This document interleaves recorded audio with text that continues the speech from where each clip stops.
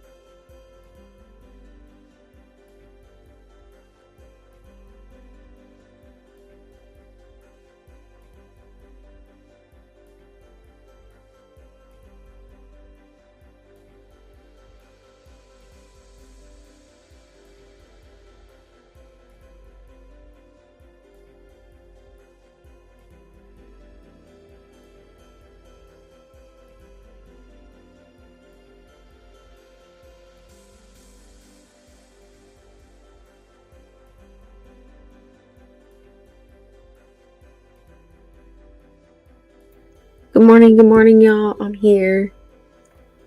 I'm making some coffee. Hold on, let me shut off the music. All right. JR Nana, good morning. I did get your email. I wanted to let you know that, and I will get back to you on it as soon as I can.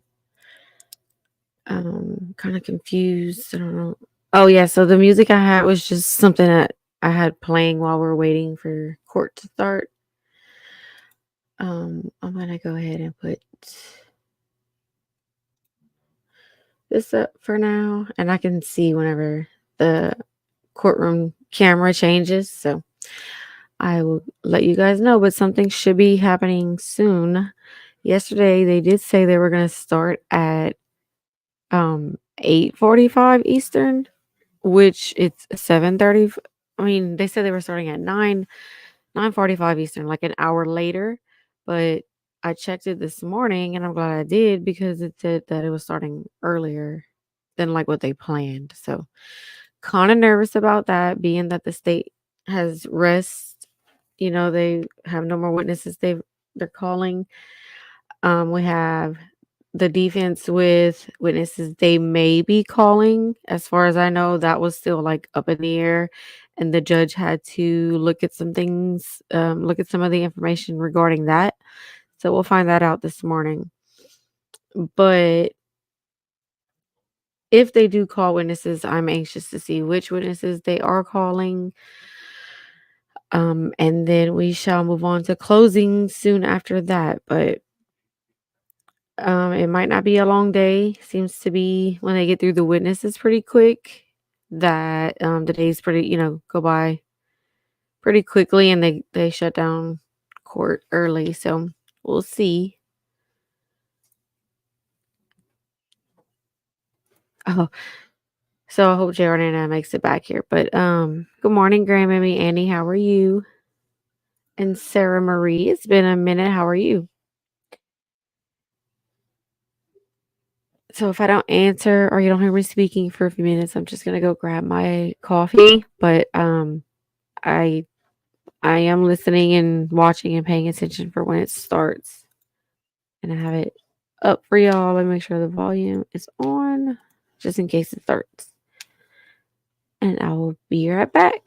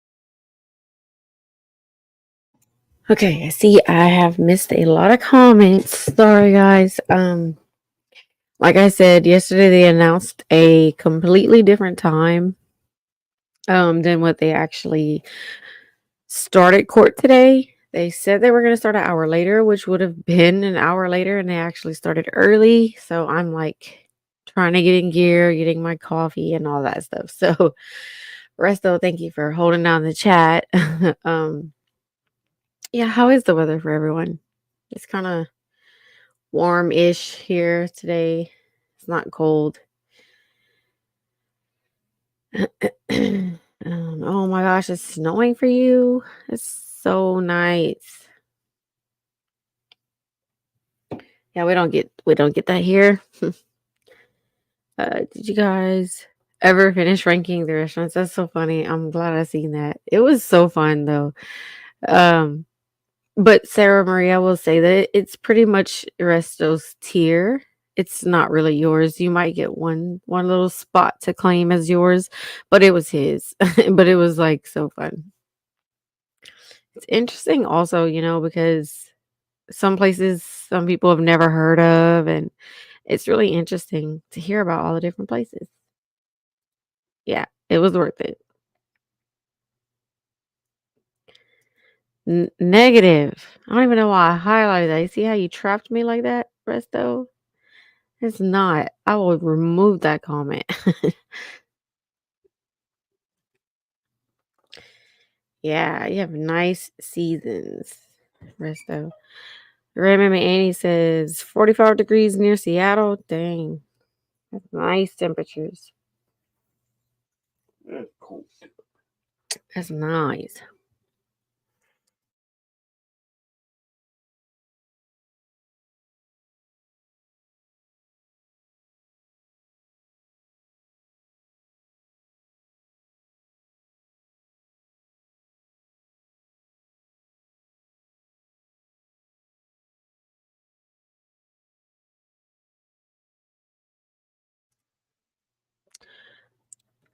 Oh, so Grandmama Annie says she posed with the colonel at KFC at the airport in Korea. Wow, you've got to visit South Korea, Grandmama Annie. Nice. How many you been to South Korea? Yeah, you have been.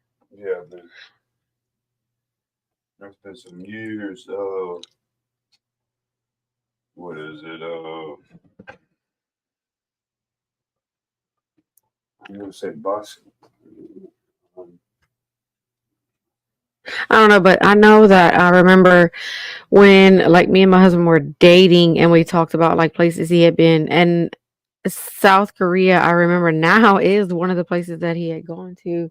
It was a long time ago. Yeah, he was a teenager. He visited there a while back. Sarah Marie said no snow and expected to be 50 plus today. That's kind of how our temperatures with the 50-ish. And it is not a blizzard, Allison. First of all, good morning. Have you had your coffee? And girl, it is not a blizzard where we at. A freaking blizzard of what? Just like decent temperatures. I wish. I'm trying to mess with this StreamYard thing, how you can message your layout, and I don't know how to do all this stuff. I need to get my OBS running. Yeah, you laughing because it is not no blizzard. I wish. Yeah, so Resto, this is like my aunt basically. Like she is my aunt. She's been in the family forever, and she's the grandmother to my godchild and all my nieces and nephews and stuff. Well, some of them. I have a lot of them, but yeah, I got my coffee too, girl. I'm interested to see what's gonna happen today. I'm really interested to see if those witnesses are coming forward that the judge had to look at a little bit.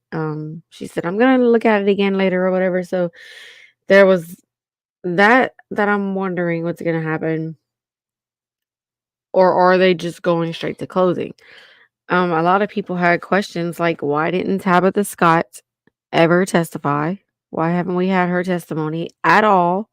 She was mentioned several times throughout the trial, but yet we don't have any kind of nothing from her. So I don't know.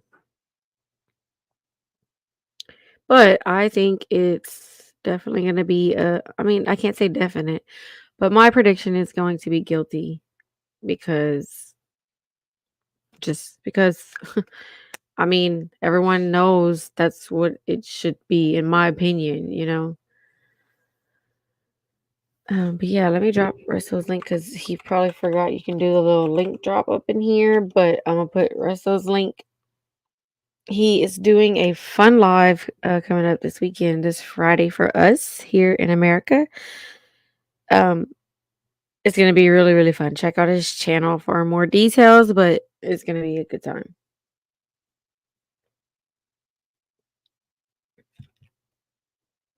At least I think that's this weekend. Yeah, it is this weekend. Oh my gosh, this week has flown by.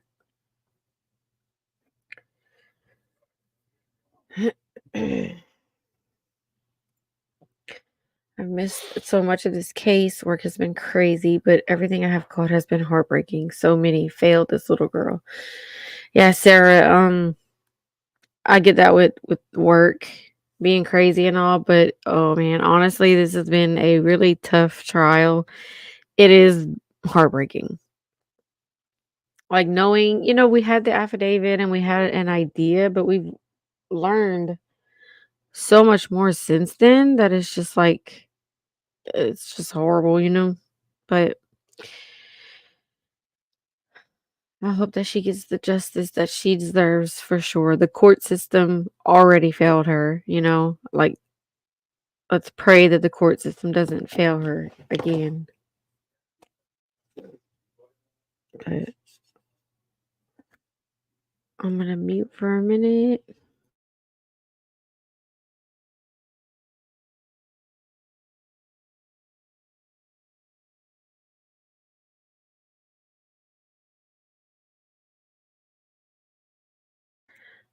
They always have like their times or so.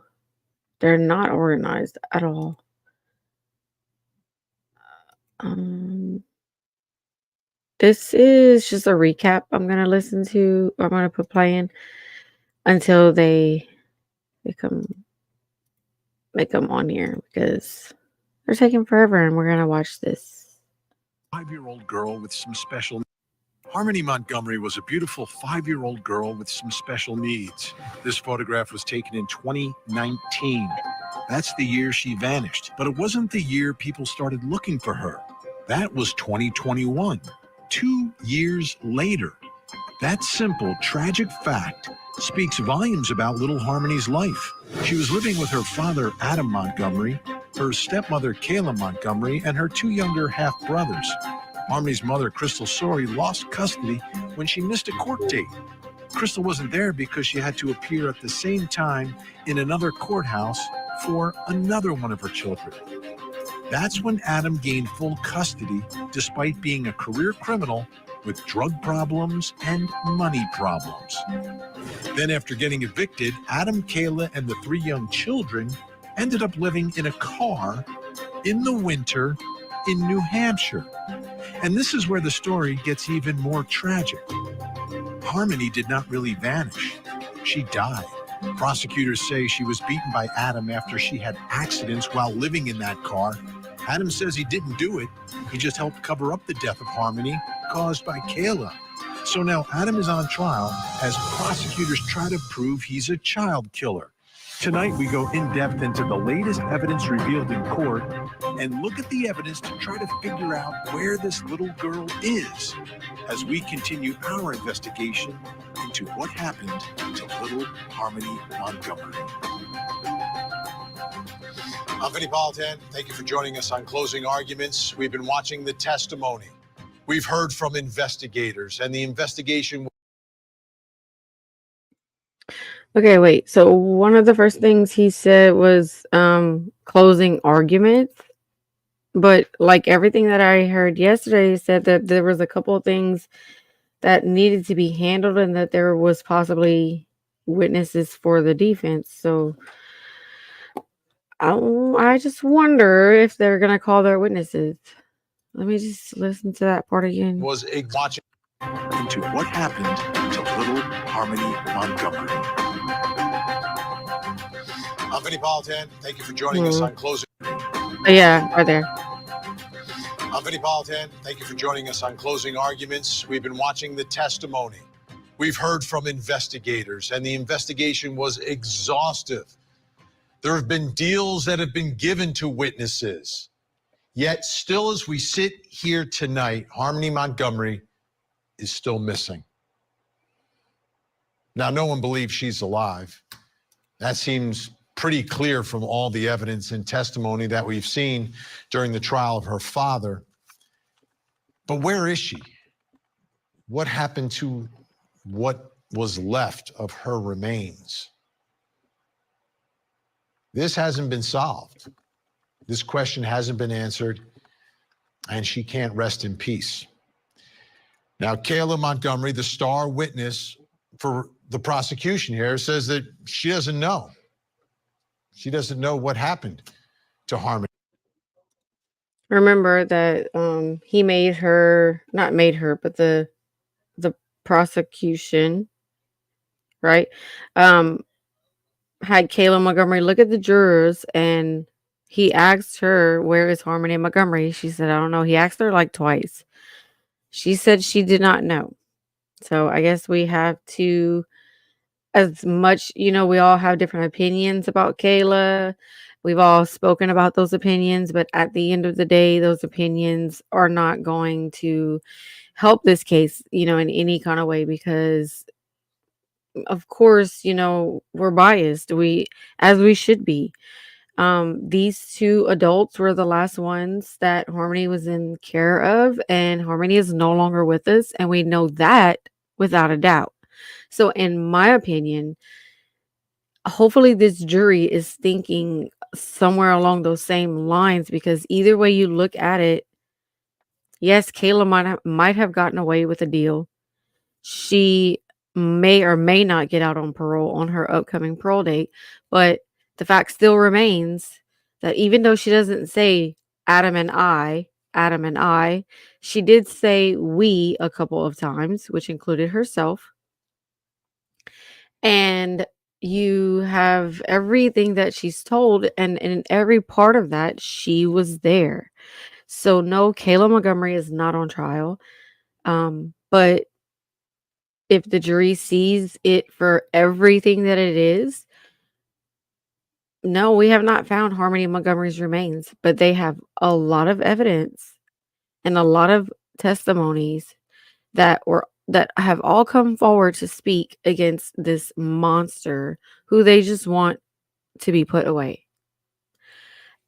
So I'm praying that all of this just goes according to how it's supposed to play out, and just know that these two people know what happened, and at the end of the day, they're the ones that have to sleep at night with knowing what they've done. As far as Adam, he is in prison for at least 30 to 70 years, because he got two 15 to 30 year sentences. So, I mean, and from what I understand from locals around that area, he also has another murder trial pending. And that is coming from someone that is local to that area. That is not my knowledge. That's not nothing I've seen by my eyes, but it is someone that has been following this case from like day one. Local, knows people who know Adam, kind of thing. Yeah. So this guy just needs to go away. He just needs to go away. And I think it would do Harmony justice to name him as the one who took her life, if that is indeed what happened. And in my mind, I have no doubt. In my personal opinion, I believe with everything that I've been shown, it all points to guilty for me, but we're all different, and we all have different perspectives, and that's okay. Like that is completely okay. But what's not okay is Harmony Montgomery, a beautiful little girl, lost her life to just nonsense. And we'll see. We'll see. It's been an emotional roller coaster. So now I'm just waiting to see if there's going to be closing, or like what's happening today. I am still looking They are still just showing the flag right now. I'll let you guys see for just a second so y'all know that I am paying attention. And I'll just let this keep playing for a minute. Where her remains were taken. And she says that Adam wanted to make sure that she didn't know, because if she ever cooperated, if she was ever interviewed by investigators, he didn't want her to have that piece of information. So nothing she has said has led to the recovery of Harmony's remains. Meanwhile, Adam won't say anything, won't say where, if he knows. And the evidence is pointing that way. Everything we've seen and heard in this trial points to the fact that he's the one that ultimately disposed of what was left of Harmony. But he's holding on to that fact. His lawyer is conceding that he was part of the cover-up, yet for whatever reason, he won't say where Harmony is. Again, she cannot rest in peace. Tonight, what we're going to do on this program is we're going to examine some of the evidence, take a look at where it could potentially lead to, where he could have possibly gotten rid of that evidence, which is the remains of little Harmony, where they could potentially be, where investigators have looked. But before we do all of that, we need to go to Court TV crime and justice correspondent Matt Johnson, who's joining us live tonight from New Hampshire, where all of this is taking place. Another huge day inside the courtroom, and the headline everywhere is that the state rested. That's right, Vinny. Another dramatic day in this, what has been a dramatic trial so far. So the state rested its case in chief after prosecutors had there up on the stand investigators that were part of the search, the nationwide search for Harmony Montgomery. They were talking about this being one of the most important cases of their entire career. And then the state played a recording, a phone call, a jailhouse call from Adam Montgomery, who said that their search and their time and effort was just a waste of time. How outlandish seriously they have to do their due diligence. That would be bad. Due diligence that would hear like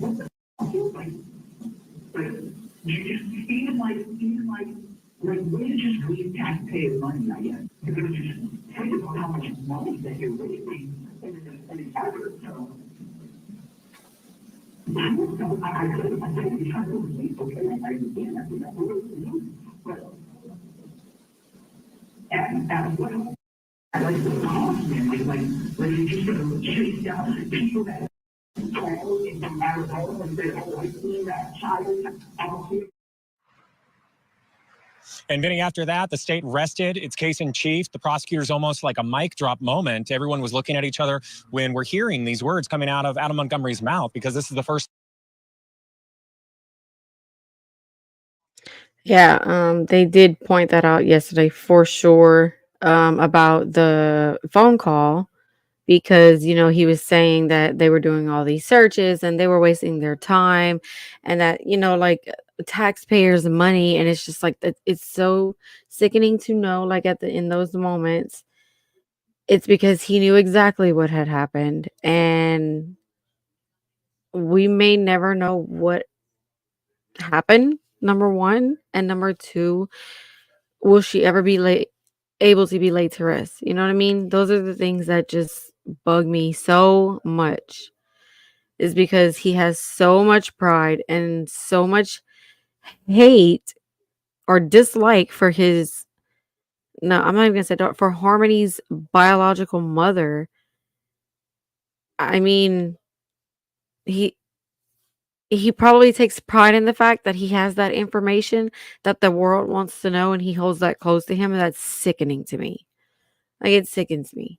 But you know what? It's okay. It's okay, because Harmony is no longer in pain and in fear and all of those horrible things she had to go through with him.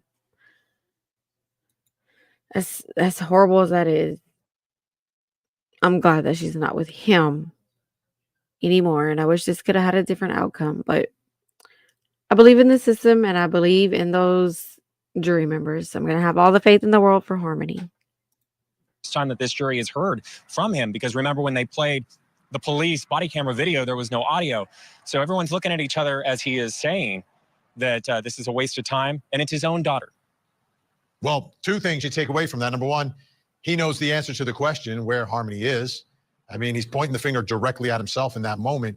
And for some strange, bizarre reason, is all concerned about how much money they are spending trying to find Harmony. That is like jaw-dropping, Matt, because any other parent of a missing child, like, they're not worrying about how much is being spent by the state. They just want to find their child, and that's the last thing on his mind. Wow. Wow, what a finish to the case for prosecutors. Now, let's get to some more of the testimony before the state rested today. Yet another witness, because again, these are people who know Adam Montgomery, another incarcerated witness on the stand today. This was the third that we've seen so far in this trial. So she walks in with shackles. She takes her seat at the witness stand. And this is Rebecca Maines, who is testifying about the fact that she said she knew Adam Montgomery back in the day. And she had questions about him and his family. And then he told her that he hated his daughter. Listen. This was a very important witness, I thought, yesterday. Okay, so if anybody is listening now that may not have been keeping up with every single detail, like I know Sarah Marie was in here earlier, but either way, so in opening statements for the prosecution, hopefully, Allison, let's correct this right now. I'm just gonna get this out of the way because I'm transparent. Prosecution is the state, right? And the defendant, yeah. Okay, don't even answer that. So basically, the state's opening statements.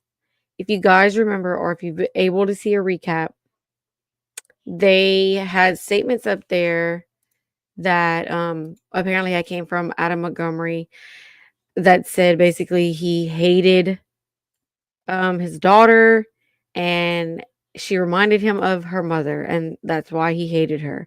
So I remember that on opening statements, and that was day 1. So here we were yesterday on day 9, and they bring in Rebecca Maine. Let me see, I wrote her name down.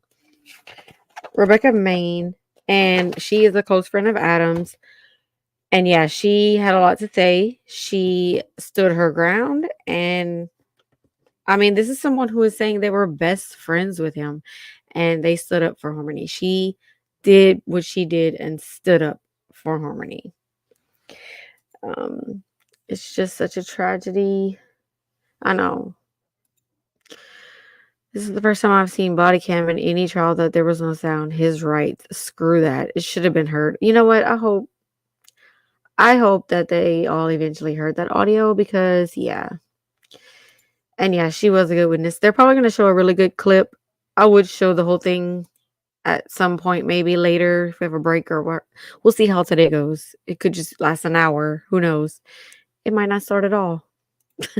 Let's be honest.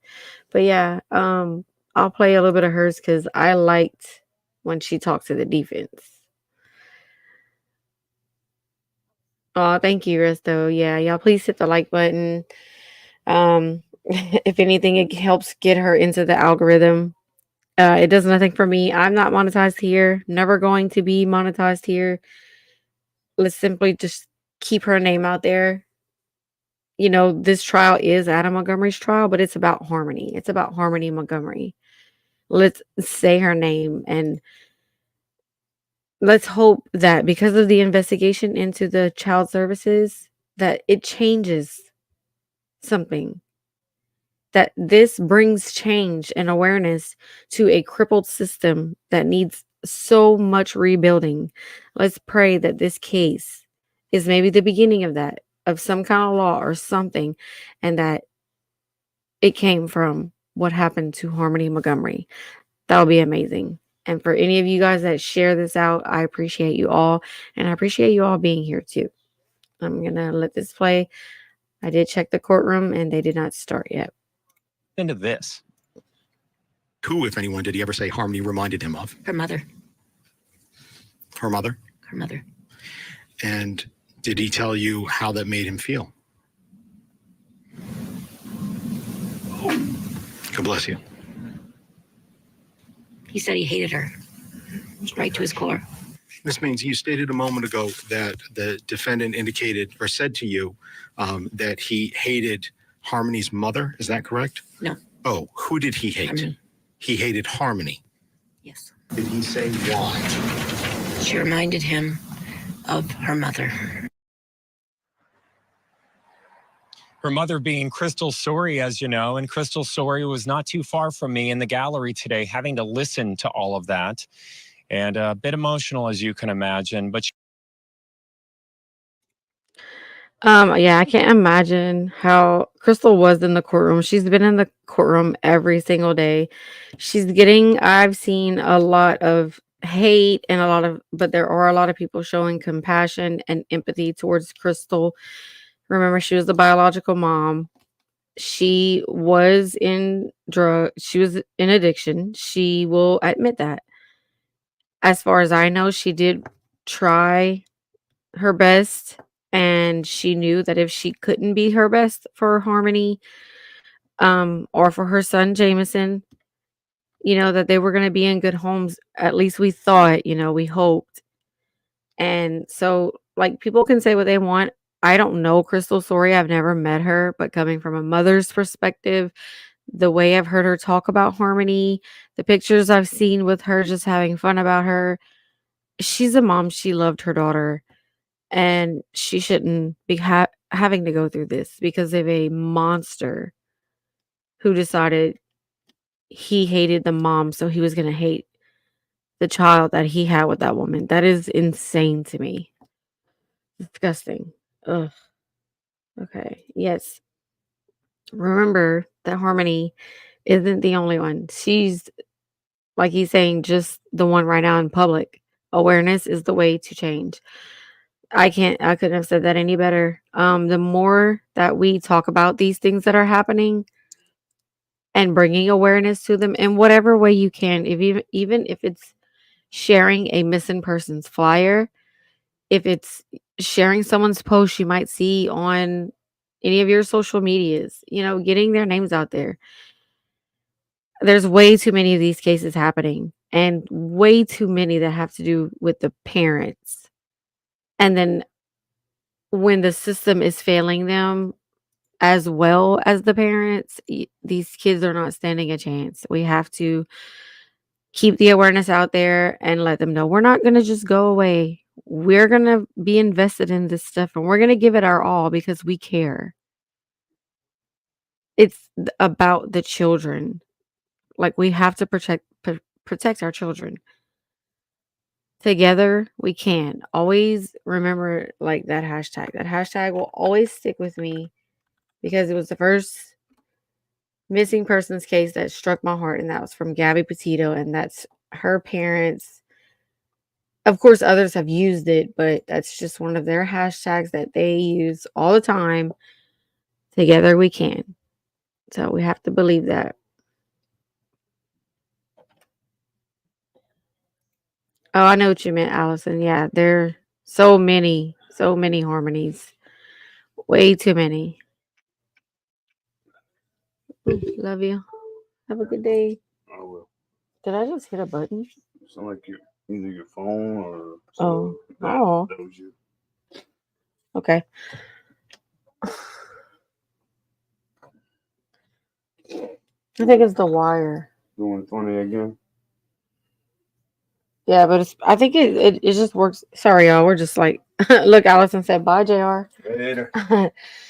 No, my laptop had made a noise like when you put the charger into it, and like my wire was tricky. Okay, let's go, guys.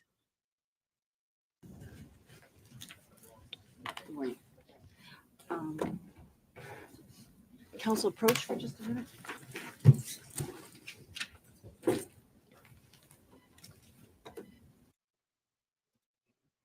Of course, let's approach. Let's approach. Someone I was reading on Twitter that they said they've never seen a court case or a trial um sidebar off record so often. Is that true, Allison? Because I know you watch a lot of trials and stuff, and I always say that. I don't mean to be pointing you out and everything, because a lot of people like trial stuff.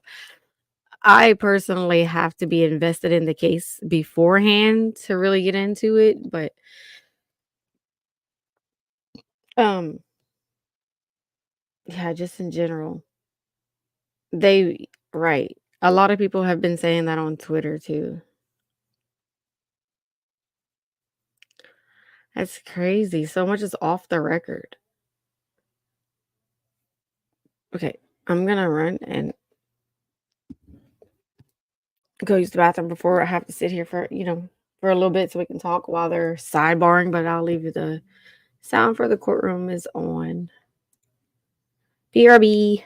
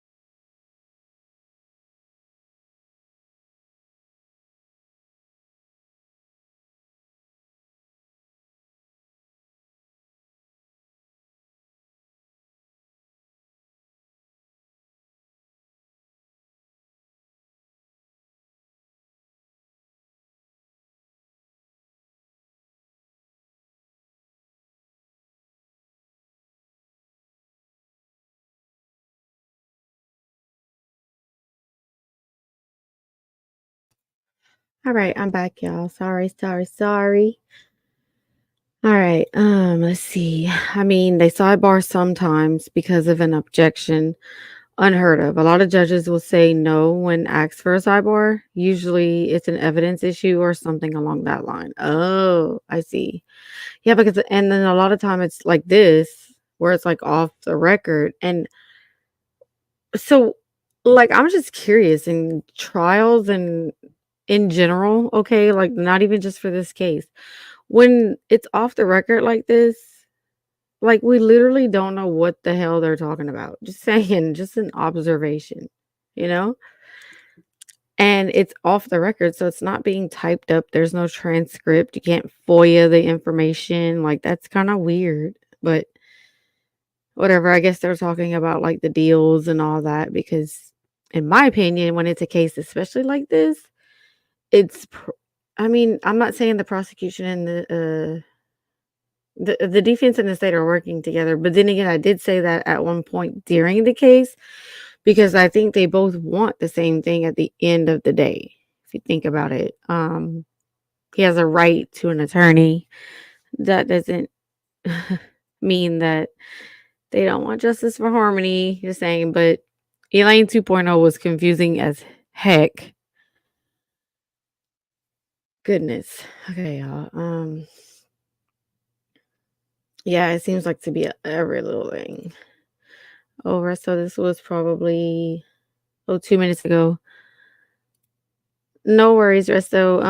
I honestly don't know what we're looking at today because the way he said closing, I don't know if any Allison, I don't know if you had to leave before, but at the end, you know how we try to listen to what we can as long as the audio's on, right?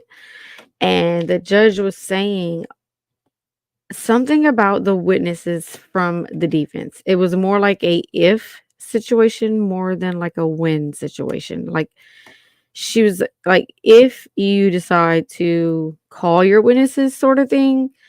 She said like she needed time to know before court, and that she was also going to look over something twice, double check it. Um so I don't know what the defense has up their sleeve, I guess I should say. I pray they're not playing freaking games. I don't know. I feel pretty confident, but I'm not gonna get my hopes up because I don't know what's gonna happen at the end of the day. I don't know the jury members. I've been able to take notes, and we're able to go back and listen and watch and all this, but the jury, they couldn't even take notes, and they're not supposed to watch anything or read anything, but like how, I mean, just the information presented at this trial so far, I wouldn't even need notes. Like I wouldn't be surprised if those jury members, there's how many? I think they said there was 15 because there's 12 and then there's 3 alternates. So like how many of those do y'all actually think probably heard of Harmony's case? I mean, hello, they usually summon the jury in the county. Everybody heard of Harmony's case. Everybody knows about Harmony's case in that area. Good morning, Zero Fox Given. How are you? Yes, she was through the whole trial. She confused herself. She did. She would trip up so many times. Right. She said, we will hear from the defense witnesses if they have any or closing. Yeah, so I'm thinking they probably start working on their closing arguments, like probably way early on, right? You know what I'm saying? Like a rough draft and as it goes and just really bringing it home for us, for Harmony. And like I can honestly say the state of New Hampshire, like the lawyers that are representing them right now, they're very compassionate. They're very patient. I love like their demeanor. And so I'm really interested in the closing statements for them. I hope that it's not Elaine giving the state, um, I'm sorry, the defendant's closing, but we shall see.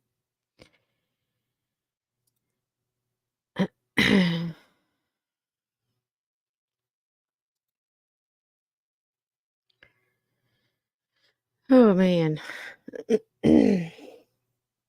It's only Wednesday and it feels like it's been a long week already. So what time is it for you? Wait, I know he's not even here right now, but it's like midnight. Okay.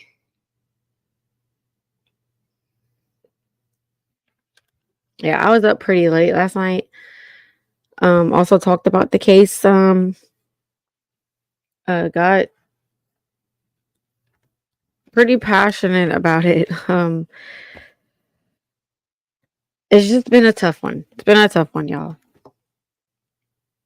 No, honestly, Zero Fox, I wish that the Tiffany Scott girl would have testified, but honestly, she would have been for the state.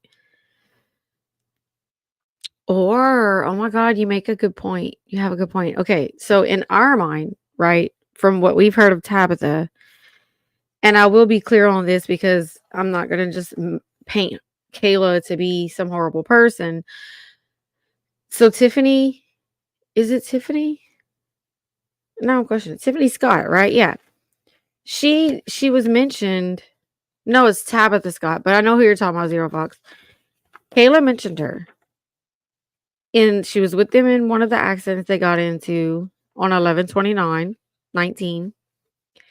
And then when 3 days later, Adam and Kayla got into another accident, there was no kids with them.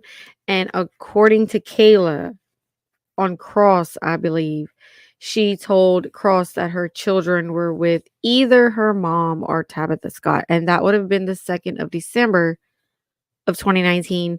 So that way, I was praying that she could at least testify as to if she laid eyes on Harmony on the 2nd of December, because anywhere, honestly, from what we've heard, we know that Harmony was last physically seen by someone that, like, oh God, actually laid eyes on her, talked to her, that we can fully trust. Like, I don't know what I'm trying to say. Like, we know that the mom says, oh, I saw her on this date. But we also saw a video of her mom saying 2 years ago, when it was fresher in her mind, that my daughter said, oh, it was the day after Thanksgiving. So we don't know what the mom's correct testimony is, right? But homeboy, and yes, that's how I'm talking this morning, y'all. The guy from CPS, the one who went to the home, Adam left with Harmony. He didn't follow up. He made a phone call follow up, left a voicemail, and then he said he met Harmony once. Trying to find what day that was. So if anybody else remembers the guy I'm talking about, Demetrios Soros, him. But that was in, let's see. Went inside residence and met with Harmony. That was in August.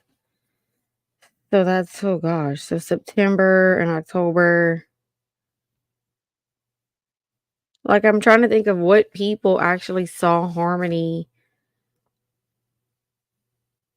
that weren't just like maybe active addicts or friends of theirs. You know what I mean? That somebody official. Oh, I can't English this morning.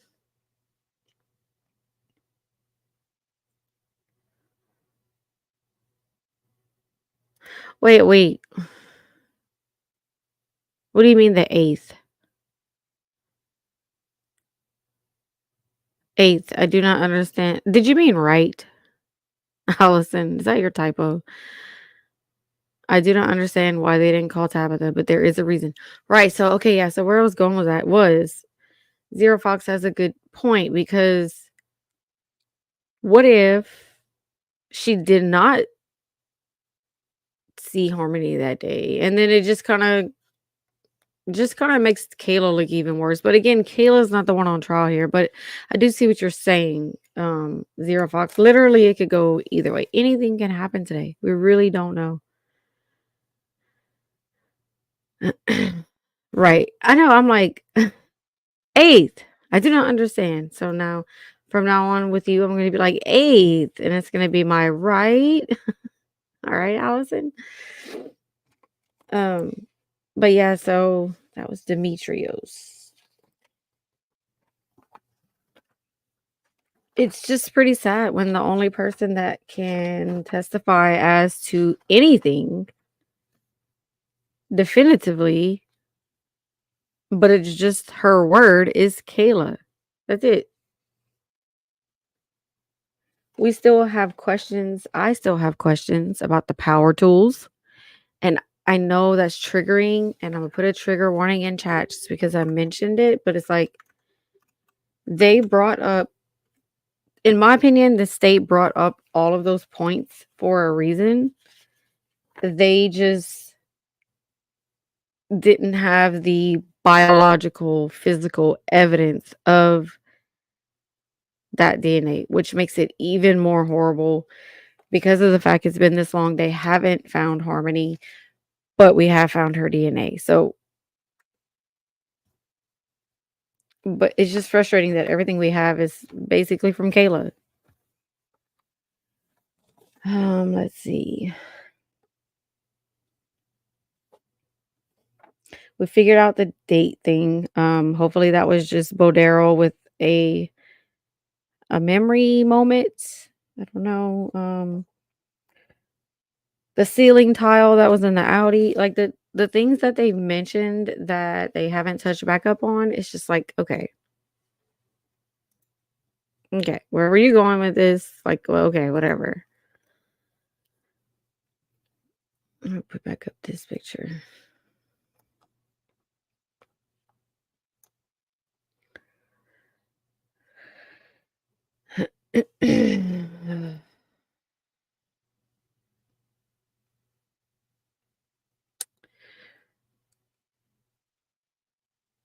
But yeah, they're a very unorganized courtroom.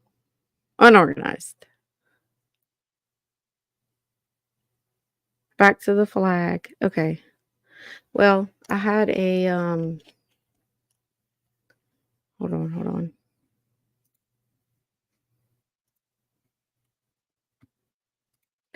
And yeah, I know sometimes I don't finish out the videos that I do start off watching, like this recap that he was doing. Simply because I don't want to use all of their content for my content. You know, I like to give an idea and kind of a recap, but most of the time I'll try to just go back to the timestamp and try to show it. But yeah, as far as Anthony Bodero and saying it was Thanksgiving weekend, and he was like, I'm pretty sure of it. You know, I think he just had his dates mixed up. The guy was real and genuine. Him and Rebecca Maine, yeah, that was my two favorite.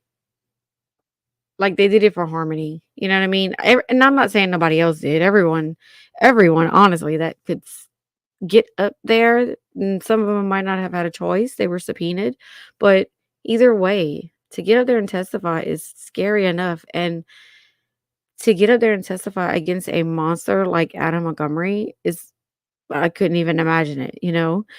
And that's why I said it's a love-hate thing of the fact that he hasn't had to be in the courtroom. He gets away with being a coward and not facing these people that he's hurt, all the lives that he's destroyed, that he's messed up. He doesn't have to face that. He doesn't have to listen to the things that he did to his daughter. Like, that part makes me mad. But I'm glad for the witnesses that did stand up against him, that they didn't have to see him. Because you know he would try to stare them down and make eye contact and intimidate him because he's done it in the past. He's done it in past hearings and had a whole statement about how he was going to refute these charges against not killing his daughter, but yet never showed up in court. Says a lot, homeboy.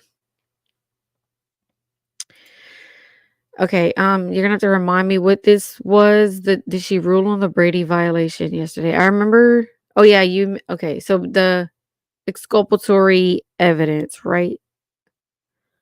I don't think she has, Allison. I don't think she has, but don't quote me on that. I don't know.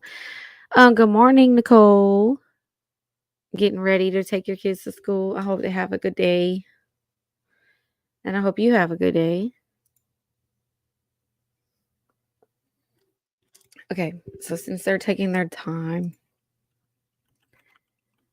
let me find something real quick.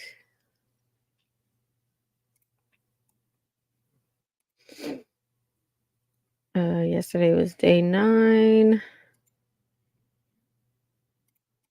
Okay, I'm gonna make sure that they're still Not starting yet.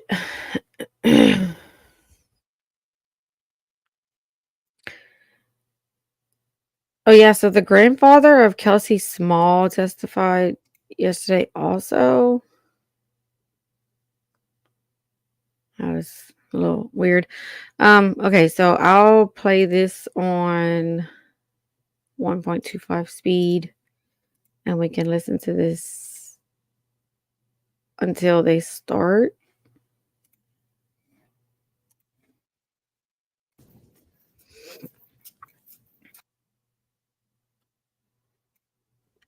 No, Hampton Hampton. was the furthest. Okay. And what time? I did. 101. I see that you're nodding your head. Do you It's recognize Adam. this person? It's Adam. That's Adam Montgomery. It is. There's no captions available, y'all. I'm sorry. So when he's low, he's really low. But she just identified Adam. Did you meet him back in 2021? Oh, I'm 21, sorry. yes, I'm I'm sorry. sorry. Hold on, y'all. Yeah. Scuffed. I'm always running some scuffed shit. Thank you, Resto, for that word.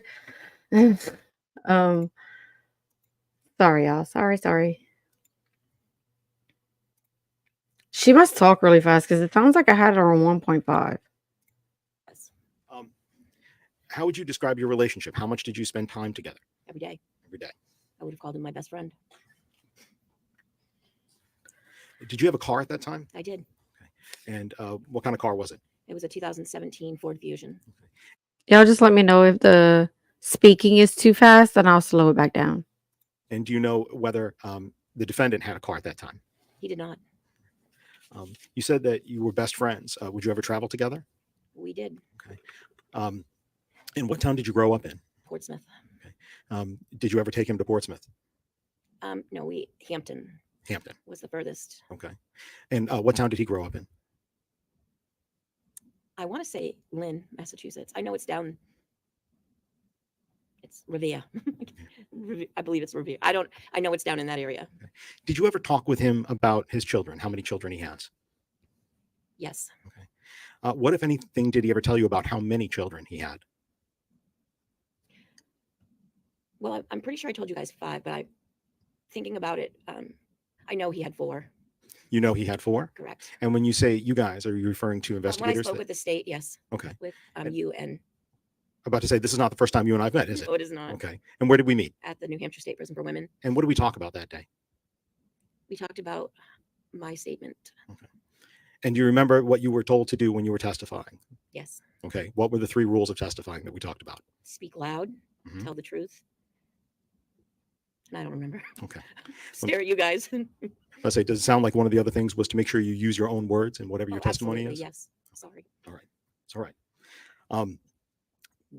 At the time in 2021, did you ever talk with Adam Montgomery about a daughter named Harmony? I did. Okay.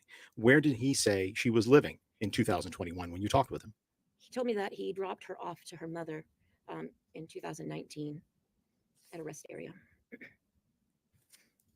What did he say about how often he was seeing her back in 2021? He said her mother would not allow him to see her and that he had been trying for some time. What, if anything, did he say to you about her having any sort of toilet problems or bathroom issues before she went to live with her mother? He said she was constantly wetting her pants or using the bathroom. He put her in the corner in her soiled pants. But that she would repeat it when she'd get in the car. She'd have an accident, but he said it was on purpose. On purpose? Yes. That's what he said? Correct. What did he say about why he decided to send Harmony back to her mother? Because she continually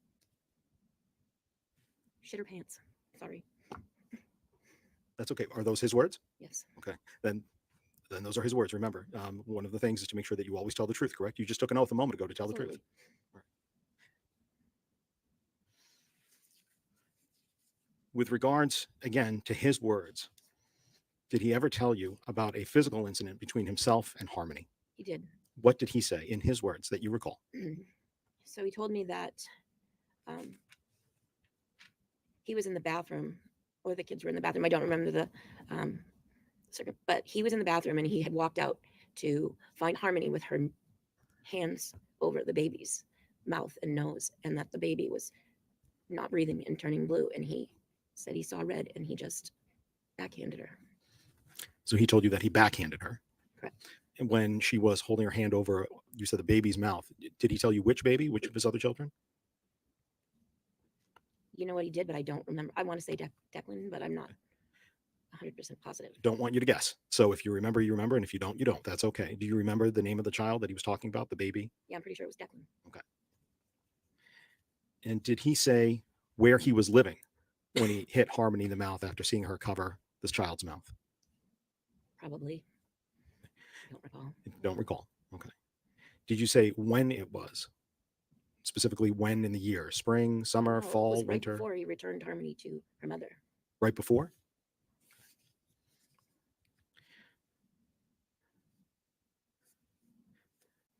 Did he, let me ask you, did you ever give him a ride to Maine? I did not give him a ride. Okay, so you did not give him a ride to Maine. No. All right. Do you know what state he was living in at the end of 2021? Yes, he was in Maine. Do you know who he was living He with? was living with Kelsey. Did you ever meet Kelsey? She again is was one of my really good friends. And what was Kelsey's last name? Small. Okay, yeah, so she was a friend of Kelsey Small also. Um, the one thing that someone did mention on Twitter that I do remember now that I'm listening to it was the fact that like she knows Adam and Kelsey really well and she knows about Harmony. Why didn't Kelsey know about Harmony as far as we know? You know, it's just like just an observation. But if you are watching right now and you're in chat, can someone let me know if y'all can see a poll at the top of the chat, like a little voting poll? I'm trying this out for the first time, and I thought it would be a good idea. But I mean, I of course see it on my end because I did it, but I wanted to make sure y'all can see it.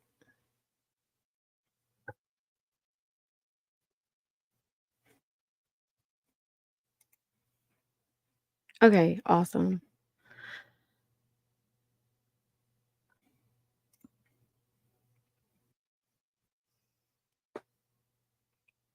So yeah, if y'all can just so far from what y'all have seen, everything y'all know, and well, basically like what the court has presented to us, what do y'all think?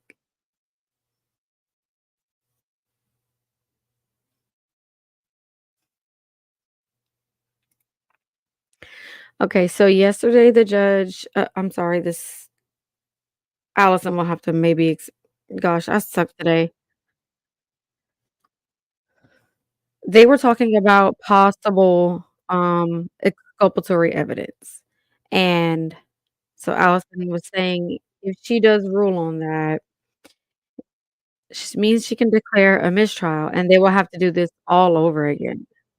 Ugh.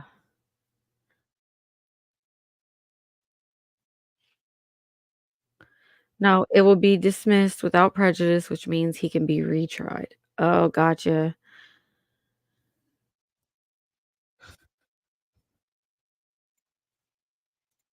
Yeah, and the thing is that like he has other charges and stuff pending coming up. So like I said, this is not the end of Adam Montgomery's having to face the music. You know what I mean? I am glad that this went to trial and he has from what I understand, he has another one coming up. I will find out what I can about that one and I will get back with you guys on it. Um, thank y'all for letting me know, by the way, that the poll is working.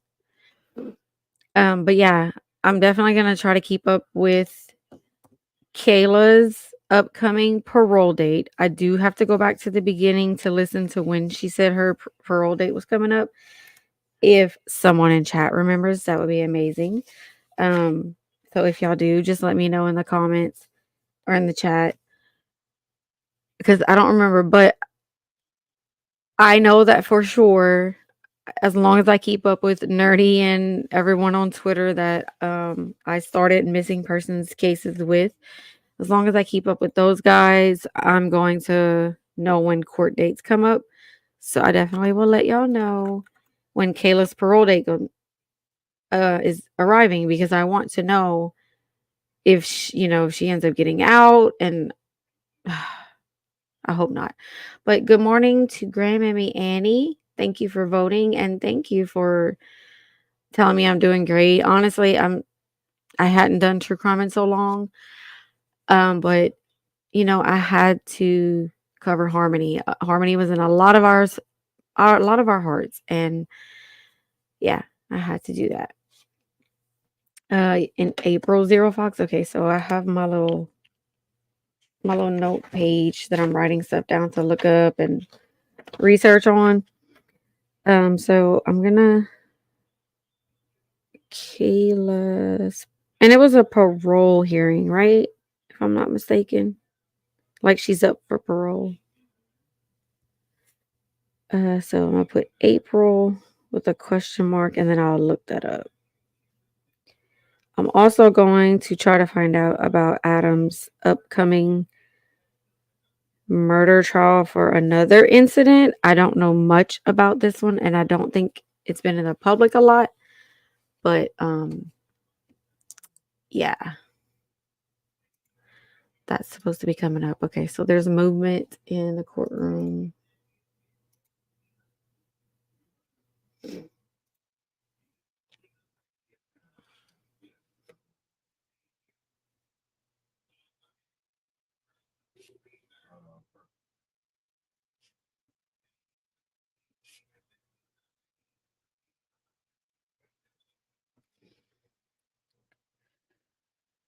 Okay, so the courtroom is full today. Wow. Have we seen this many people in the courtroom since like we started watching? It doesn't seem like it.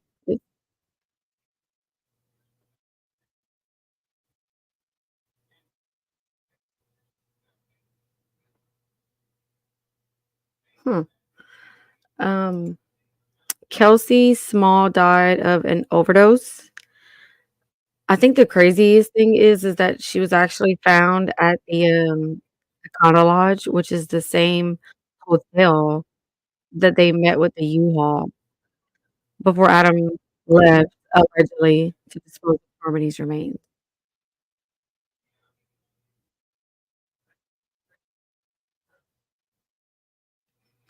Did I just break up right there? Because I don't know if it was my end or not, but, um, yeah, she died in the same hotel.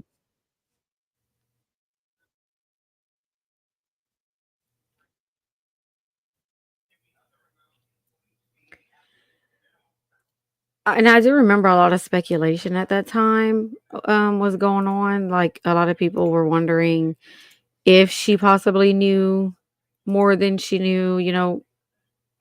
We don't know. I don't even know if she was questioned. I'd have to look into it.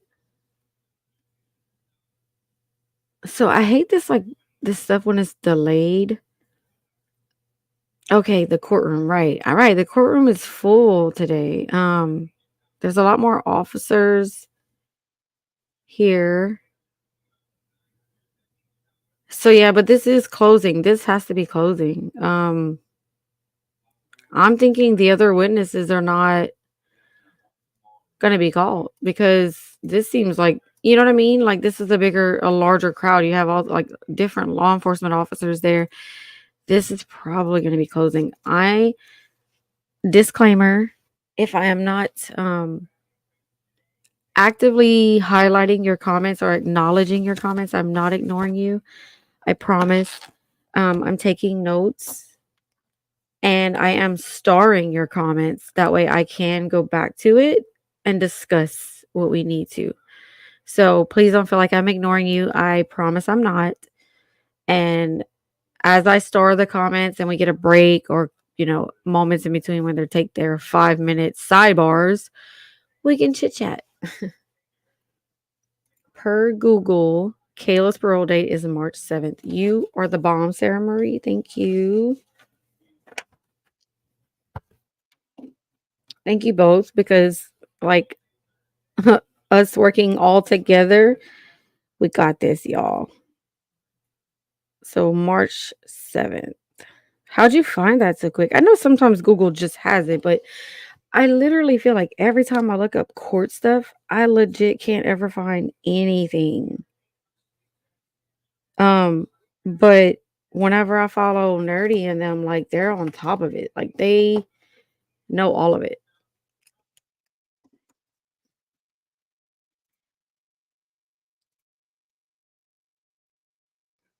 I don't know how this poll thing works. But if you are just coming in and you see the poll at the top, go ahead and cast your vote. I'm just interested to see what my little group of people here think.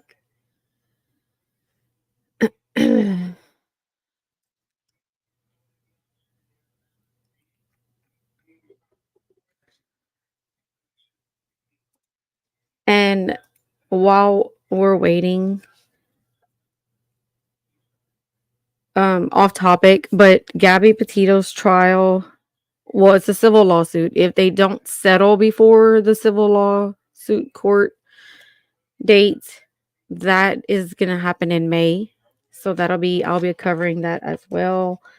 Um, there are a lot of depositions that came out regarding the Gabby Petito case.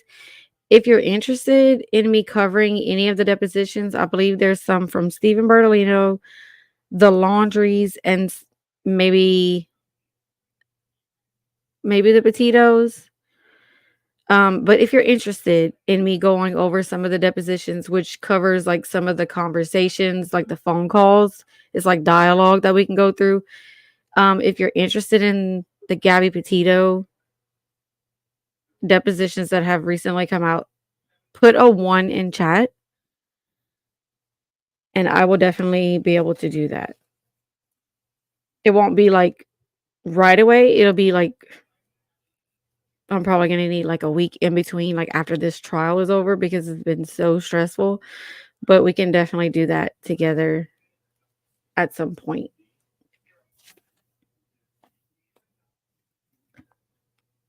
Let's see. I wonder if there is more law enforcement because Adam is there.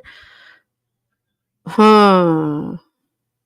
Now you got me thinking, what if he did show up for closing? Is that, Allison, you would know better than me. Is closing, isn't that when they allow the defendant to make a statement if they want? Because that's what he did for his weapons trial. He freaking stood up and was like, I didn't kill my daughter. And he couldn't wait to go to court and yet didn't show up. Hmm.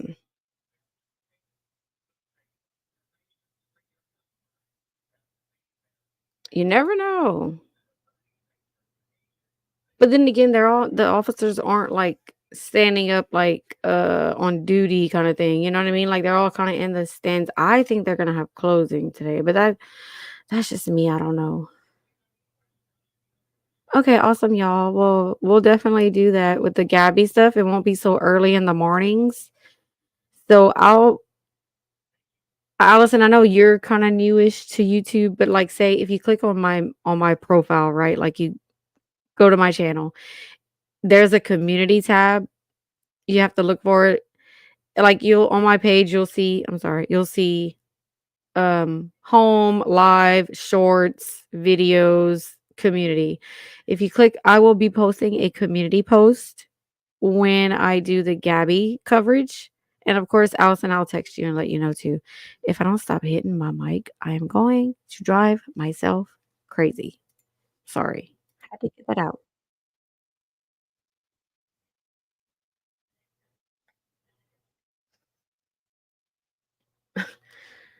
Okay.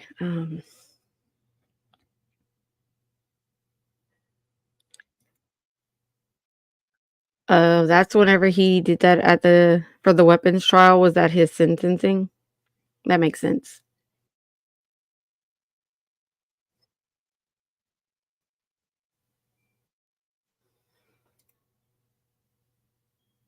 Oh yeah, he did. He freaking made it seem like he was just gonna defend himself, blah blah blah.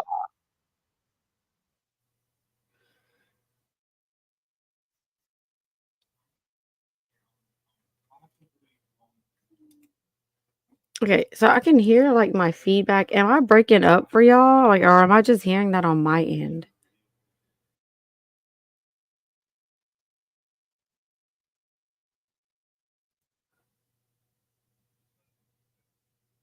unless they're sitting down till he comes in. I don't know, it'll be interesting to see. Good morning, Mumford.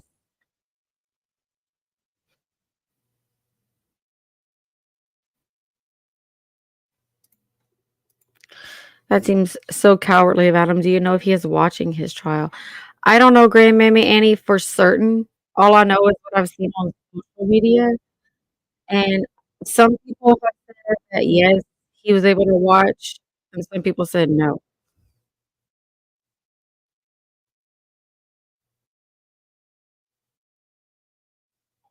So who knows what the truth is, but he's such a freaking evil guy, in my opinion. I'm sorry, y'all. Uh, mm. He's probably watching it with a smile on his face. Okay. Thank you, Allison. What did I miss? Oh, yes, this. I did see this. I didn't know much about it, Zero Fox. I'm not gonna lie about it. I'm being completely honest. Um, I just saw on Twitter when it was, like, breaking news, and that's so sad. She was, like, 11 years old.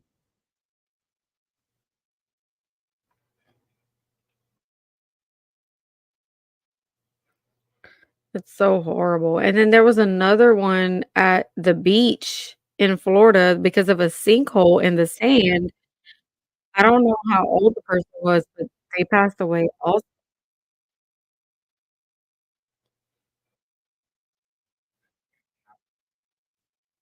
Like, you would never think that would happen at the beach.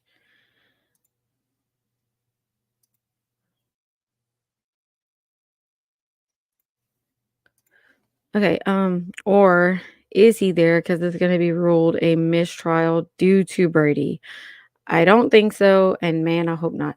Allison, these are the moments I need you to learn how to use StreamYard so I can send you the link, and you can literally just come up here with your bubble and, like, not show your face on camera or anything and explain what you mean, because I need to pick your brain.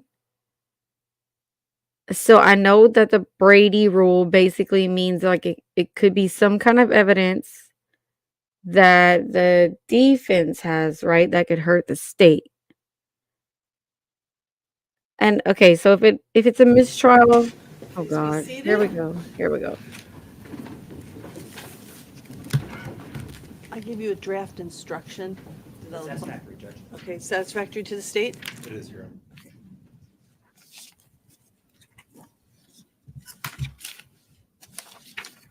Council approach.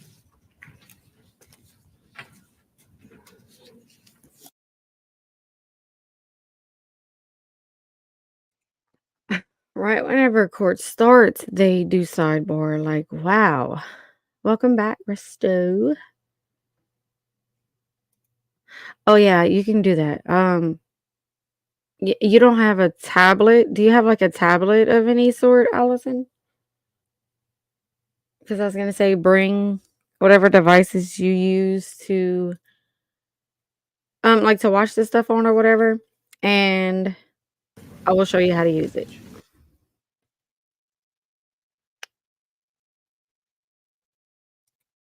It would be because the state informed Kayla. Oh, I remember that was an issue too. But that's the one. Is that the one she had to think about? About whether or not they were gonna deny that one or not because Kayla had freaking information from her attorney about the opening statements.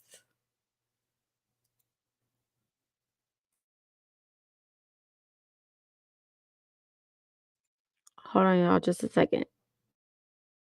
Jurors all ready? All right, we're ready. Yes. All rise for the jurors, please.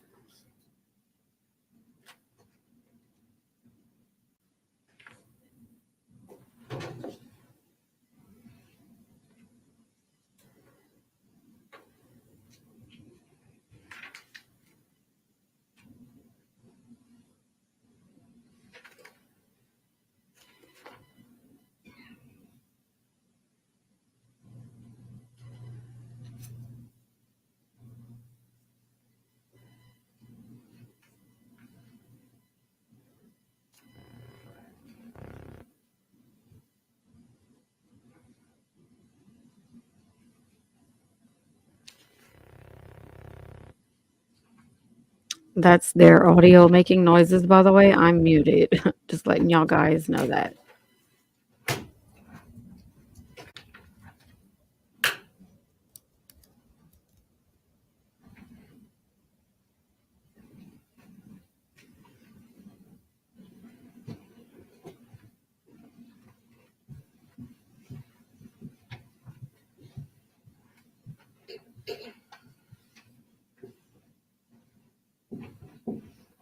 Please be seated. Good morning, ladies and gentlemen. I just have a preliminary matter I want to address with you. The court is aware that posters and other items related to this case have been placed in areas around the courthouse. I remind you that your verdict in this case must be based exclusively on the evidence that is presented in this case. That includes evidence presented during the trial and what you saw on The View. Just as you were instructed that you could not consider any television, newspaper, online, or other coverage of this case, you may not use or consider any information that may be posted or found outside the courthouse, other than on The View, in coming to your verdict.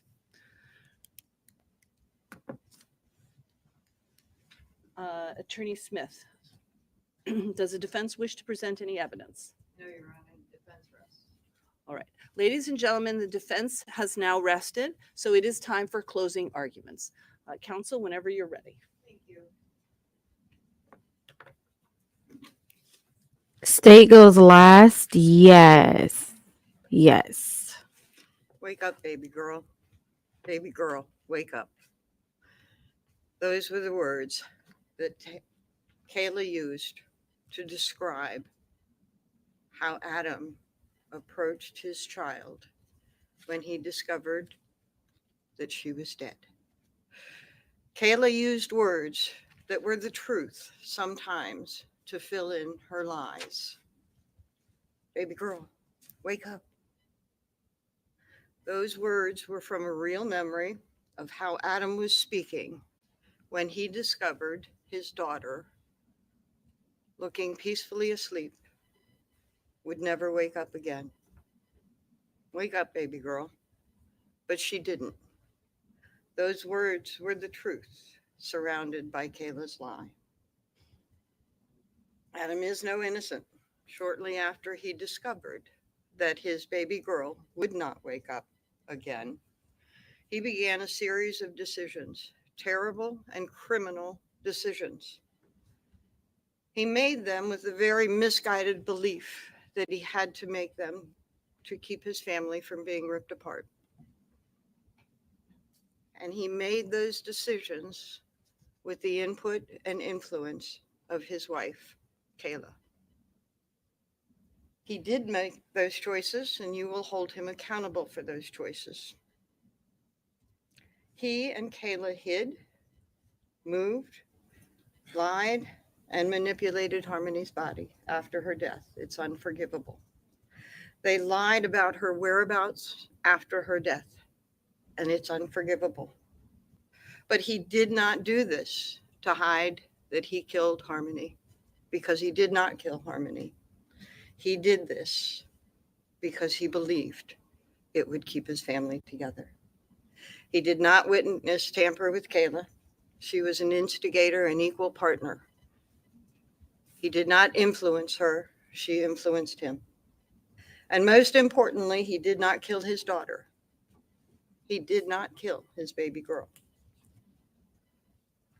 When Kayla was facing charges not related to Harmony's death, theft, and 2 charges of receiving stolen property, charges that could send her to prison for over a decade.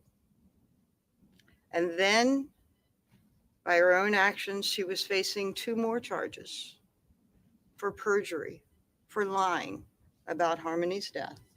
And she was subject to 2 more felonies.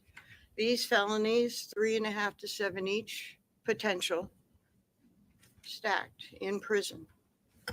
3.5 to 7 plus 3.5 to 7, plus receiving stolen property times 2, plus theft. So Kayla decided to lie about Harmony's death. to accuse Adam of something that he did not do to get herself out of her own problems. And what better way than to pick an accusation that had already been made?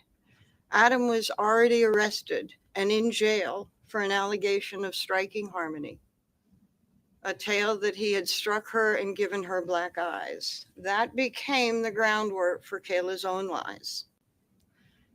She had to lie because the truth would point to her. And her lies were accepted because Adam had already been accused of causing Kayla black eyes. Her lie was easily accepted until you look past the horror of what she has said and past the emotion that would be the reaction when you heard her say it. When you look with a critical eye at those lies, you're going to see that they're lies intertwined with truth. Wake up, baby girl. The allegation that Adam beat his child for days and then on December 7th for hours is crazy. And I'm going to briefly go over that and the craziness of it as it got worse and worse with the telling. She told you a horrific story of Adam screaming and yelling and beating Harmony because when they woke up to go to the clinic, she had peed in the car, screaming and yelling at the Colonial Village at an hour that people might be going to work for rush hour, at a time that they should not have been there, and they were essentially squatting and not wanting to be noticed. Screaming and yelling and punching her in the head. And then they got to the methadone clinic, which was about 10 minutes away, at around 7 o'clock in the morning. Kayla got her dose at 7:04 when the clinic was open for people to get their doses. Her horrific story continued with Adam beating Harmony, she says, when he got out of the clinic. He at 7:09. She said he smelled urine and said, "Again, Harmony? Why don't you tell us?" And he began yelling and hitting her right in the head right there in front of the clinic. And you know that one time that they had done something wrong outside the clinic, they got told on. One time, she told you, they had left the kids in the car and gone into the clinic together with no one watching the kids, and they got told on. And they had to change their habit and go in one at a time so that somebody would always be out with the children. That would have been noticed outside the clinic at 7 a.m. when people are going in for their doses. She continued that horrific tale because she said, after witnessing these beatings, she said, "I'm hungry. Let's go to Burger King." And Adam drove to Burger King. And on the way, she said Harmony was crying a lot and making a weird noise. And Adam got really angry and kept punching her and said, "Shut the fuck up." And then he hit her at the traffic lights. 2, maybe 3 traffic lights, she said, coming over the seat and pummeling her in the back. Not in secret, not hidden, broad daylight on a busy street with busy traffic stopped at a stoplight.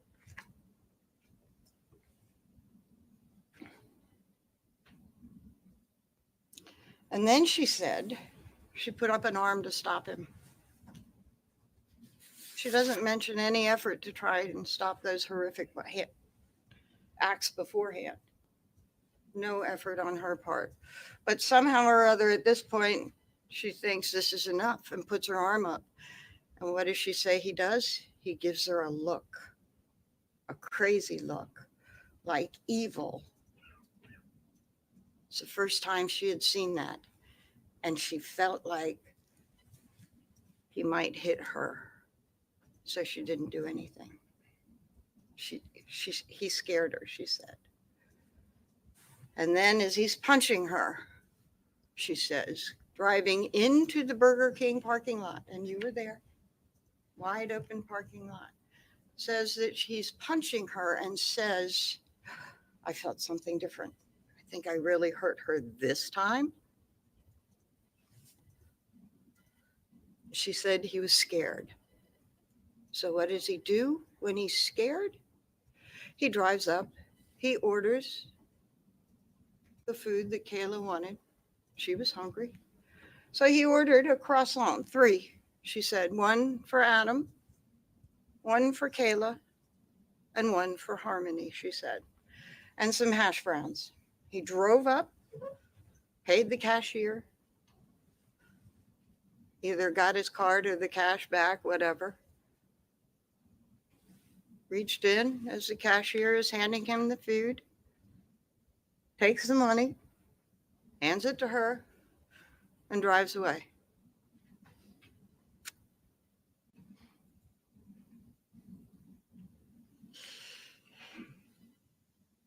He was scared, she said. And this is what he does, she says. Her story is crazy.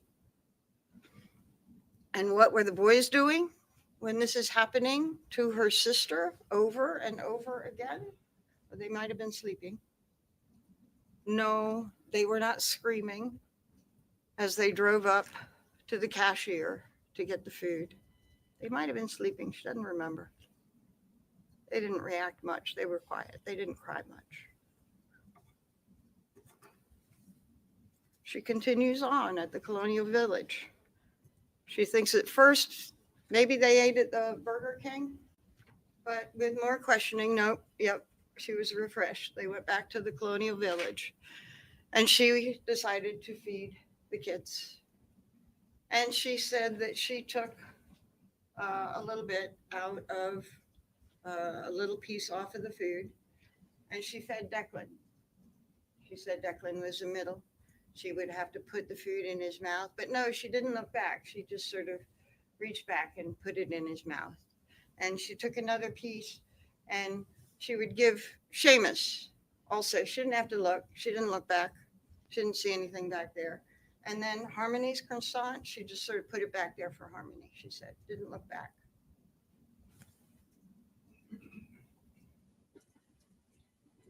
She was scared to look back.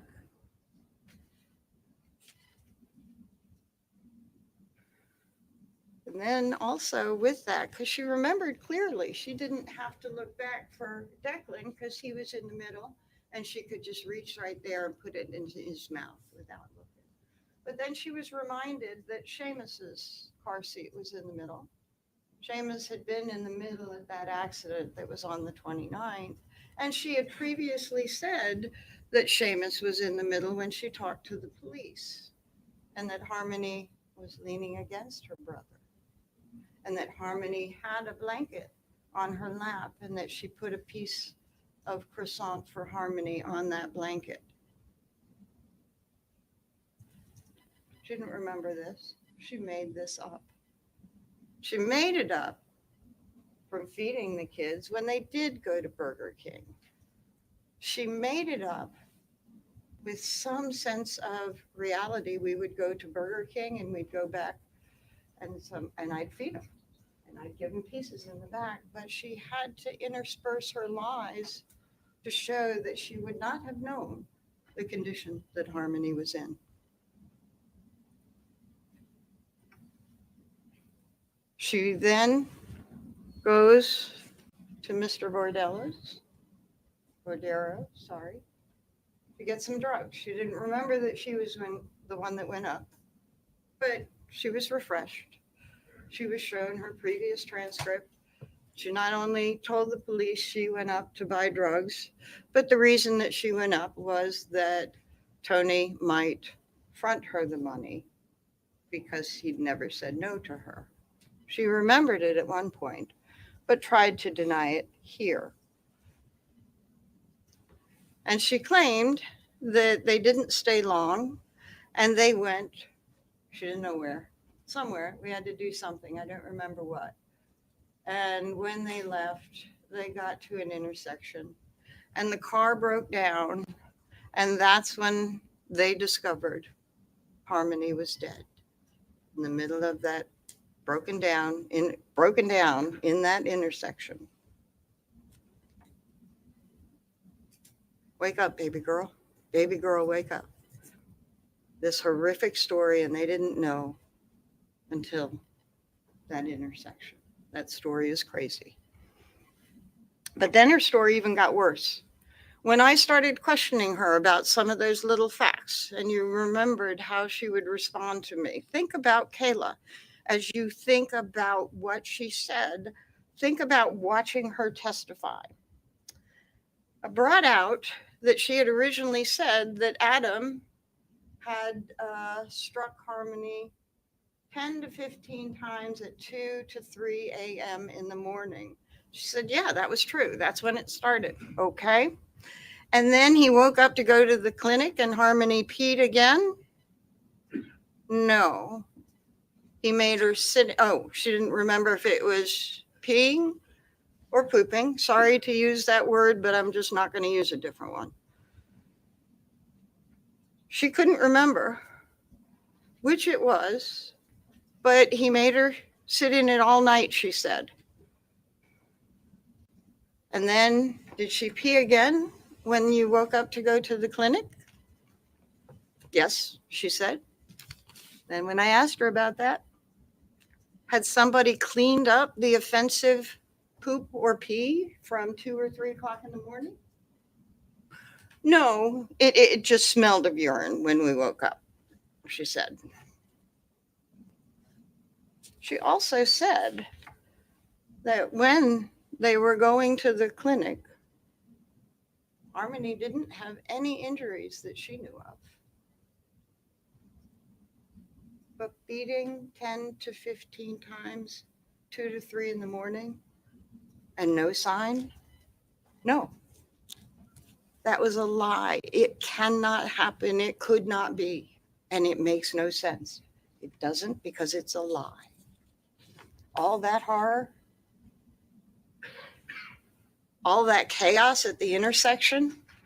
Oh my God. What could be worse? It's an absolute nightmare.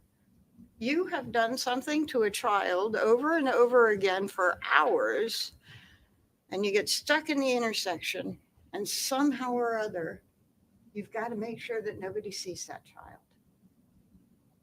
Wake up, baby girl. Baby girl, wake up. The description, well, I'll get to the description of the intersection later. No, I won't. What she described at that intersection was that Adam said, went to Kayla, wake up, baby girl. Baby girl, wake up. Put his hand on her heart. And she came over, checked the neck, checked her pulse. And then at some point, somebody is waving cars around, sometimes her, sometimes Adam. She says she's not seeking help. She's not seeking assistance. She's not doing anything but grabbing the children and grabbing the clothes while Adam grabs a duffel bag from the trunk filled with clothes and puts her in the bag filled with clothes from the trunk. When I asked about that, she said the trunk was actually locked already, but it didn't open. So we had to go through that little hole when you take that center down in the back of a car and you can reach through, you can put your skis through. She said we went through that and pulled out the duffel bag. That's how we got it. That would be over Harmony's body in a busy intersection, taking off a car seat and taking a child or two out of the car and reaching in and getting a duffel bag full of clothes and pulling it through that little area. There's a reason why she made up that story. And I'll get to it in a little bit. But let me talk to you about waving cars around and not asking for help. Kayla was admittedly part of the cover-up, but she wasn't covering up to save a man who beat a child in a cold, continuous, torturous, escalating over days beating. If that had been going on, Kayla would have instinctually protected that child. By all accounts, Harmony was a loving, lovely child. Instinct would have caused you to protect that child, even if you were given an evil look. And even if you were afraid at some point when you had the opportunity, it's not only a child in the car, it's not only your stepchild. There are two of your children in the car, exposed to an absolute horror that no one would allow their children to be held for. She didn't go to, when she went to Videro, she didn't ask for help. She didn't ask for call 911. When they were at that intersection, she didn't collapse with, oh my God, it's up, finally. She's waving cars around. She's cool. She's calm. She's getting the kids out. Why? Because that wasn't when Harmony died. In that intersection, Harmony was already dead, and a plan had already been set for what to do. They had talked for hours before that intersection. They knew what they were going to do. And that car breaking down at that intersection certainly put ruin those plans. But Harmony was already in the trunk. She was already wrapped and in the trunk. And they were going somewhere to take care of what to do with her body. And that is why Adam was able to go into the trunk and grab the duffel bag and walk away without anybody at that intersection seeing Harmony's body, seeing Harmony sitting, lying, being maneuvered around in the car. Because she wasn't. She was in the trunk. Kayla was able to keep her cool because they had been discussing this for hours, what they were going to do. And this problem at the intersection, we can get over it. Keep your cool. She said, Adam said, what do we do? And she said, let's go to Videro's. And they grabbed what they could and they went to Videro's.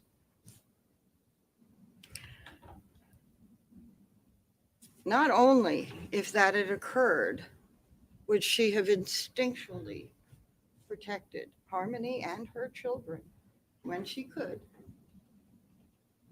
Any love that she had for Adam would have died. No one can maintain love for a man who would do something like that over and over again in front of your kids, in front of you, and give you that evil look that made you feel threatened. There are reasons that women stand by their men, but not for that. No one would stand by for that. Why did Kayla stand by Adam? Because that never happened. Adam was not a threat to her because of Harmony's death. Adam was her protector. Wake up, baby girl. True memory that Adam spoke when he unexpectedly discovered that Harmony was unnaturally appearing to be asleep. He didn't even know she was dead. Wake up, baby girl. And she never woke again.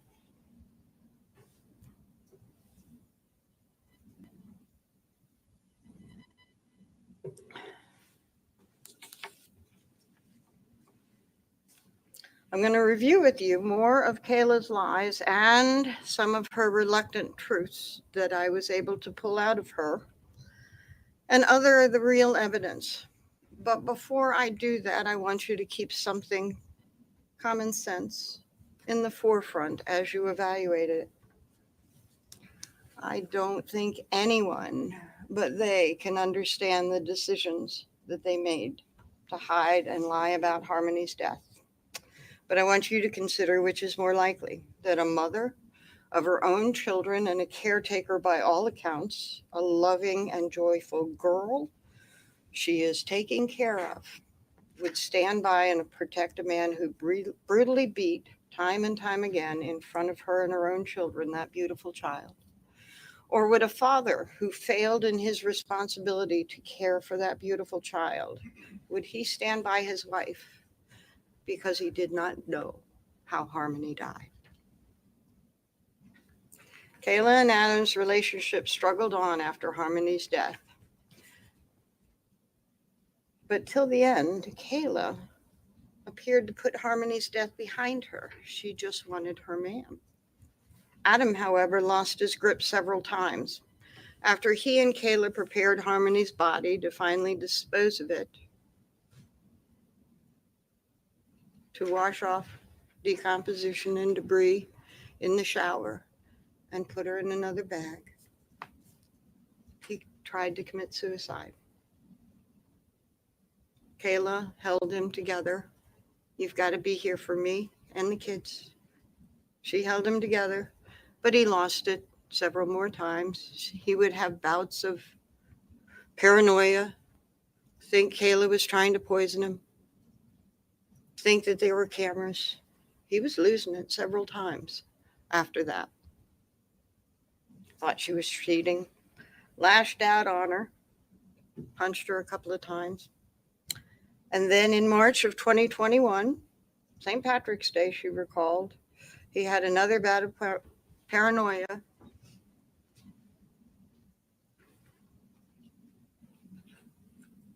And he did this.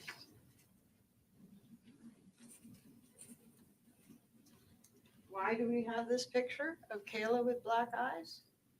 Because Kayla took this picture, this selfie, and she sent it to her family. This was something she would not tolerate. He did this to me. Adam was arrested. Adam went to jail. She got a restraining order. She moved. No.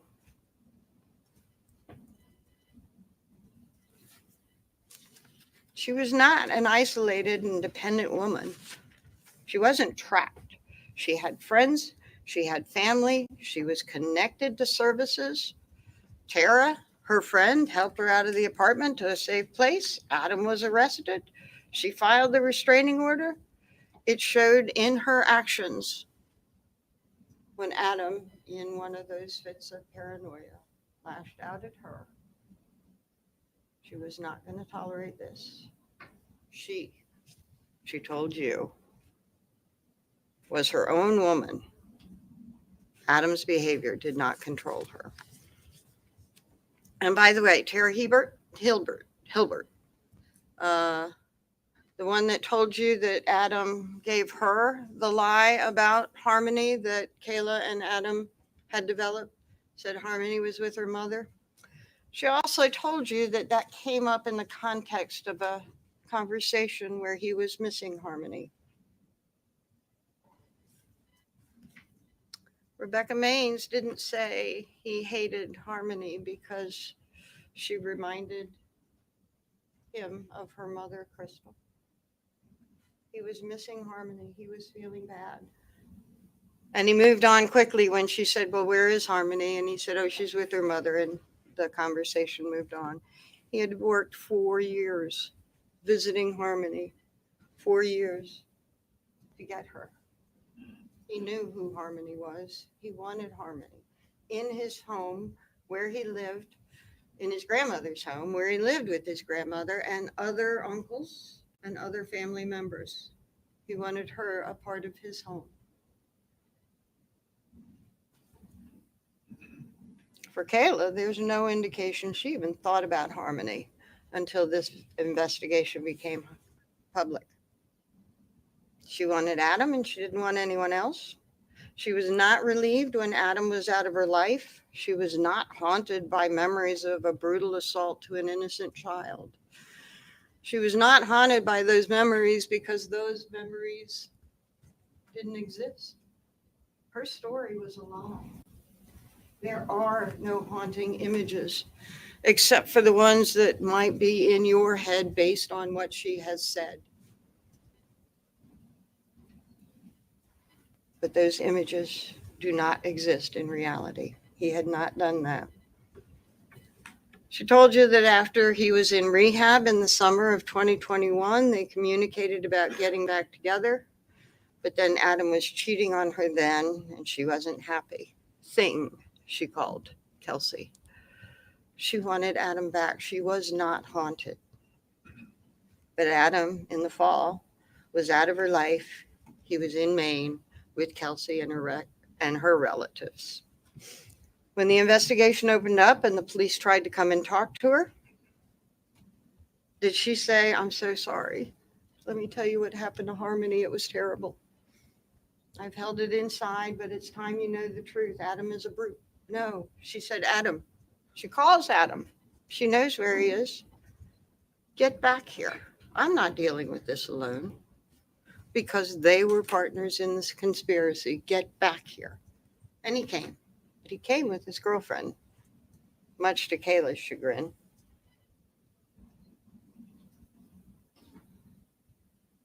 You know, one thing that was odd now, she didn't rely on the police to protect her. She said Adam threatened her that if she ever told on him, he would have Kevin kill her. Kevin, you met Kevin, the uncle. The uncle that Adam and he were not particularly getting along with because he had failed to pay some bills he had promised to pay and put them in pretty dire straits. The uncle that after a visit and that argument, about a week later, calls DCYF, the authorities on him. That uncle that you met was no threat to Kayla. That was another lie that she told to try and figure out why, give a reason why she would not have come forward before. She was afraid. I want to talk about another lie that you watched developed.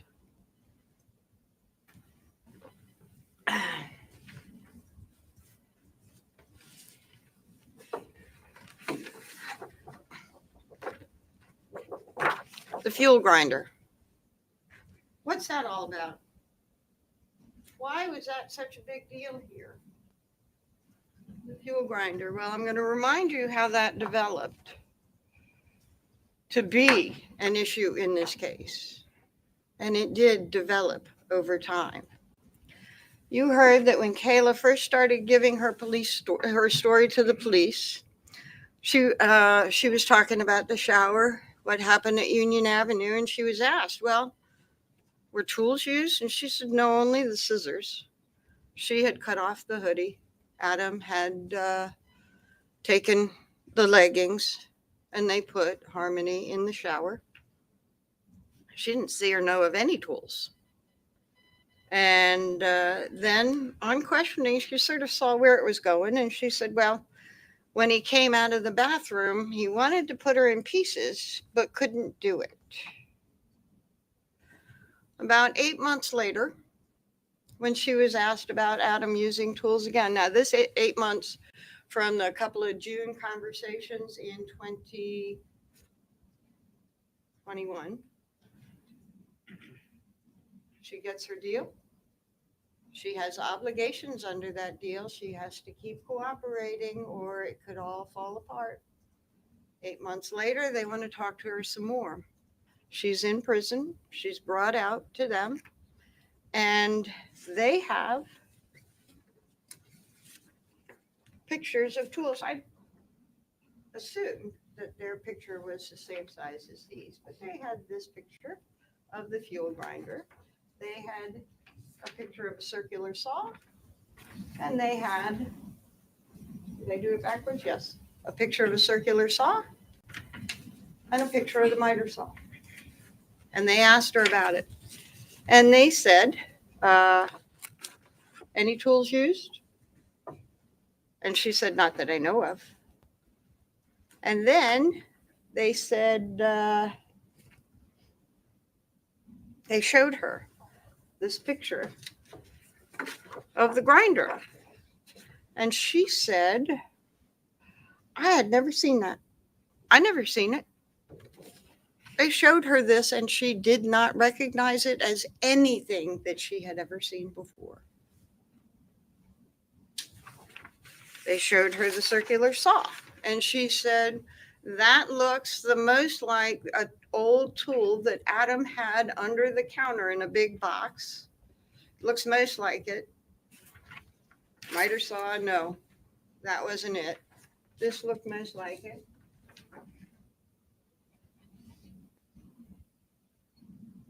And then you learned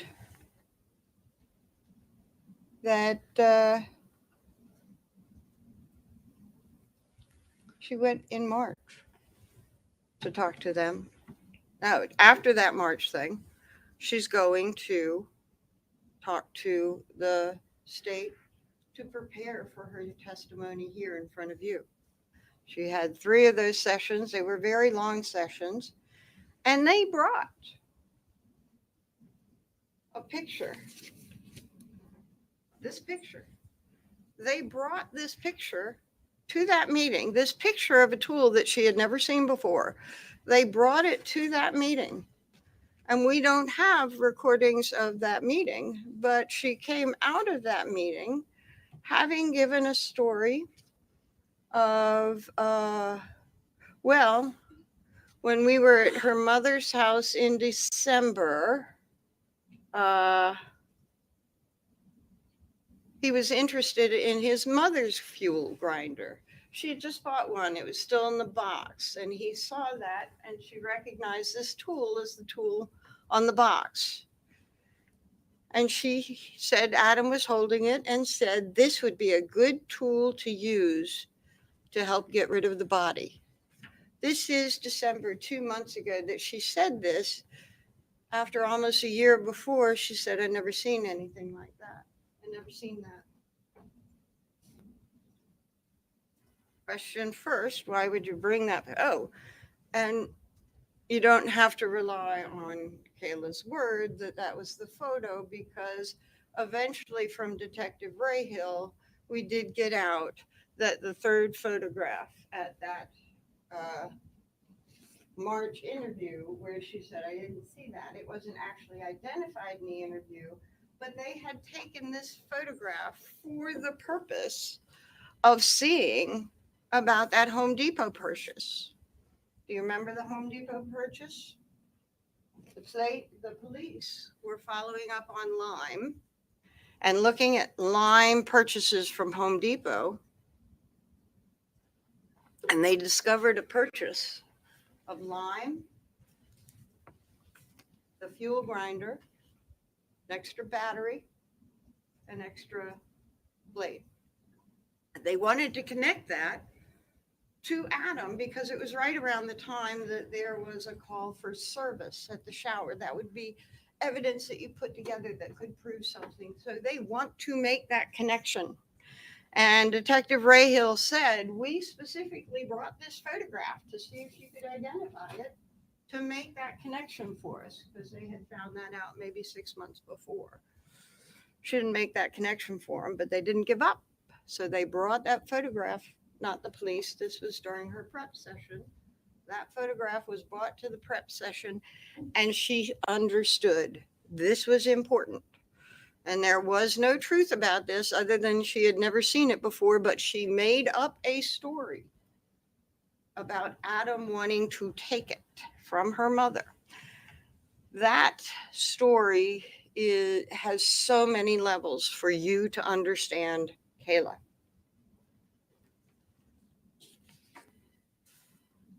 Oh, and one more thing about that. I asked her, why didn't you tell anybody before 2 months ago about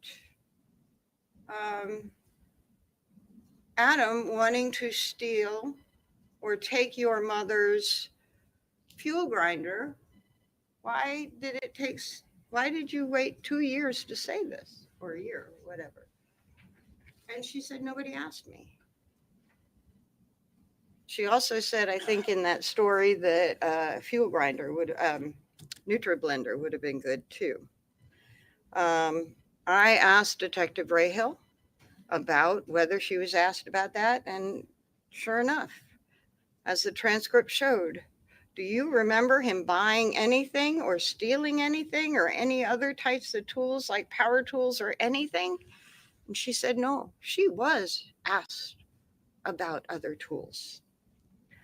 Then you heard from her mother, the supposed owner of that fuel grinder. Nope, never had a fuel grinder.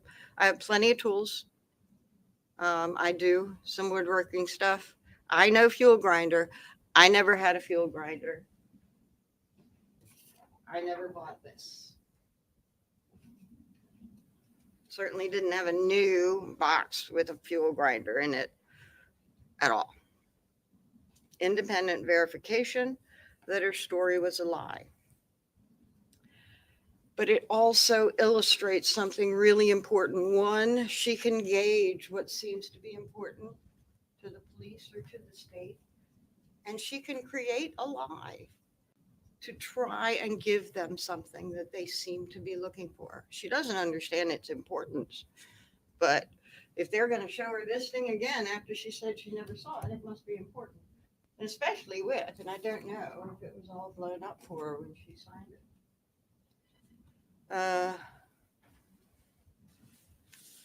The other thing it shows you is that she would make up a lie to put the man she says is her best friend most of the time, to put him in that bad of a light, that in December, he's contemplating stealing her mother's power tool, her mother's fuel grinder, contemplating what he can do with it to Harmony's body. Evil, deranged.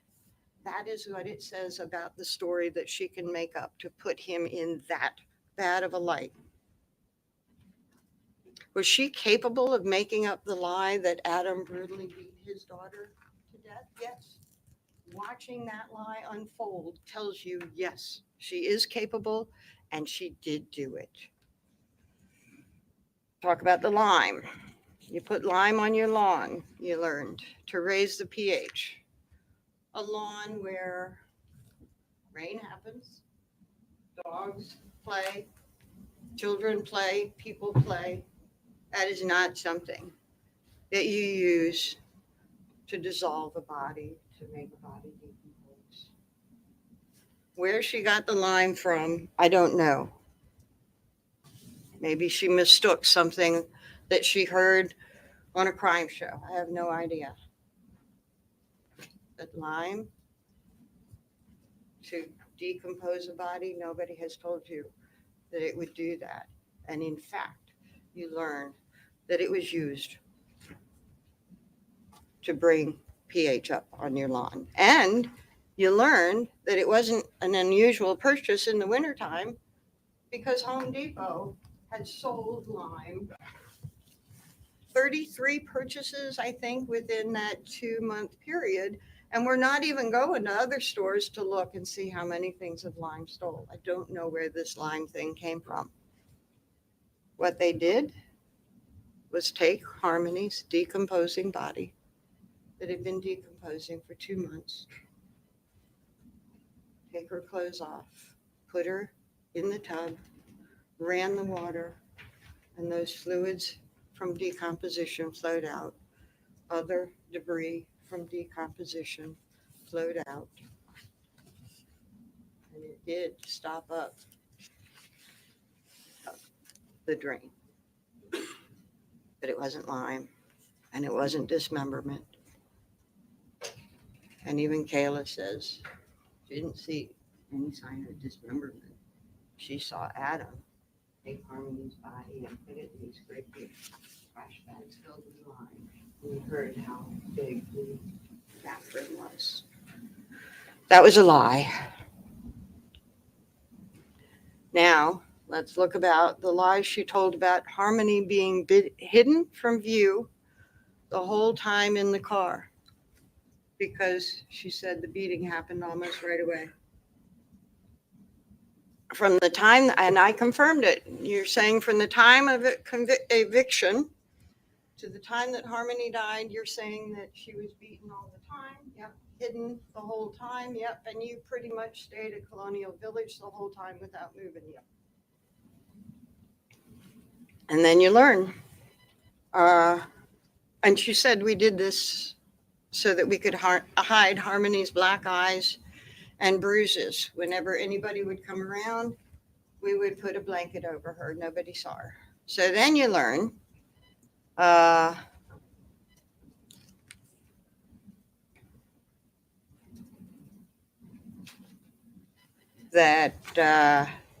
Harmony was not hidden. Harmony was not hidden from the Garcias. You heard Courtney Garcia. They had met up with the Montgomerys. They had given the Montgomerys food. They knew the Montgomerys were living in the car. And Courtney told you, we offered to let them stay overnight at our place. And Adam was interested. Kayla was not. Do you remember that? Kayla was not. Adam was interested. Adam was not hiding Harmony from view. Harmony wasn't hidden from Christina Lubin. Kayla's mom testified. Kayla had admitted that she went to her mom's the day after Thanksgiving. And she went there to see if her mom could put them up. And her mom couldn't because of the landlord. And eventually I was able to pull out that she was there. While she was there, she got cleaned up. She cleaned up the kids. They ate. They caught up with each other. Christina told you that she was catching up with her grandchildren, even her step-grandchildren, that she remembered sitting on the couch interacting with Harmony. She was a lovely child, kind of quiet, polite, but she looked healthy. And she noticed Harmony. She noticed her hair in pigtails. She noticed what she was wearing and the glasses, and she interacted with Harmony. There were no black eyes. There were no bruises. Harmony looked good. Harmony wasn't hidden from Tabitha Scott on December 29.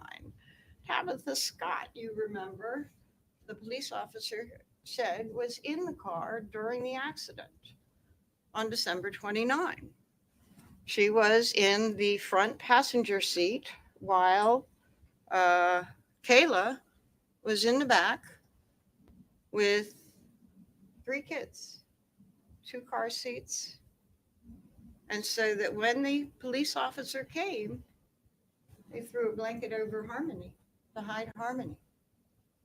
Why? Because of black and blue and bruises? No, because they went to Christina Lubin's after that. There were no black and blue. There were no black eyes. They hid Harmony because they had too many kids in the car and Harmony was not restrained and they had just gotten in an accident. Maybe people overlook it, but not when you've just had an accident and your child is unrestrained. She wasn't hidden from Tabitha Scott that day. So that's 2 to 3 days after they've been living in the car now. And then another 3 days later, December 2nd, she wasn't hidden then.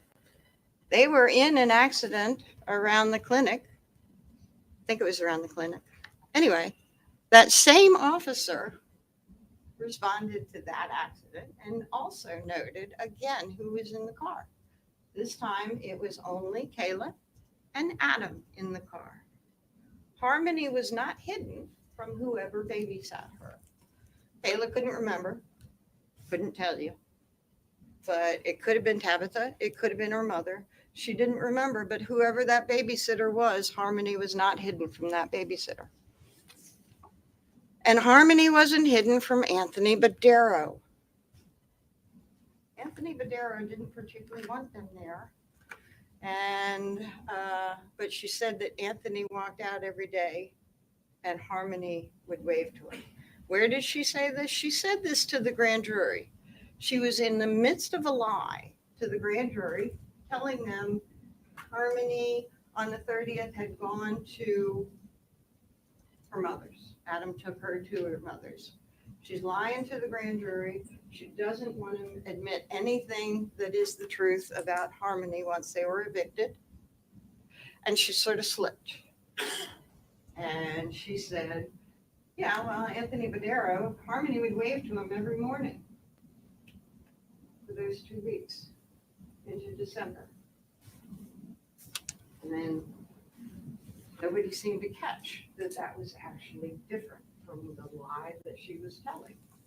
Just moved on, and she continued on her lie.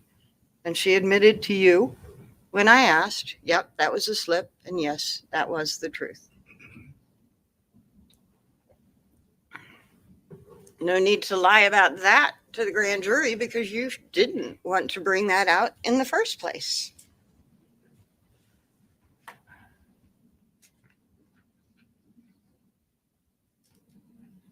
Then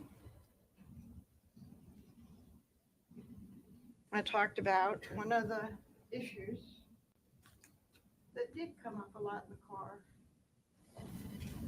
10 days from the time that they were evicted to the time that Harmony was discovered dead. 10 days. And she tried to make it seem like 24/7 they were in that car. 24/7 Harmony was hidden. 24/7 they ate. She would change diapers, and they would stay at the Colonial Village. They didn't do anything. Then I started asking more questions. Do you remember that?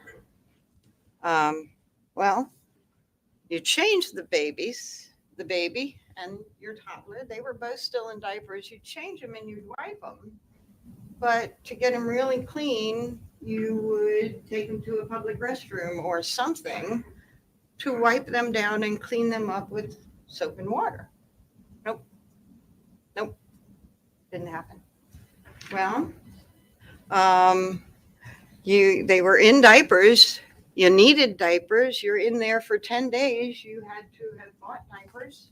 Went to Walmart, the mall? Nope. Well, where did you get your diapers? Gas station, convenience store. Think about the prices at a gas station's convenience store. That's not where they were getting their diapers, your wipes, your extra food. They wouldn't go far, she kept saying. Well, did you clean up the kids at all? Nope. Cleaned them in the car with wipes. Okay, so you didn't go to the bathroom in the car. Where did you go to the bathroom? Okay, that was a problem for her. And you went to the bathroom when you went to Burger King. Yep. And you'd go to Burger King a few times. Yep. And you'd go to the bathroom when you went to gas stations or something to pick up your food and stuff. Yep. And you'd go to the bathroom at Badero's because you were right there at the Colonial, right? Yeah. And you said that Harmony didn't always go with you. That means that Harmony went with you sometimes, right? Yeah. And you'd ask her when you went to the bathroom, do you want to go with me, right? Right. So she went to Badero's with you too, right? Yeah. Sometimes. Not all the time. She went in the car a lot. Okay. With work, with prodding, you learn a different story. Harmony is out there. She is not hidden from public. Why does she want to make her? Why does she want to make the story look like that they were 24/7 in a car? Well, you learned why she was working so hard to make that appear. You learned from the state's question that she was aware of opening statement and talked about it with her lawyer. And she said she used the information to prepare her answers to you because the truth pointed to her. That is why she did it. And she knew that these answers were coming and what they would mean. I mean, these questions were coming and what they would mean. So she decided to present a tale of never alone with the kids 24/7 at Colonial. But that tale fell apart as well.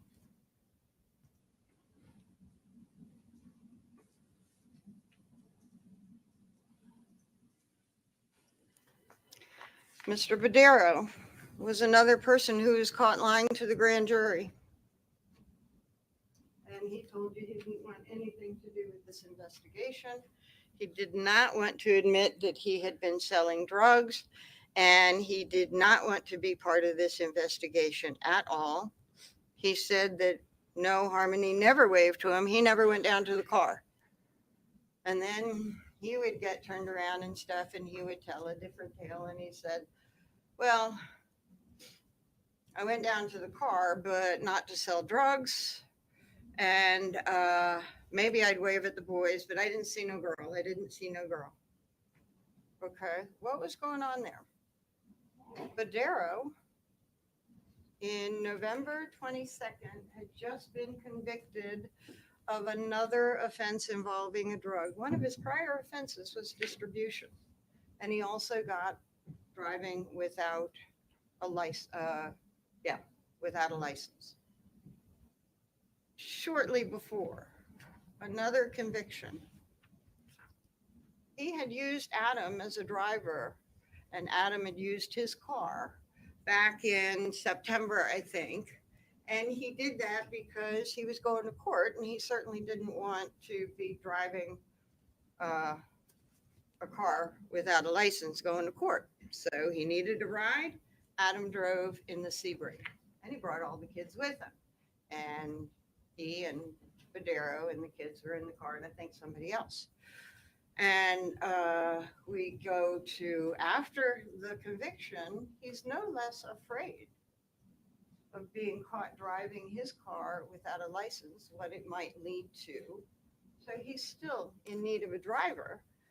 Adam just can't use his Sebring. The family is living in the Sebring.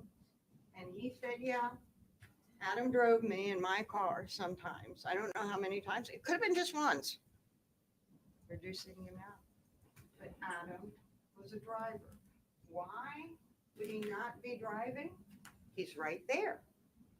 He's got nothing else to do. He's in need of money. They want drugs. Of course, Adam was driving Badero during that time. Kayla even admits that, yep, Adam drove Badero in Badero's car, but not while we were living in the Sebring. But not while we were living in the Sebring. But not while we were living in the Sebring. Why? Because that, you understand that he was driving Badero during that time. It is why Badero is going out in the morning to see Adam, or out daily to see Adam to get his driver. And it is why Kayla is alone with the children in the car. And it is why Adam did not know until he came back that Harmony was dead. Why does Kayla make up these truths or hide and work so hard to make you think a different story? Because the truth points to her. Sorry.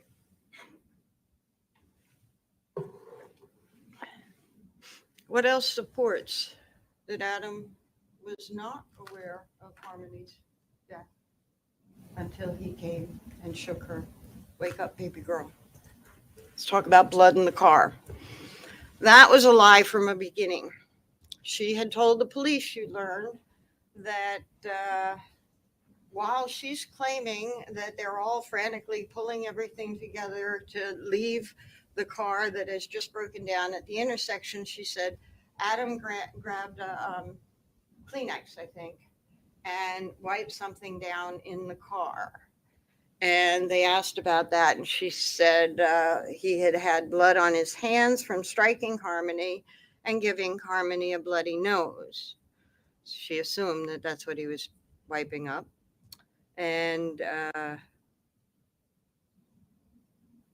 the police officer said, wait a minute, I haven't heard about blood before. What's this? she gets discovery. She knows that they found the car. She knows that there's no blood in the car. So she walks it back. And she says, no, not that day. He was cleaned up. And it was from a bloody nose from an earlier beating a few days before. So no, there was no blood in the car that day. And I started questioning her a little bit more. And so are you saying you saw no blood that day? And she said, well, there was dried blood on Harmony's face. And I said, so there was blood that day? And she said, no, that was from the days before that we talked about. Okay, well, one of the things that you learned about Blue Star is it wouldn't have mattered whether it was a few days before December 7th or December 7th. It wouldn't have mattered if he had tried to wipe up blood. Blue Star would have found it. And if you're talking about a beating where somebody is leaning over the seat and getting blood on their hands from a bloody nose, then that also would have left a trail somewhere in the car to be found. There was no blood found by Blue Star. And that stuff you learn can find blood years later. Trace minute amounts of blood, and it did in other places, not necessarily anything related to this. Being out in the elements, being out in swinging temperatures may or may not affect the test, but it can, and it did find DNA on the toothbrush. Those trace things last.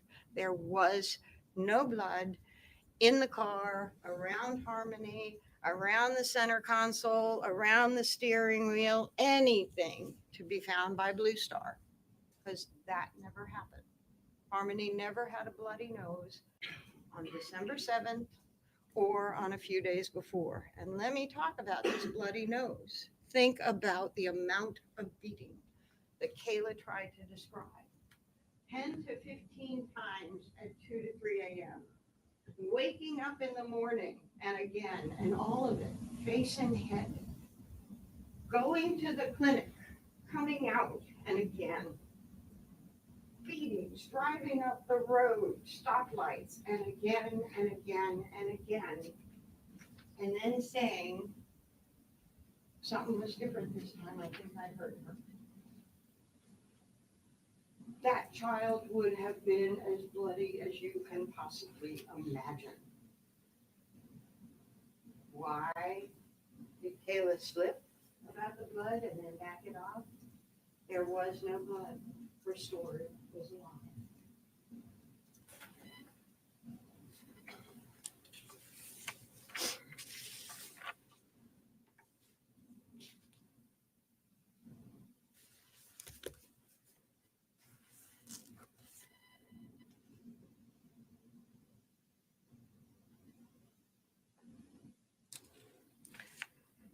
I lose my place often. I'm very sorry. I know that you're being very patient with me.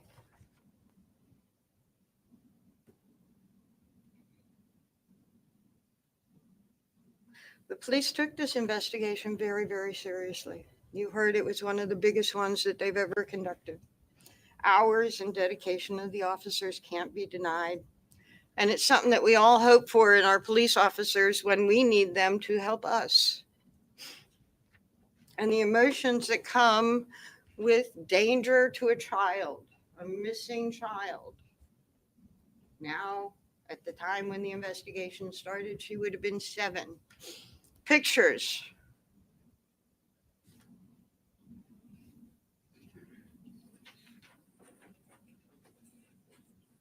Of that adorable child in the media, pulling in the community.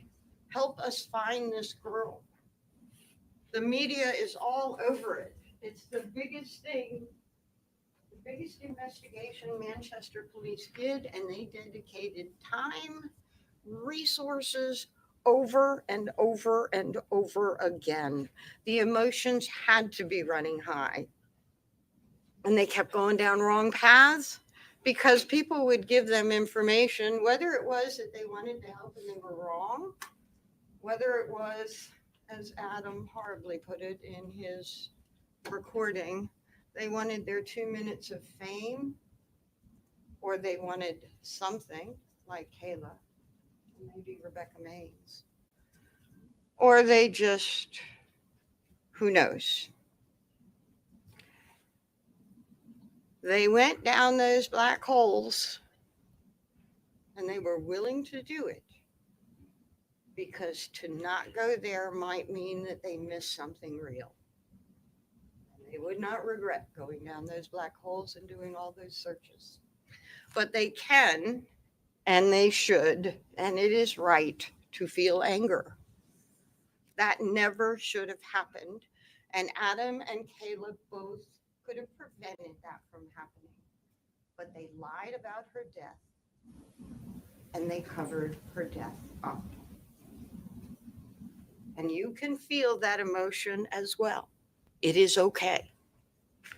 And you can hold Adam accountable for what he did. But emotion equally shows you that Kayla is lying. She continues to lie, and she made a few things up in front of you. Remember how you felt watching her. And evaluate that, because that will also show you she's lying because she has something to hide still, because the truth points to her. Adam did some very, very bad things, but he did not kill his daughter. His choices got him where he is today. He has no one but himself to blame. He did what he did, and he got blamed for something he did not do. He put himself in that position.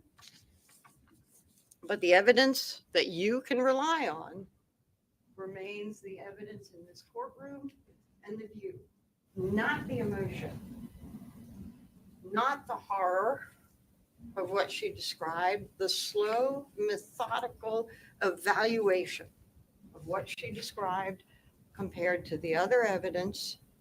And can you put your trust for one of the most important decisions of your life in Kayla? Because that is what you'd have to do. There's no doubt that the police know that she's a liar. The state knows that she's a liar. She charged with perjury, lying to the grand jury.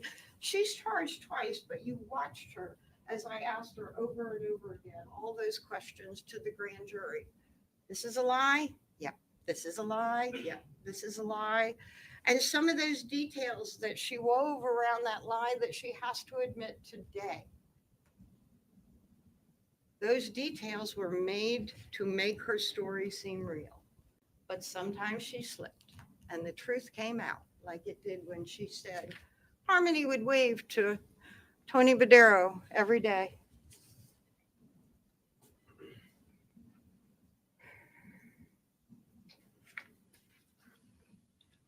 Take those emotions, recognize those emotions, and put them aside like you said that you were able to do.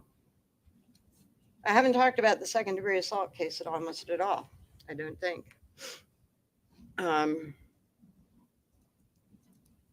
Kevin made the accusation. You watched. He was in a fight with Adam between Kayla and Kevin. You've heard the fight was about money as well as Kayla's black eye. And what did he say? A week later, maybe 10 days later, he called DCYF. Well, that was investigated. Mr. Tsaros came out. Took a couple of times, but he came out and he talked to Harmony, and he talked to Adam, and he talked to the family, and he checked things out. And he has a series of things that he is checking out to determine if a child is okay, if she's safe, the things to do for his investigation. And as a result of all that, nothing. Until 2 years later, when they're investigating Adam and they want to get him, he's arrested for that second-degree assault charge for what Saros was content with the situation to hold him, so that he was in jail from January 4. Kayla went to jail a couple of days later.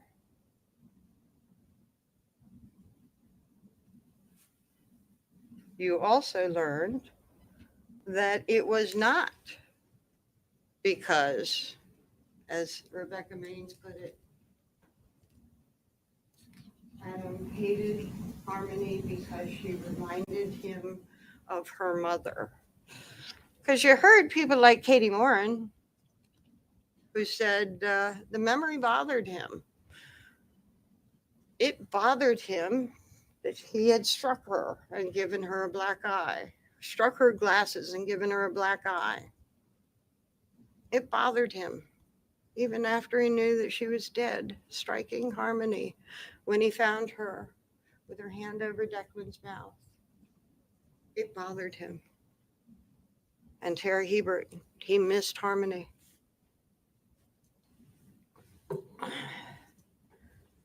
I do appreciate your patience, and I'm coming to the worst part of the case for me. It's the part where I have to stop, and I can't talk. I've got a little bit more. But I can't wring out more information from you. All the information is in, and I don't get to get up and say, but wait a minute, don't forget this. The state is going to give their closing after me.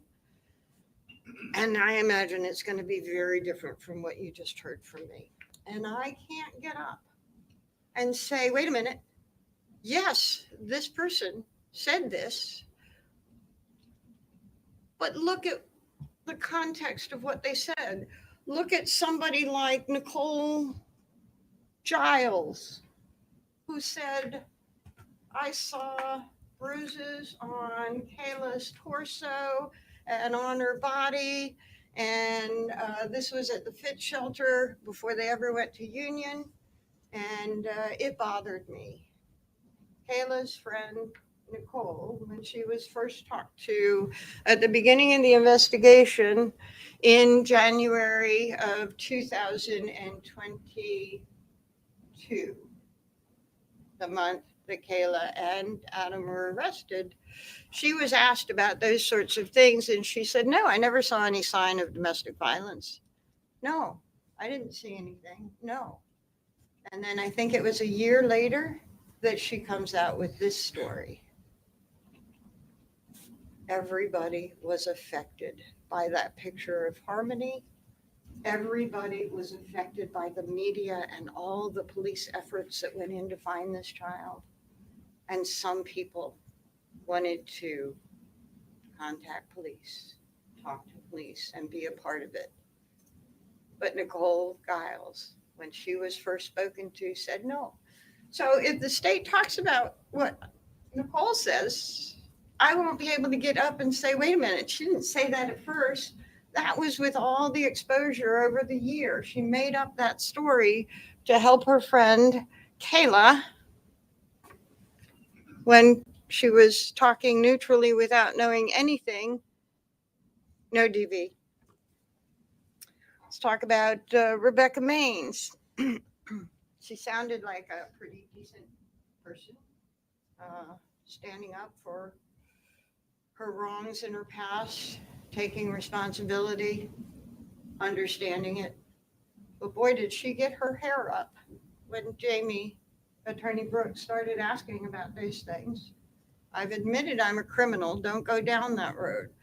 No, she is still denying her status as a criminal because she doesn't want to hear it anymore. She got her hair up and she said, no. When I talked to them in January of 2023, I wasn't looking to get anything. When I talked to them, I wasn't facing any charges. I was already convicted and in jail. Then you learned, no, she was facing charges. She was facing the charges that are still pending now. And I think she said that she wasn't getting any additional time. There are plenty of reasons that people say what they say. With Rebecca, I can't go through the changes. You heard that she had several interviews and not what came out when. But you do know that she did have a reason to want to give something to the police, and what she gave to the police actually didn't fit anything else Adam worked 4 years to get Harmony. He didn't hate her because she reminded him of Crystal. He loved her and wanted her in the house with in his grandmother's house with his family, his immediate family and his bigger family. And he wanted to raise her. Things absolutely fell apart after, but he didn't hate Harmony. And her story about, I don't remember if it was urinating, peeing or pooping, putting in the corner, there's nothing about a car. She's taking bits and pieces of information that is out there in the media and trying to make her own story that's bad about Adam, but maybe can help her in her troubled situation. No, nobody can help me. I'm already doing my parole violation. I was done. Nope. There were 3 sets of charges pending, and she even corrected it. No, there's 4. And she's not expecting to do any time, I think she said, for those that were out there. Any more time.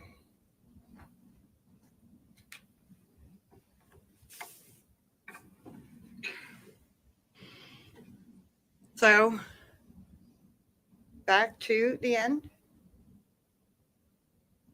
You don't get to rely on your emotions.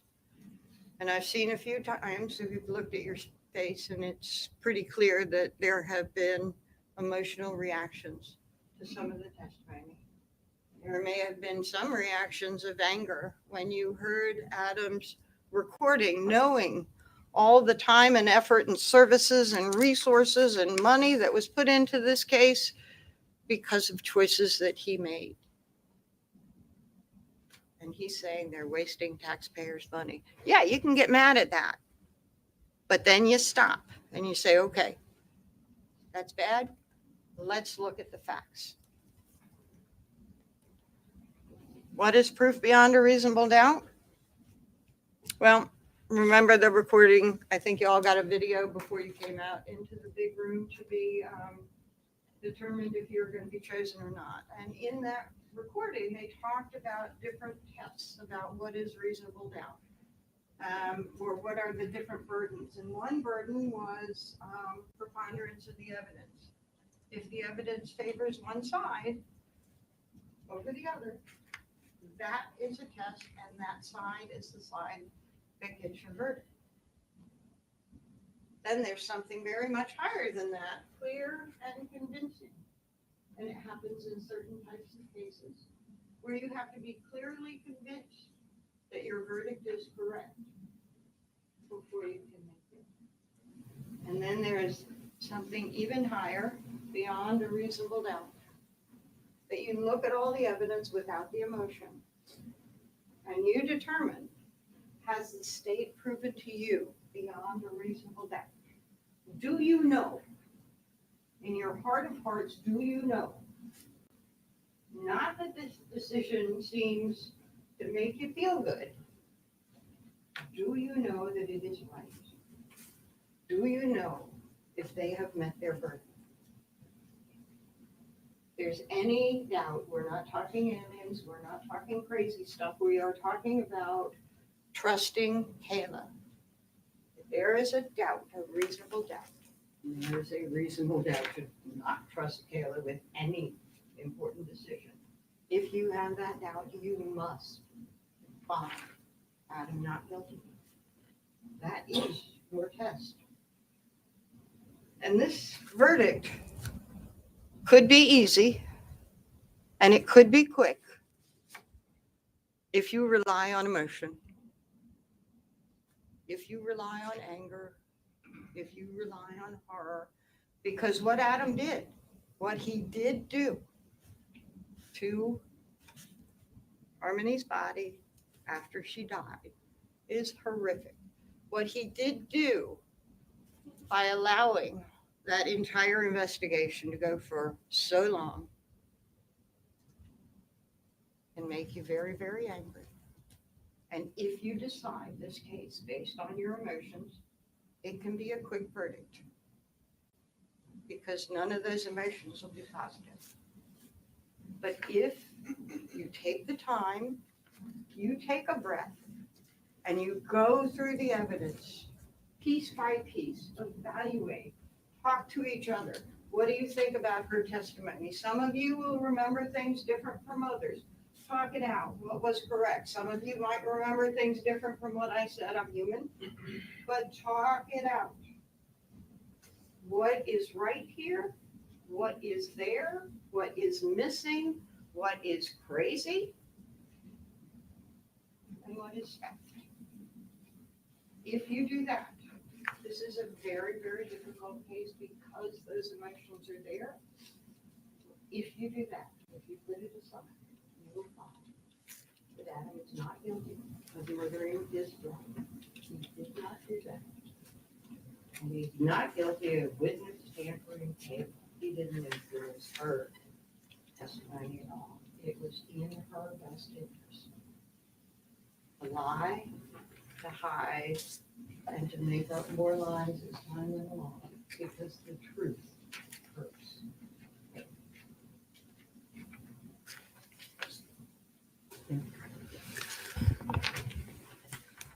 All right, ladies and gentlemen,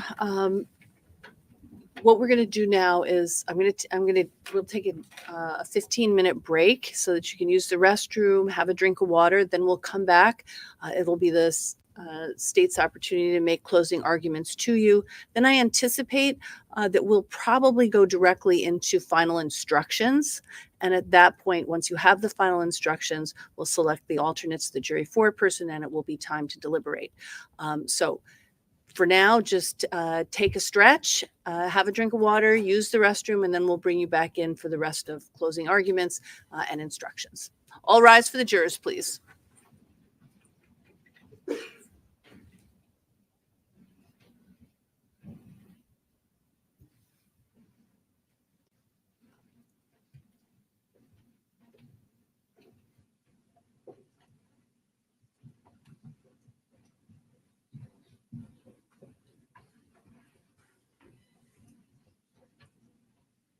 Counsel.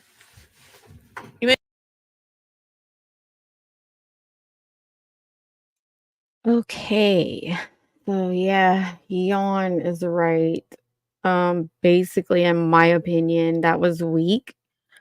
Basically, I can't even talk.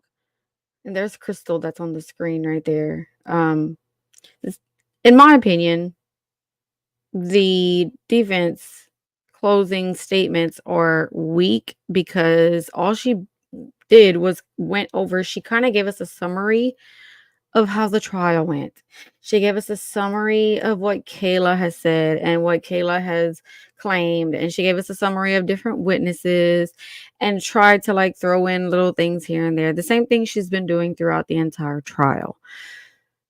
So with that being said, I am so happy that the state gets the last say, because like I said, I truly love how both of the state's attorneys, like the way they speak and the way they word things, like they're really good.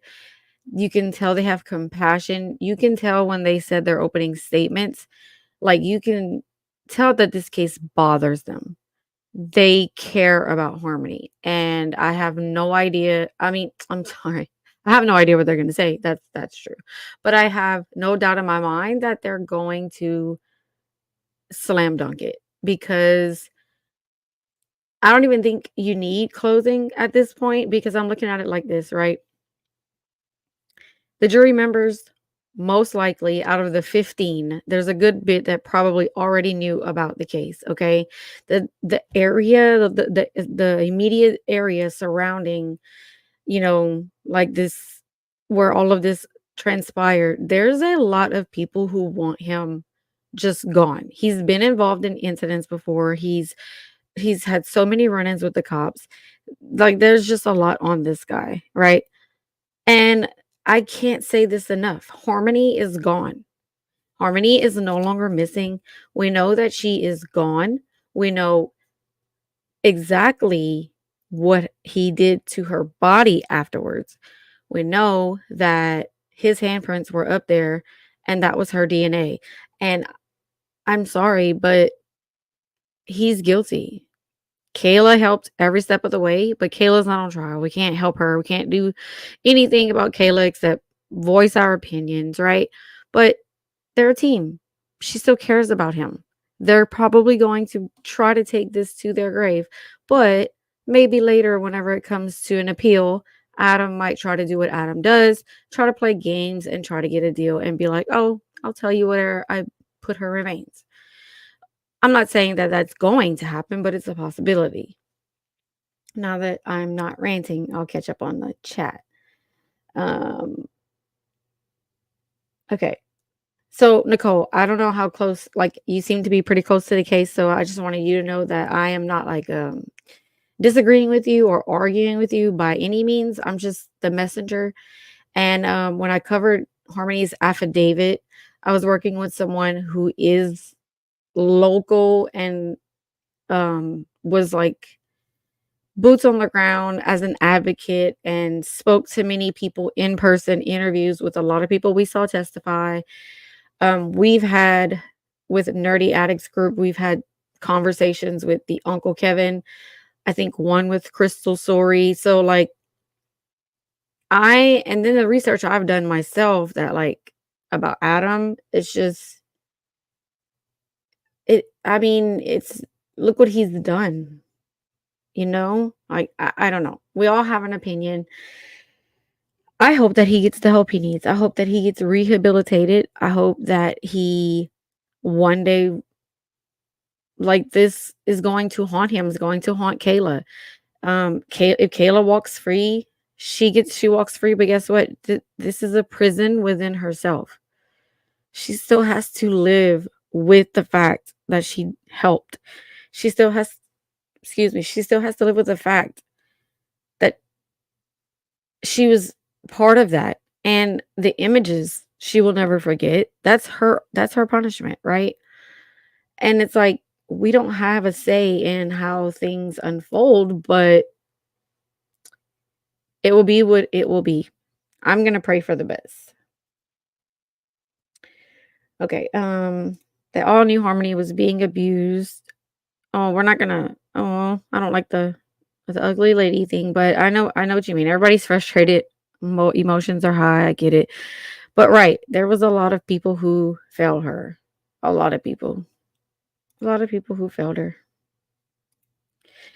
You're right. Her closing statements were just like her opening statements. Facts. Yeah, she did a good job of doing that too. But like I said, I'm glad the state has the final say. Very weak, and she was all over the place, right? She went from one thing to another and couldn't keep up with her. And you're just like, but you're just basically repeating everything we've heard over the last 9 days.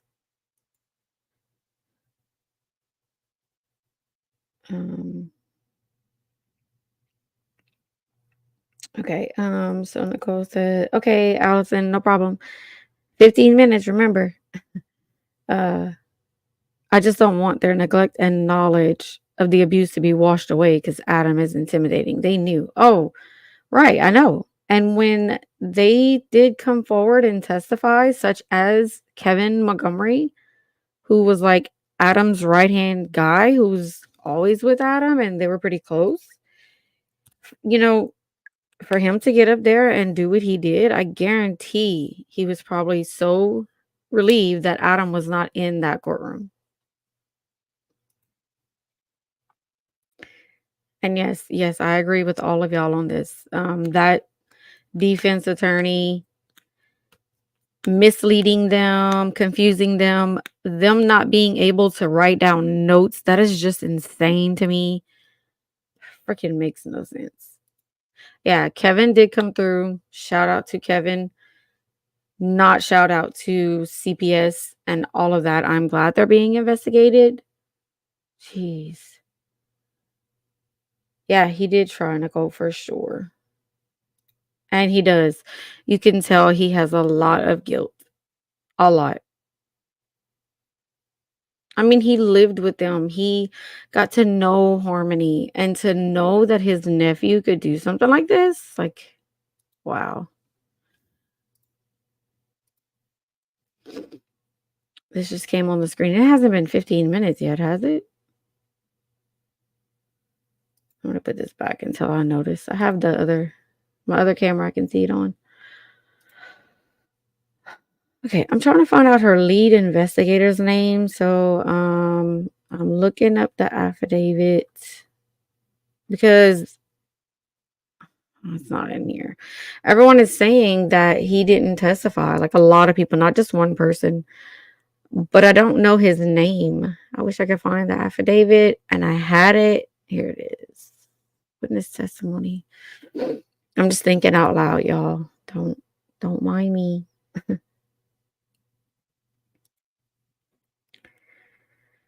Let's see. Where's the affidavit? Come on.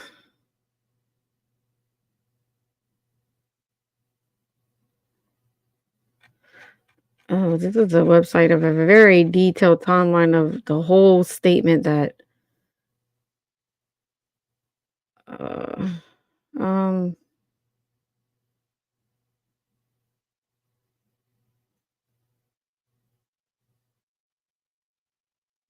sorry, I'm reading. I'm sorry. I don't know if y'all knew that we recently also learned that Crystal Story, the biological mother, um, is asking. Let me share this tab with y'all real quick while I'm looking at it. Where was I? Okay. Sori is asking for her daughter to be officially declared dead. Sori is also asking to be named as the head of Harmony's estate, according to a petition filed in Nashua District Court. The document I believe I saw on Twitter was from January that she filed this, and it's basically like where she's like the sole like it says here, the head of Harmony's estate, and it says that Sori noted that she is pursuing a wrongful death claim on behalf of her daughter. She did not specify who it was against, and a hearing has been scheduled for March 11th for that. So I'm going to write that down so I can try to remember and keep up with all the court stuff. Okay, still not back.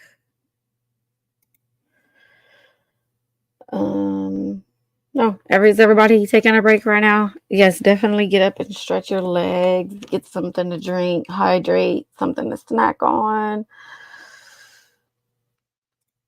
I'm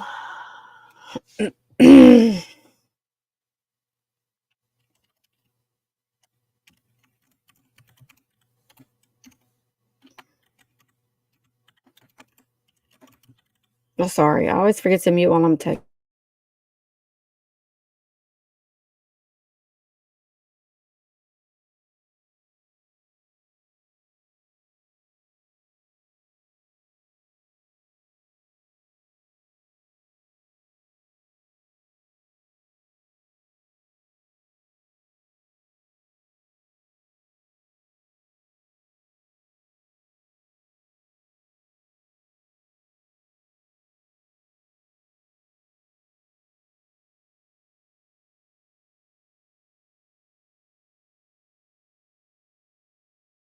Okay, dokie. Look at my mama being. Oh yeah, yeah. I don't have a whole lot of mods, honestly. Like mods are amazing, and Allison, when you do come over to learn how to jump up on StreamYard, to be able to jump up on panel like I am right here, when we have like an open panel night, after the trial is over, we can have a night where we just our final thoughts of the trial, final thoughts of the whole situation. When you come over for that, I'll show you more about like the mod thing. But my channel doesn't really have a whole lot of issues, but there are trolls that come in every now and then, and they'll spam the chat and all you got to do is, you just click on the three dots on their name. Um, Most of the time, so me as a creator, my mod, I don't have like my mods are just like people I trust and all these things. And basically, if someone comes in and they say something derogatory, disrespectful towards anyone, I usually remove the comment first. You click the three dots and you can just remove that one comment, right? At that point, I would give them a warning. And if that person continued, then I either time them out or I hide them from the channel. Timing them out, they can come back and chat like 5 minutes later. I think now you can choose the time. Or if you hide a user from the channel as an option, that means they're completely hidden from the channel. They'll be chatting and no one will see their comments. And that's basically when I'm just done. I'm not going to have it. I'm not going to put up with it.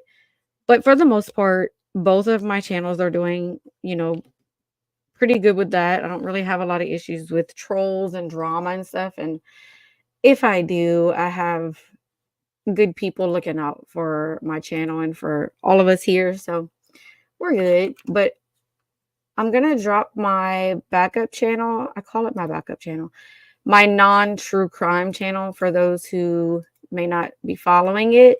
This is where I'm going to be when I'm not covering true crime, which honestly, the only reason I'm live right now doing true crime is because it's Harmony. I remember when we learned of her case in 2021. I remember so much. And then when I found out the first day of her trial was what, February 7th. I don't remember what day it was, but I want to say it was only a couple days. And I didn't know the court date was coming up this soon. And I had to cover it because it means a lot to my heart. So, but I'm thankful for all of you being here. It shows that Harmony was loved. Harmony will not be forgotten. She will leave a legacy. So thank you all for caring for Harmony. I love all of us being able to come together for this and bringing like shedding awareness. And like this case sheds so much light on DV situations. I'm going to put it in chat just because YouTube, you have to be careful with certain terminology. So that's something else I can go through with you, Allison, if you want to join panel one day. But like certain words, you have to be careful what you say on here. But this case did shed a light on the cracks that these children fall into when they're in the system. It shed light on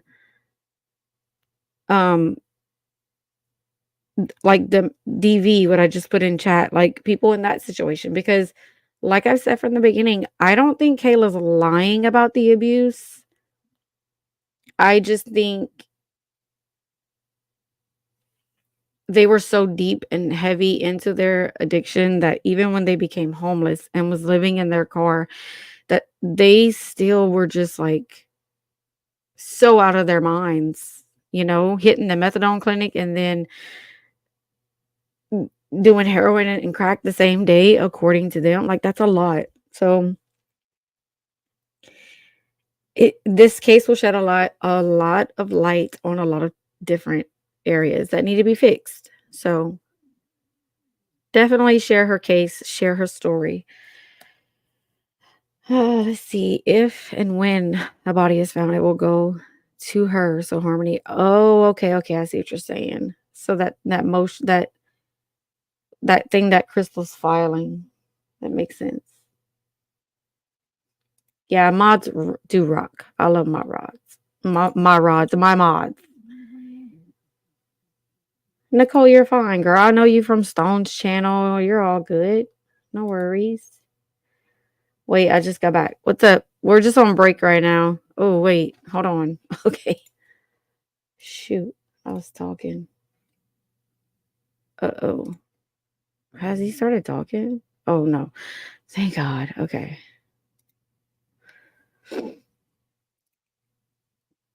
Welcome back, Resto. I thought you would be sleeping. You should be sleeping right now. It's like 1 a.m., 1:40, almost 2 a.m. I believe this, Nicole. I do, and I have said that. I think that the timelines get blurred and mixed up because of heavy drug use and such, but it's not an excuse for I, what happened to Harmony. It's no excuse. Right. I mean, yeah, for sure. Everybody ready? Yes, sir. Yes. Okay. Attorney Smith, Attorney Brooks, ready? Yes. Okay. All rise for the jurors.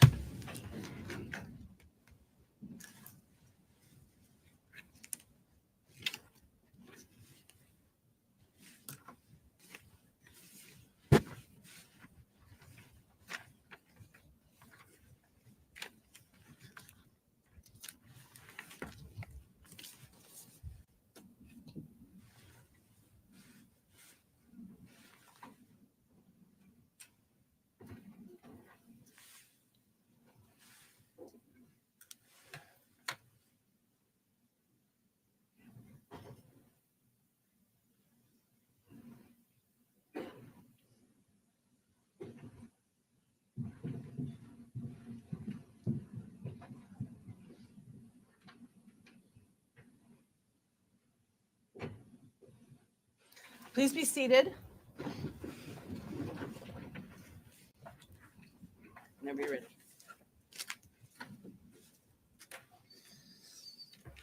Good morning again, everyone. I want to thank you very much for the time that you have spent in this case, for a journey that we told you back before we took the view was going to be a journey that you weren't going to forget. It has been a long couple of weeks. You have been incredibly attentive, and we are very, very appreciative of that. One of the things you heard just a moment ago from Attorney Smith was that she doesn't get the opportunity to come back up here and talk again. That's true. It's called taking turns. It's something that parents teach children. At the beginning, state has to go first, defendant has to go second. At the closings, defendant has to go first, state has to go second. Something very simple that parents teach children. One of the other things that they should teach is if you're going to quote the defendant, if you're going to quote a witness, you have to make sure that you're accurate. So I'll apologize in advance, but let's quote people accurately. I fucked up. Again and again and again. I fucked up. I fucked up. That's what the defendant, his language that he used when he told Travis Beach at the night he got the U-Haul, the night that he disappeared Harmony's body, to whatever place it is now, where he knows it is right now to this day, his words, I fucked up. Not she, not we, not Kayla, I fucked up. Singular, personal, solo. That's the defendant's words. Defense counsel got up here in openings and said that you'd hear evidence that Adam Montgomery was out in the middle of the night doing his business when something happened and Harmony died. If that were so, the defendant never would have told Travis Beach, I fucked up. Adam Montgomery was no loving, caring parent, but an enraged tyrant who had no business being around young Harmony. So together, let's look at the actual evidence, the actual quotes of what you saw and heard as we look at all of the charges that you're going to deliberate on that encapsulate what the defendant did do, and talk about the evidence that you've seen tells you what he committed.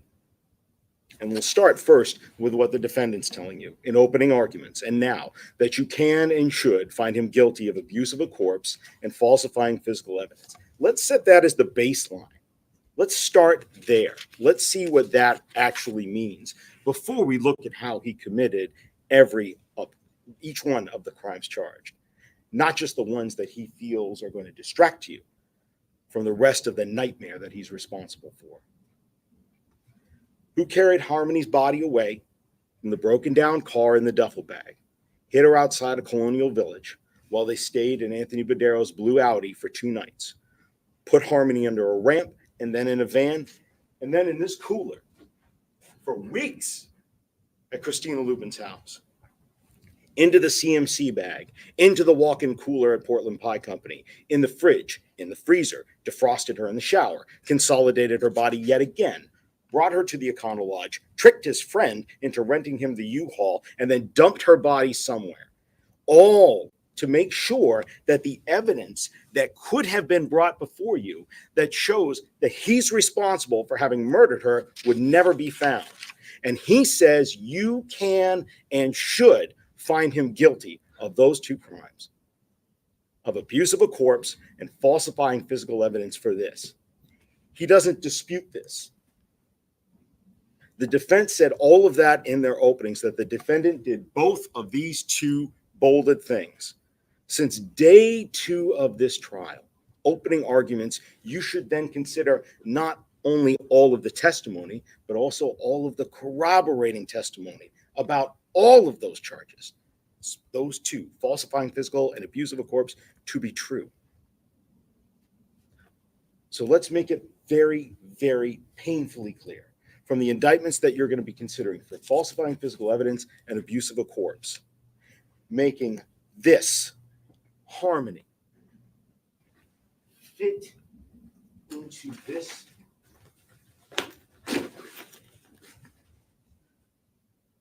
and disappearing her body in the condition that it could not be found for a trial like this one. The evidence was there, and the defendant's counsel professed to you that he's not disputing that, not saying he didn't commit these crimes. So you can check these 2 off the list. And with that, you got to remember the defendant gets no credit for this. He says that you can and should find him guilty of these, but he's not taking responsibility for them. He hasn't admitted anything. He's not taking responsibility for anything that he did. His argument to you is not because he's taking responsibility. It's tactical.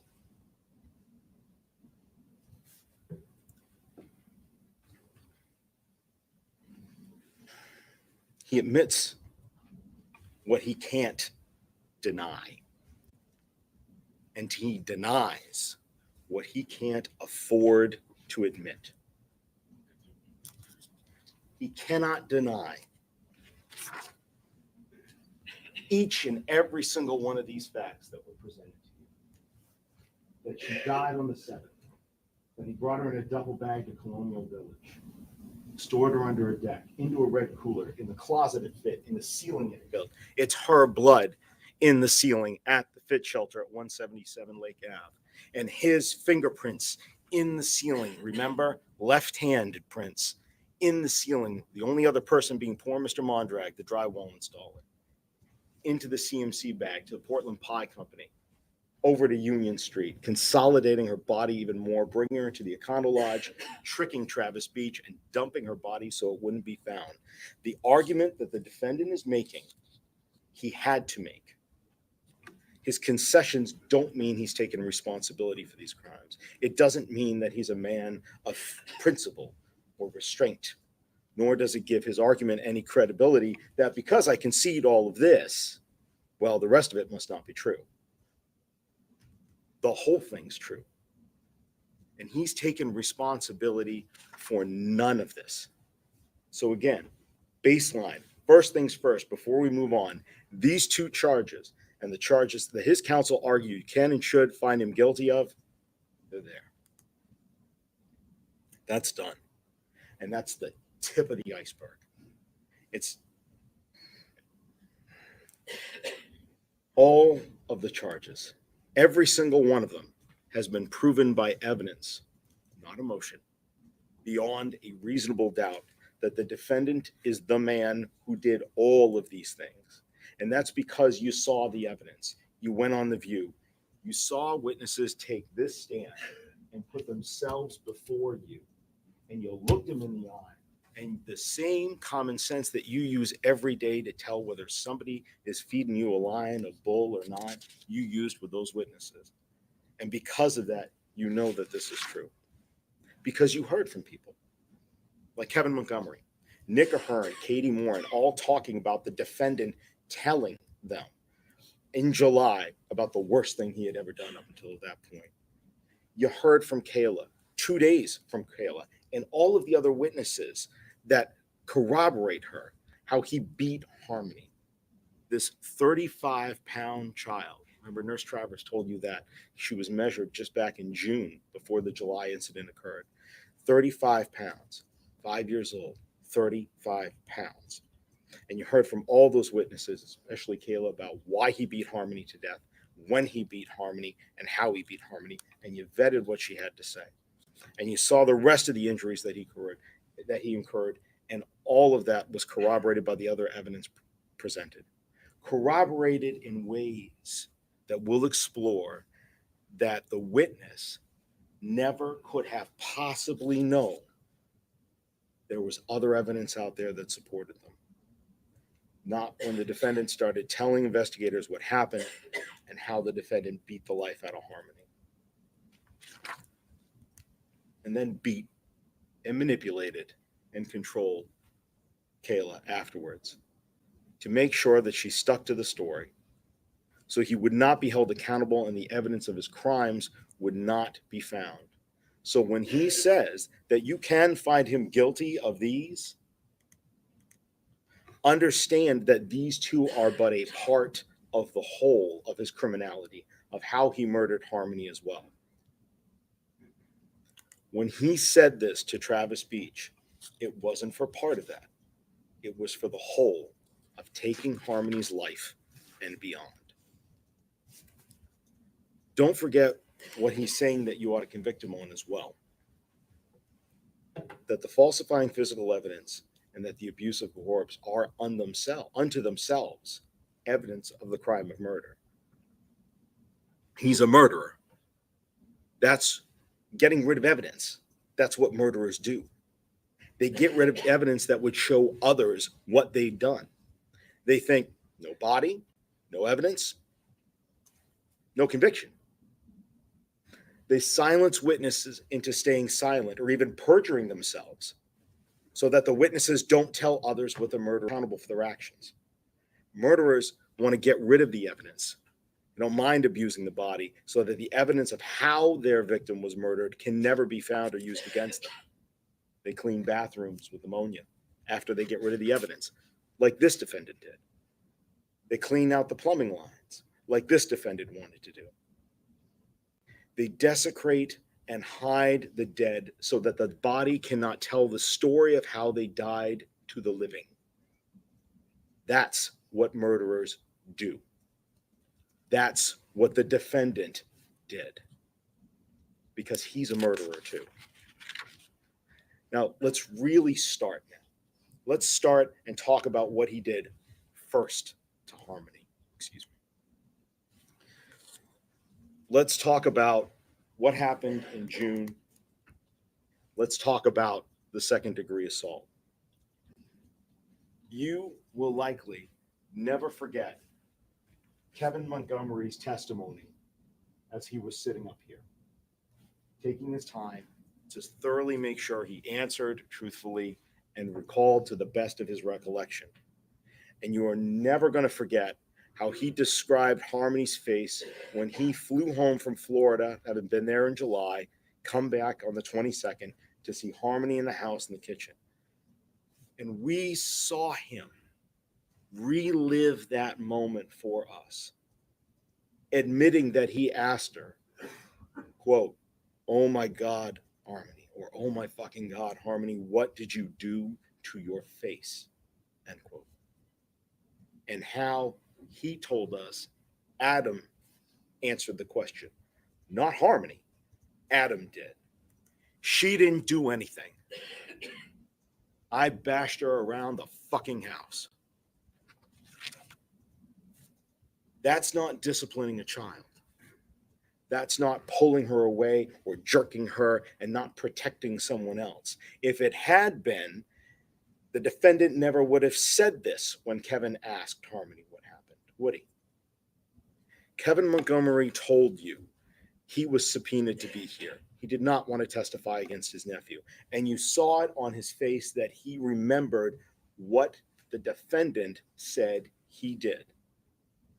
Not Harmony answering the question. The defendant answered it for her. And remember how Kevin said the defendant said this.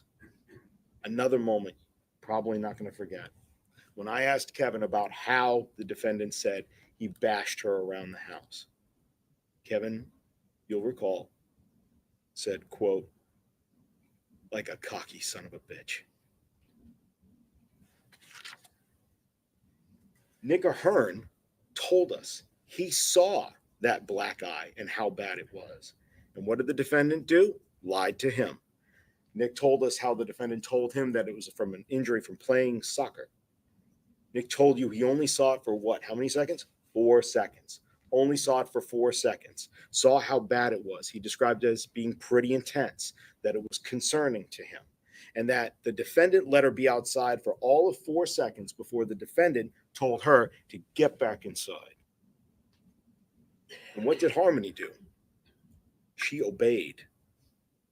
Nick saw him walk Harmony right back through the front door and then shut it.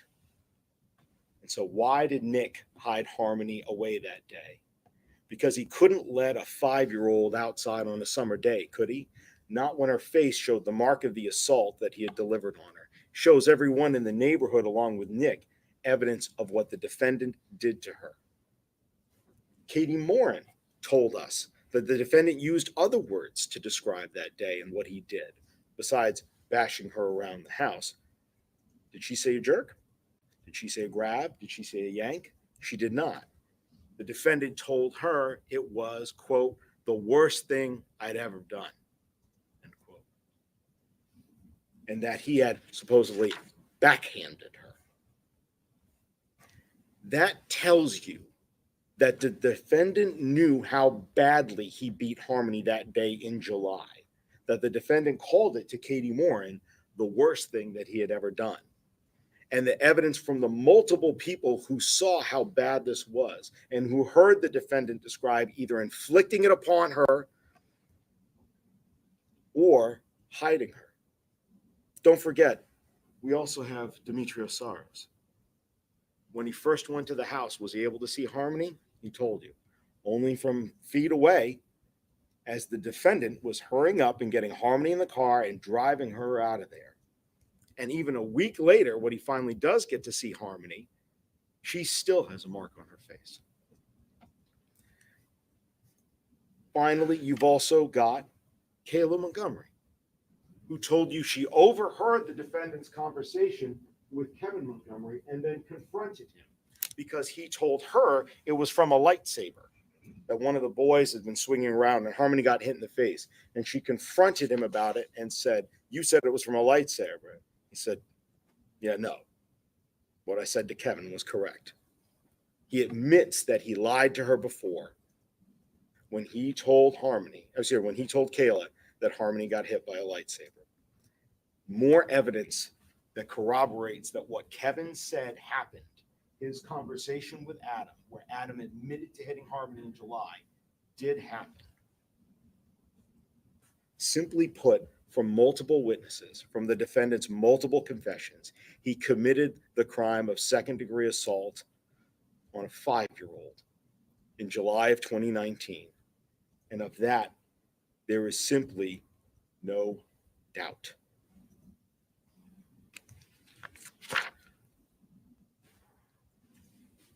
That being said, now we can move on. Who and where and why Harmony was killed? Let's go through what the evidence showed us, one thing at a time. We saw that it was not alone with Kayla, not in the Colonial Village parking lot in the middle of the night, where Adam had gone to go do his business. Not that it was something that you heard that had happened. It was the defendant in the car on the morning of the 7th with his fists. And it was cold. We know it was cold. So cold that Padero's car died that night when they moved over into the Audi. Adam wrote to Matt Gendron, remember, that they were freezing, cold enough so that Kim Frayne went and gave them the battery pack to help give them the jump start. So we know it must have been cold enough that day that blankets in the back of a car did not appear out of place. Kayla told us how the accidents were happening, and yes, something had happened the night before, but she told you the night before was when the defendant first hit her. Why? For another accident that Harmony had had in the car. An accident that Kayla did nothing about. An accident that the defendant did nothing about and told Kayla to let Harmony lie in it. Kayla told you what it smelled like, and she told you to your face that she still did nothing about it. And in the morning, things were still the same. Kayla described for you how it started up again. It was still dark outside. She told you the first blow in the morning, it was still dark outside. We know that. Why? Because it's December 7th. Because it's before they get to the methadone clinic, and we know that the check-in times there are 7:05 and 7:09. And you know how dark it is in December, just a couple of days away from the darkest day of the year, December 22nd. When the defendant gets out of the car, goes in and gets his methadone, and then comes back, he finds Harmony has done it again. The smell of her inability to control her bladder and her bowels, something that she used to be able to do just fine for years. It's back again in his car again. The last place that he has, the only place that he has. And what does the man whom Kayla saw be so rageful do? And remember, that rageful wasn't just seen by Kayla, wasn't it? We heard from Rose Smith, the driver, years later, 2021. She told you that after giving Kayla a ride to the methadone clinic with Adam and coming back, that Kayla had had bruises that day, terrible black eyes, and that she tried to give her phone to Kayla. And her words were that when he wrenched that phone out of her hands, he told her, "You are not giving that phone to my wife." And she described his face how? A look of pure rage. What does that person do when they get back to the car after their methadone and Harmony has soiled herself again? All he has is his car and his rage and his fists. And Kayla described for you how that went on. For the length of time that the same length of time that you took driving from the clinic here on Market Street up to the Burger King on Hooksett Road, you drove that drive. You know how long that is. And as the smell continued, she described that the hitting continued. And Harmony took blow after blow until she was moaning. And the defendant points to the fact and says, well, other people, they should have been able to see in the car. It's cold. It's dark. We know there's snow on the ground. Snow in New Hampshire means salt, which means the windows probably look the exact same that yours and mine did this morning. It's not easy visibility. Plus, think about it.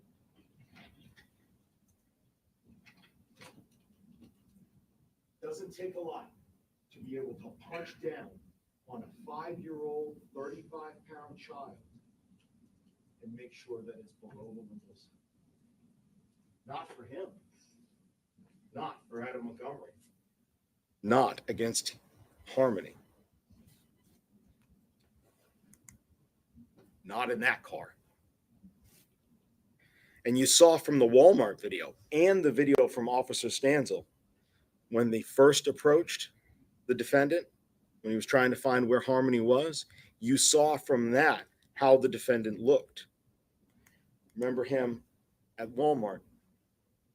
He's not a small or a weak man. He wouldn't need to use much power to inflict deadly force upon Harmony's skull. And you heard it wasn't from one blow of his arm, but several. Take a moment. Let's just take a break and talk about something that defense brought up. The fact that there are other children in the car, and why wouldn't they have been screaming and yelling? I remember that fun catchphrase she tried to get Kayla to say, a cascade of chaos would have ensued. We know young children adapt to their environment like nobody's business. They're frightened by new faces. They're frightened by new experiences or the unexpected, but they're not frightened by something that's familiar. Why would the other children cry if Harmony had been getting hit and punished in the car? After all, this was the second time in less than 12 hours that they would have seen this if they were awake. They would not have been unfamiliar with his rage towards Harmony in that car. The defendant's theory that punishing Harmony for soiling herself would make the other children cry implies that this is unfamiliar to them. And the evidence shows that it is not. Kayla rejected that cascade of chaos every single time it was proposed to her. And both Kayla and common sense tell you that makes sense, that that's true. Now, when they got to Burger King, the damage at that point had already been done. As Kayla told you, Harmony laid under the blanket. No one went to get help for her. Not the defendant who beat her, not for Kayla either. And what did the defendant say in that moment? Words matter. I think I hurt her this time. This time. This time, I think I hurt her. I think I did something. Why say this? Because he didn't do nothing. He did something. He took her life in rage over a bathroom accident. And he admitted in his opening that you can and should find him guilty of abusing her corpse and falsifying physical evidence for what he did afterwards to get rid of the evidence, get rid of her, get rid of the evidence that would have shown he murdered her. But it was the evidence of his crime of beating her. I fucked up. I think I did something. I think I hurt her this time. That's what he believed.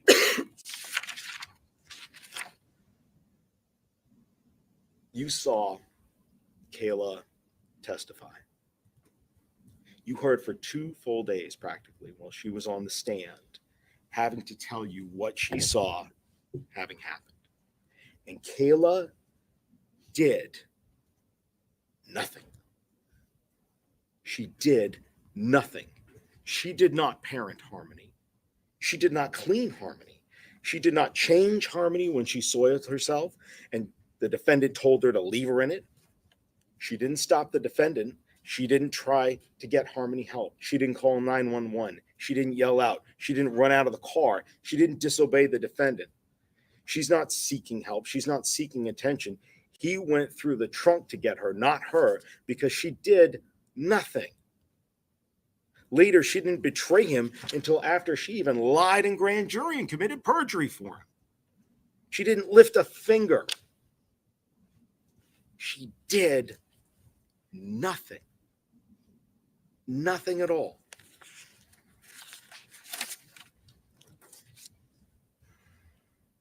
The defendant wants to have their cake and eat it too when they come to describing her. She's an abuser, but she did something in the middle of the night. She didn't see anything here, but she saw it all. She wants the defendant. Oh, she doesn't want the defendant. Believe her grand jury testimony, but don't believe her grand jury testimony, the part where she said she lied. That part you should actually believe, even though she's telling you it's a lie. Want to have their cake and eat it too when it comes to her testimony. Well, you know, she would have been really conscientious when she was shopping for diapers. Because that's, if you're homeless, yeah, that would make sense. You want to go where you can get the cheapest price. She's a drug user. She's homeless. And for Harmony, she does nothing. They want to argue, well, she would have had this instinct to protect that child. Oh, but she did something to her in the middle of the night. She did nothing. We are tested all of us, just a few moments in our lives to do the right thing, where our character as human beings is tested to do the right thing. And on this test, December 7th, with where Kayla Montgomery was back in that life, she failed. At grand jury, she failed. She still obeyed him.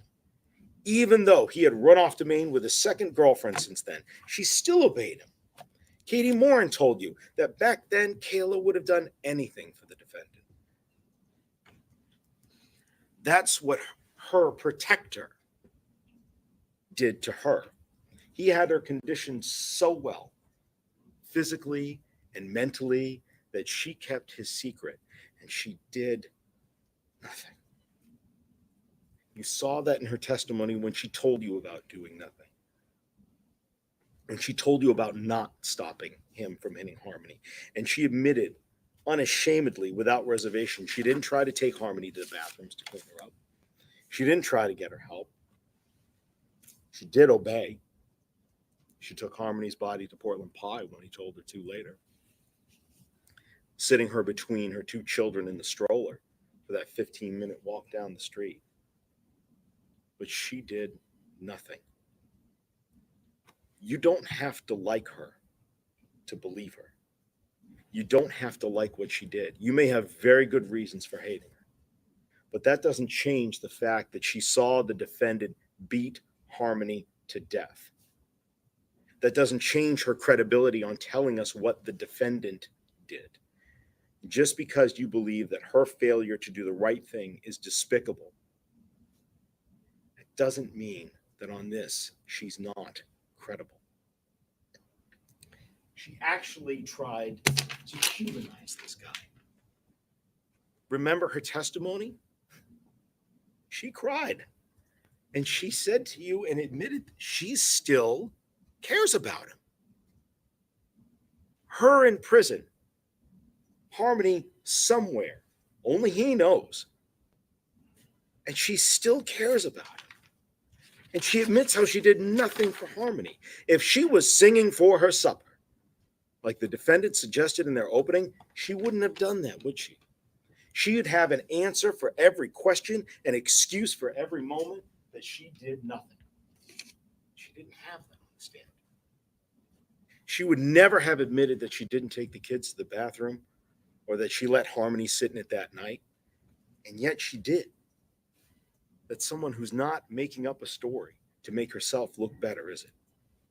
She never would have admitted that when Harmony is covered by the blanket as they get their food from Burger King, that she unceremoniously dumped a breakfast sandwich on top of the blanket. Harmony can open that herself. After the defendant had covered her and smashed her face. And yet, that is what she told you happened. Kayla admitted to you that she did nothing. It's not the face of a person who's trying to make themselves out to be the saint and the defendant to be the devil. That's certainly not a master criminal schemer trying to exonerate her own behavior, as you just heard in closing arguments. She is not like the defendant. She's not admitting that what she can't deny and denying what she can't afford to admit, because if she did, she would have never admitted to her failure to act to protect Harmony. She would have never denied doing the small things. She would have claimed, oh, I did do those. I tried to redeem myself. And how she comes across, how she testifies. What she is a battered woman admitting an inconvenient and terrible truth, that she failed in a moment of life when her character was put to the test. She did nothing to help Harmony, nothing to stop her. She didn't kill her. Only the defendant did that. So when defense counsel says that it was Kayla who put Harmony in a duffel bag in the trunk and told Adam about it later, you heard and saw Kayla testify. She did nothing for Harmony. Not a thing. And you can't get something from nothing. And the defendant's promise at openings that you'd see she did something remains exactly now as it was then. And it's a false promise. You've seen that theory with evidence presented to test it, and it is still without support. It is still without corroboration, and it is still unreasonable to believe because it was the defendant who did something.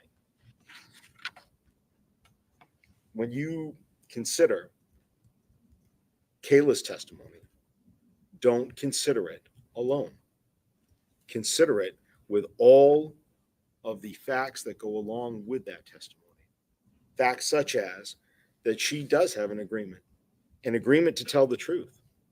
Defense counsel questioned her and argued that, well, she had to give the police a lot more to get out of the additional lies that she said in grand jury.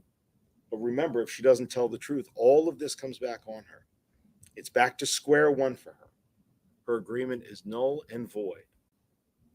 But the evidence that you saw, how thoroughly the police investigated this case, where Harmony is, location after location after location in New Hampshire, Massachusetts, 900 plus pieces of evidence to help find out what happened, has only corroborated Kayla about who killed Harmony, about when she died, who hit her, who mangled her body, and who dumped her where she is now, somewhere between here and the Tobin Bridge in Massachusetts. Corroboration, big, fancy, 5-syllable word that stands for evidence that supports that a statement is true. If you just had Kayla's testimony alone, with her truthful testimony on the elements of the crime charged, that would be enough for you to go ahead and find the defendant guilty of all the charges. But you don't just have her testimony. You have so much more, because every witness, 50 witnesses that came in and testified to you about and provided evidence, provide some corroboration for Kayla's account of what happened in ways that she never could have known. And that includes testimony and evidence that corroborates her on how Kayla died, and how Harmony died, and why the defendant killed Harmony, why her body was desecrated, how Kayla was silenced for so long, and how the defendant discarded Harmony like trash so she wouldn't be found. Let's look at just one example. How do we know that Kayla's telling the truth when she told us how the defendant tried to induce or cause her to stick to his story, to not testify, to not tell people how he murdered and disposed of Harmony? How do we know that Kayla's telling the truth on that, tampering with her as a witness? It's because the evidence corroborates it.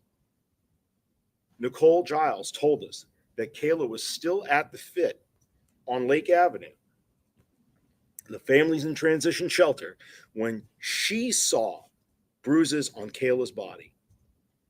This is back in January of 2020, before Harmony was ever known to be missing. And Kayla is admitting to Miss Giles that the defendant is beating her. And she, what? She asked Miss Giles not to tell anyone. Having just been homeless, now living in a transition shelter with 2 younger children, and having been tested before and failed to get help for a child, she stays silent. She obeys and sticks with the defendant's story. Despite her abuse later, we see that as well from the testimony of Rose Smith, who was giving her that ride for methadone that morning, saw the beating that Kayla had taken the night before. And as she again saw pure rage in the defendant's face as he came and wrenched the phone out of Rose's hands, saying, "You're not going to give my wife that phone." So much so that when you heard and saw Rose testify, you heard her say, ever since then, she refused to drive them around anymore. That she carries pepper spray now. And she said, quote, "something I will never forget." Kayla is under control and doesn't say what happens to Harmony throughout that time period. And he believes that she's helping police. You heard testimony about how he believed the police were listening in on him and tracking him, and that he was ripping light fixtures down, that he was breaking thermostats and electronics. Kayla told you that he was paranoid that she was working with police and was being listened to. It's not a sign of mental illness. It's not a sign of being sad. A sign of guilty conscience. A sign that you want to continue to exert control. And you should think of it as such.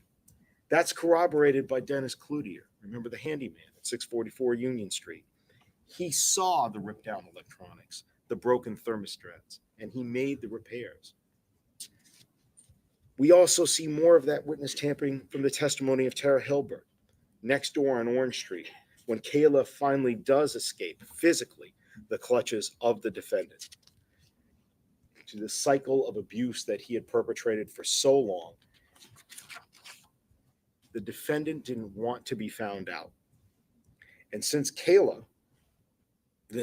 silenced Kayla because he didn't want to be found out what he had done. And you know that from the very beginning. Don't forget the Facebook messages to Travis Beach.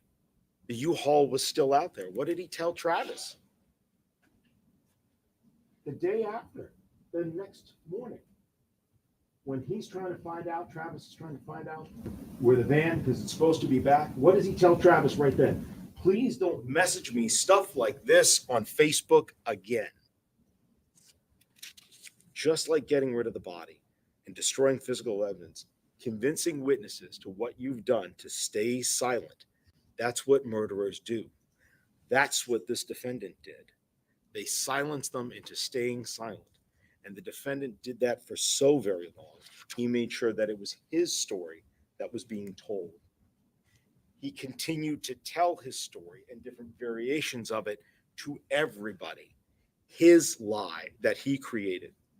To Christina Lubin, remember, this would have been the first day after they got booted out of Anthony Badero's Audi. At Christina's place, tells her, I dropped her off in Massachusetts with her mother. Jessica Guerin tells her over a year later, while she's delivering a gift for her boyfriend, tells her at that time, oh, my other daughter, she's down in Massachusetts, and quickly changes the subject. Demetrios Saros, the former DCYF employee, tells her, no, send her down to her mother in Massachusetts. Did that right around Thanksgiving. Courtney Garcia, who sees Harmony in the car on Thanksgiving Day and not there just a couple of weeks later. What's the defendant's story? What does the defendant, not Kayla, what does the defendant tell all of these people and tell Courtney Garcia? Dropped her off at my mother's. She was having bathroom problems. Dropped her off at her mother. She was having bathroom problems. Tells Rebecca Maines, dropped her off. Their biological mother doesn't even let me see her.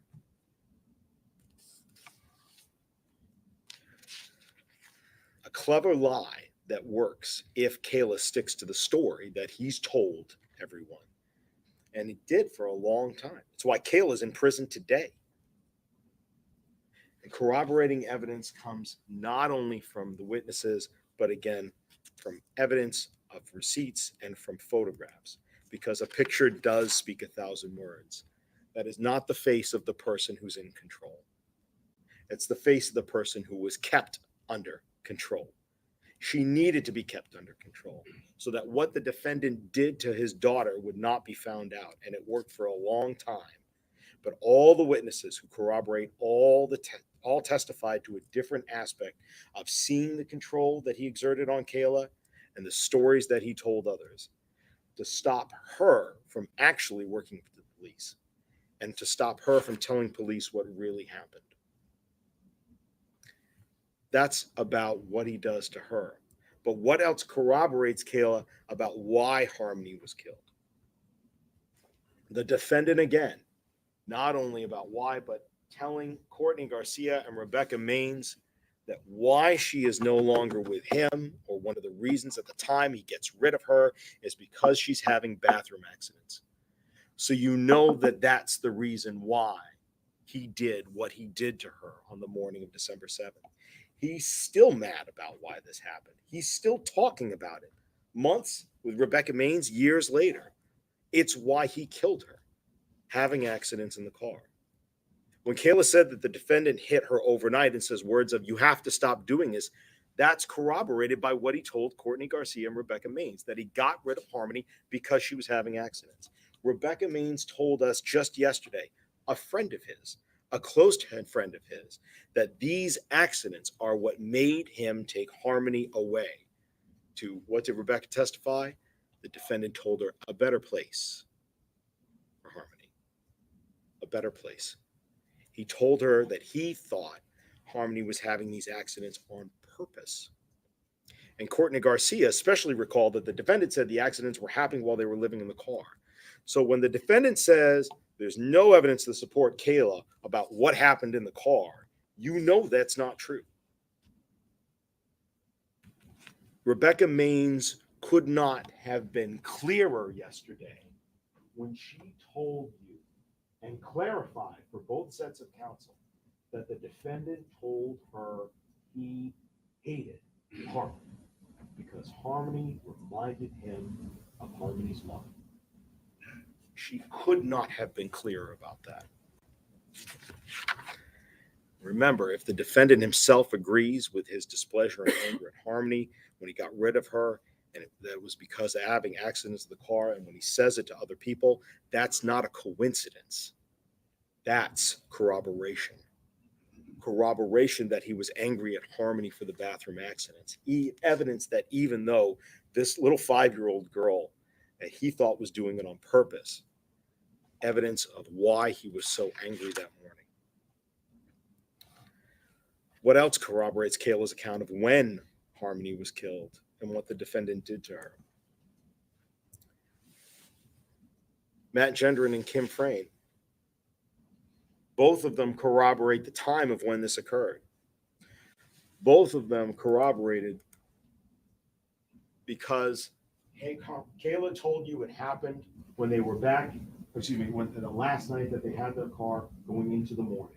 The drive from the methadone clinic to Burger King in the morning on December 7th. And after that, they move into Anthony Badero's Audi. And what do we have on that cold, dark, winter night, December 8th, 2019? Just after midnight, we've got the defendant Facebook messaging away to Matt Gendron as he told you, hey, need help, ASAP, please. Need a jump and jumper cables, ASAP. I need a jump. My car died. We've been sleeping in our car and the battery, we've been sleeping in our car and the battery just died. My car died. My car, me. And we know what car he's staying in. It's Anthony Badero's blue Audi. We know that from the tow receipt because the car went and got towed by Aaron Sweeney earlier on the 7th. Matt didn't want to go out. Kim agreed to go out, got there with a jumper pack, and when she was there, no Harmony. The two boys get in the car. Harmony doesn't get in the car. More corroboration of when this happened. Separate from Kayla's testimony, separate from the corroboration that what she says is in fact the truth. What is unreasonable to be believed? What is not corroborated? What's not corroborated is the defendant's theory that something happened in the middle of the night while he wasn't there. There has been no evidence of that.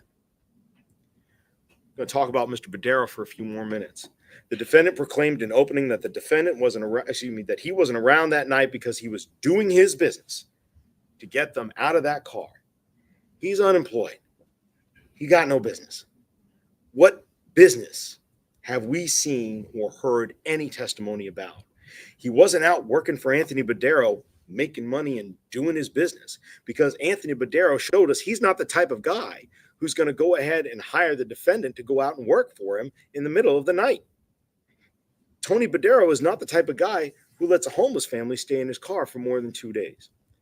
He was the type of guy who the family wanted to make sure didn't find out that they were living in Tony Badero's parking lot before their car broke down.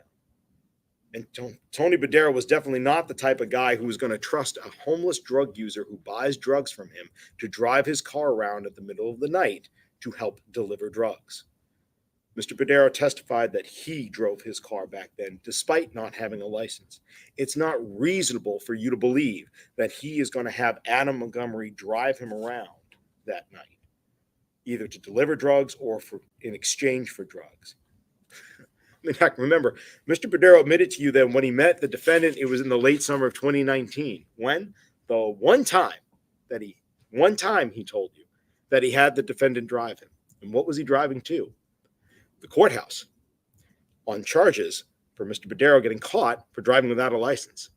When you go to the courthouse for charges of driving without a license, probably a good idea if you don't drive your own car. Probably a good idea to have somebody else drive you, which is what Mr. Badero testified to, that was the one time he had the defendant drive his car. And that's back in the summer, long before the family's homeless, long before December of 2019. If the defendant gets pulled over making drug deliveries in the middle of the night, as defense is suggesting you, Mr. Badero's got a lot bigger problems to worry about than driving around without a license. Employing the defendant as his driver is something that Mr. Badero denied, and as you can see from reason, is not something that Mr. Badero would have done. It's not rational. It's also not rational to believe that Mr. Badero would have entrusted the defendant to go out and deliver his drugs for him.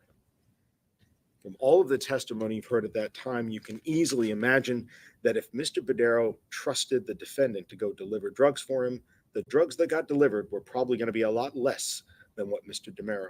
Badero had promised his customers. Common sense tells you that is not true. Common sense tells you that the defendant has no place to be the night of the 6th and the 7th, except in his car, with his family, with Harmony. He has no business. He has nowhere else to be. And why did Mr. Badero tell us all this? He also said that the defendant and Kayla, when he saw them, were always together. Always together. And that when he did go outside and see the kids, it was during the course of the relationship. Mr. Badero said when those days, on the out days when they were in the Audi and he went outside, he did not see Harmony. Harmony was not there on the 8th. Harmony was not there on the 9th. And Kayla, as much as got jumbled a few minutes ago in closing arguments, Kayla was clear as well. It's one of the lies that she told you was a lie that the defendant doesn't want you to believe is a lie. She told you in grand jury that she lied and said that, oh, in grand jury, I told Anthony Badero, I know that Anthony Badero saw the kids in Harmony and waved to him every day. I said that in grand jury, and I lied in grand jury. But you just heard in closing arguments that the defendant doesn't want you to believe that that's a lie, even though she admitted that that's a lie. You want to have your cake, and you want to eat it too. That's what the defendant wants. What else is unreasonable to believe? Arguments that, well, no one would have seen him stuffing her into the duffel bag when the car was pulled over on the intersection of Webster and Elm. Nobody, that could have happened, and for nobody to have seen it, that's impossible. It's easy to manipulate 35 pounds in a rear seat of a passenger when your back is to the sidewalk and the shrubs that you saw there on that section of the road, with a building with very few windows in that section of the road, when it's freezing cold and everyone around you is distracted by the woman who's waving other cars to go around. The physical evidence in the car and the physicality of manipulating Harmony's body show that this is yet another way in which the defendant's theory is unsupported, that his arguments that Harmony died from something other than his hands the morning of December 7th, that is unreasonable. It was he who punished her with his fists that day, and it was he who decided to destroy, alter, conceal, and remove her body from the Sebring to be sure it couldn't be used against him when somebody came asking, where is Harmony?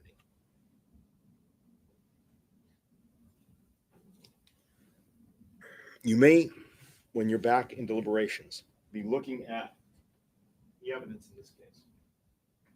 Different pieces of evidence that are there. Photographs, diagrams, having a good understanding of where everything was, where it was found. And you may be asking yourself, why don't we have more forensic evidence here? First of all, the defendant is telling you that he falsified physical evidence. The other thing is that, as experts have told you time and time again, each one of the experts that got up here, time and elements can wear down DNA and fingerprints and blood. they were able to find DNA 106 trillion times more likely from a female child of the defendant and Crystal Sorey on this toothbrush in the very back of the trunk. The trunk of the Audi that the defendant abandoned, of the Sebring that the defendant had abandoned. But by being so good in hiding his crimes and in intimidating the one witness, the eyewitness to him beating Harmony to death, by wiping down and hiding and destroying evidence, he was sure that there was going to be less and less of it around. And yet still, from that toothbrush, from the ceiling, the truth prevailed. Sometimes evidence is not always where you expect to find it. We heard testimony about this cooler, Christina Lubin's cooler. This cooler that the defendant kept Harmony's body. We know that Harmony was in there in a bag. We also know from Christina Lubin that she used to put money in there, and she had put money in there recently for the defendant to be able to take to help provide for the family. So we know there should be fingerprints on the inside of that because their fingers definitely would have gone in to take the money.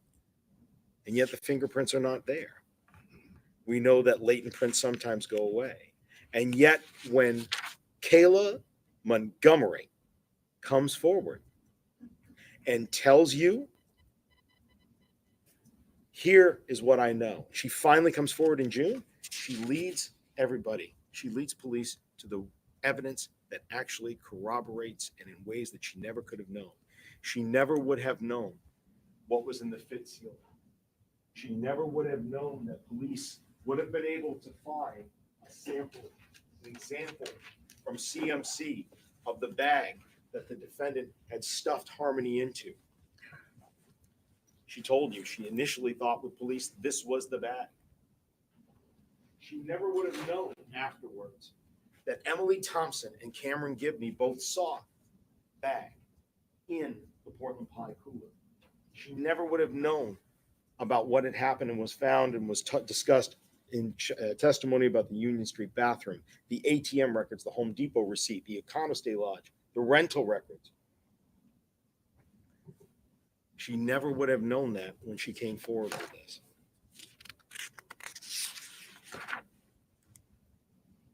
In the ceiling.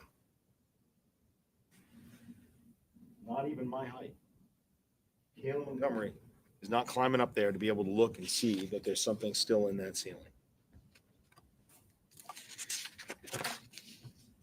Part of all of those different things and what happened, you should also go ahead and consider what Kayla said afterwards about the forensic evidence that she could not have known would have corroborated. You heard about the bag of lime. It's not the fanciest looking bag of lime up there, is it? But that's the one that she identified. So let's talk about that for a moment.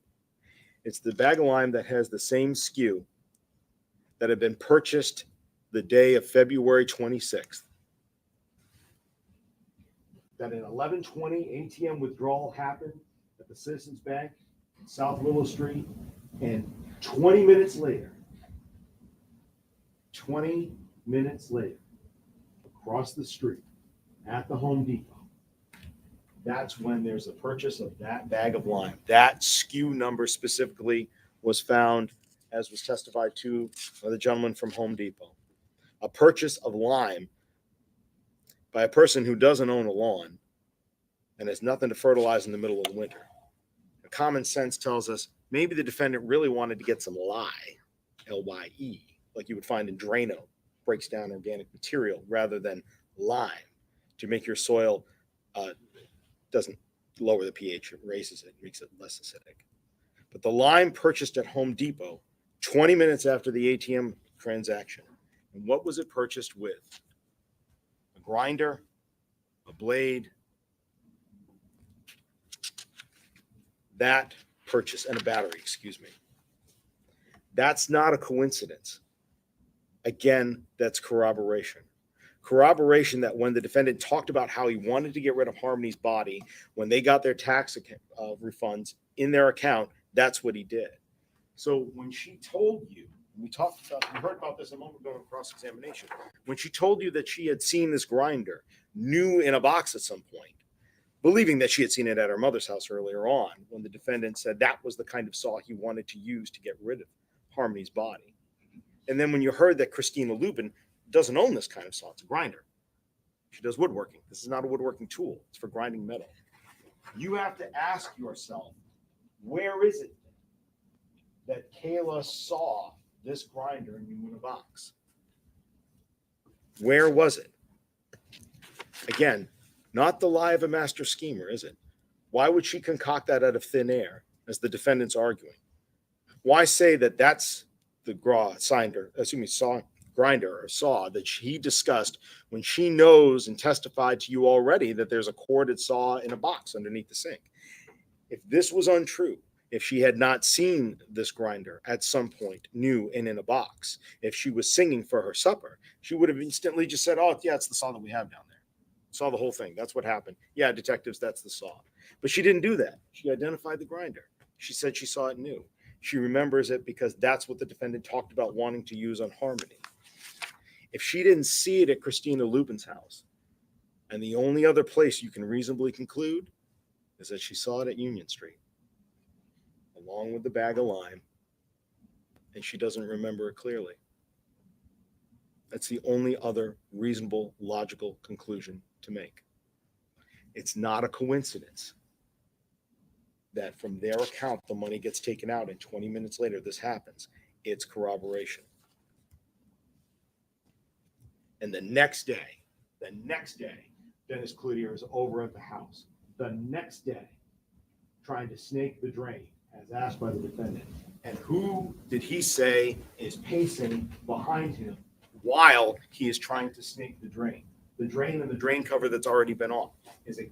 Oh, no, it's not Caleb. It's the defendant, he said. Just the defendant who is pacing behind him. More evidence that Kayla would never have known corroborates what happened. More and more and more.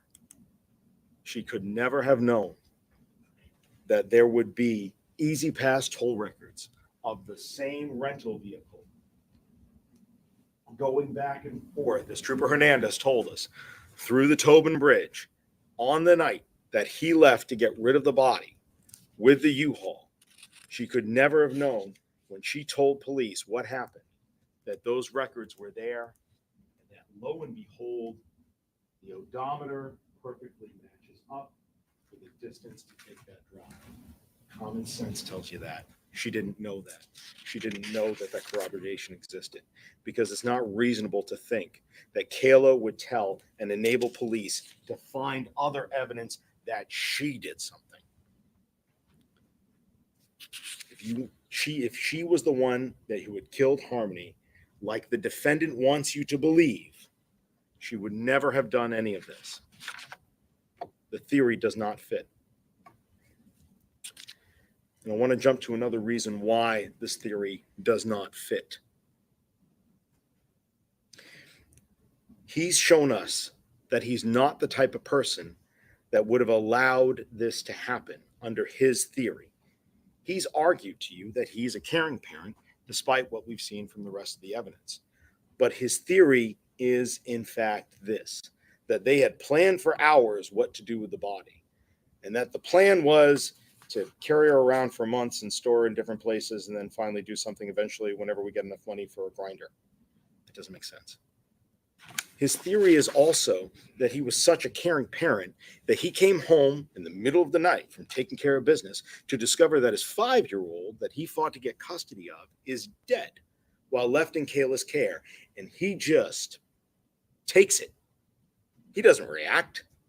He doesn't rage. His theory is that he doesn't hit Kayla or yell or scream so others can hear, is that he just sits in the car for the rest of the day and night and takes it. Goes to the methadone clinic at 7:04 like it's nothing in the morning and takes it. That's his theory. That's not him. That's not who we've seen. That he would show indifference towards Harmony's death. That he bags, carts, stores, stuffs, frees, thaws, squishes, consolidates his child. He does all of that, then leaves Kayla for another woman, leaves her with this woman that he's arguing to now, killed one of his children, leaves the other kids with her, and then takes off to Maine, goes on to live his life. That's not him. That's not him. That's not what we've heard. He doesn't do nothing. He would not have been the passenger in this situation. He's the driver.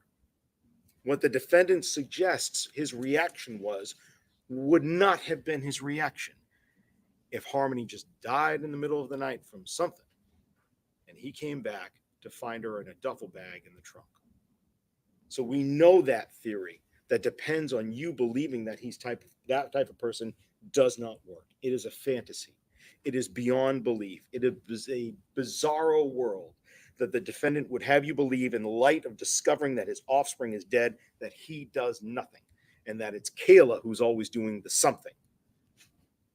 That's not reasonable because it's not supported by the evidence. Not with the defendant's lies to others. Not with the actions that we've seen him take towards Kayla. Not with the evidence that he left on Kayla's face and arms and back.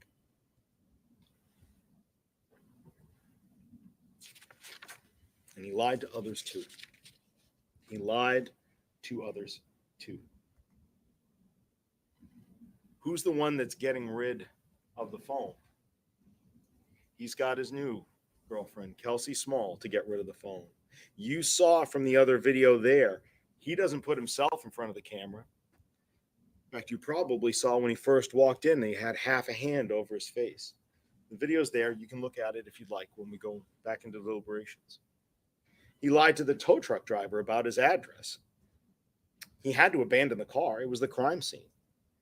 He told the tow truck driver, I live at 77 Guilford Street. You know he doesn't live at 77 Guilford Street. Told the tow truck driver, I got no phone. We know he has a phone. He used it that night to Facebook message Matt Gendron to try to get a jump for the dead car. He lies to get rid of things. He tries to continue to hide. He tells Travis Beach, don't send me this stuff on Facebook. He certainly does have a cell phone during that time. He wants to get his car away from him as fast as possible. What better way to abandon it? Just tell the tow truck driver you don't have the phone and don't worry about it. Let him get rid of the evidence because he's telling you now that he's guilty of getting rid of evidence.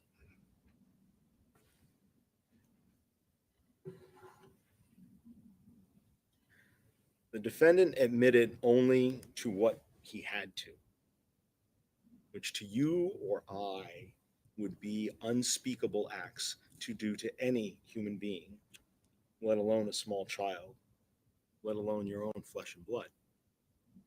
He says in his arguments you should find him guilty of altering, destroying, concealing, and removing Harmony's body. And he admits this. Why? Because he thinks you're going to be fooled. His counsel questioned Kayla with the legal principle, and I'm sure you remember it. He was asking Kayla about her petty theft from Dunkin' Donuts. Well, you took some responsibility of it. You took the lesser way out of the problem so you wouldn't get a more serious charge. That's what he thinks that you're going to let him do. He thinks if you'll let him slide on the murder, if he admits to what happened afterwards because he knows the evidence of that is overwhelming, that you'll let it go on the other two. And he admits what he can't deny. He denies what he can't afford to admit. And the only part of Harmony that we have left will be sitting in that deliberation room with you on that pink toothbrush and outside here in this part of the ceiling wall that's there. And the other parts of her body, her rest of her torso, her face, it's what the evidence of that is overwhelming, that you'll let it go on the other two. And he admits what he can't deny. He denies what he can't afford to admit. And the only part of Harmony that we have left will be sitting in that deliberation room with you on that pink toothbrush and outside here in this part of the ceiling wall that's there.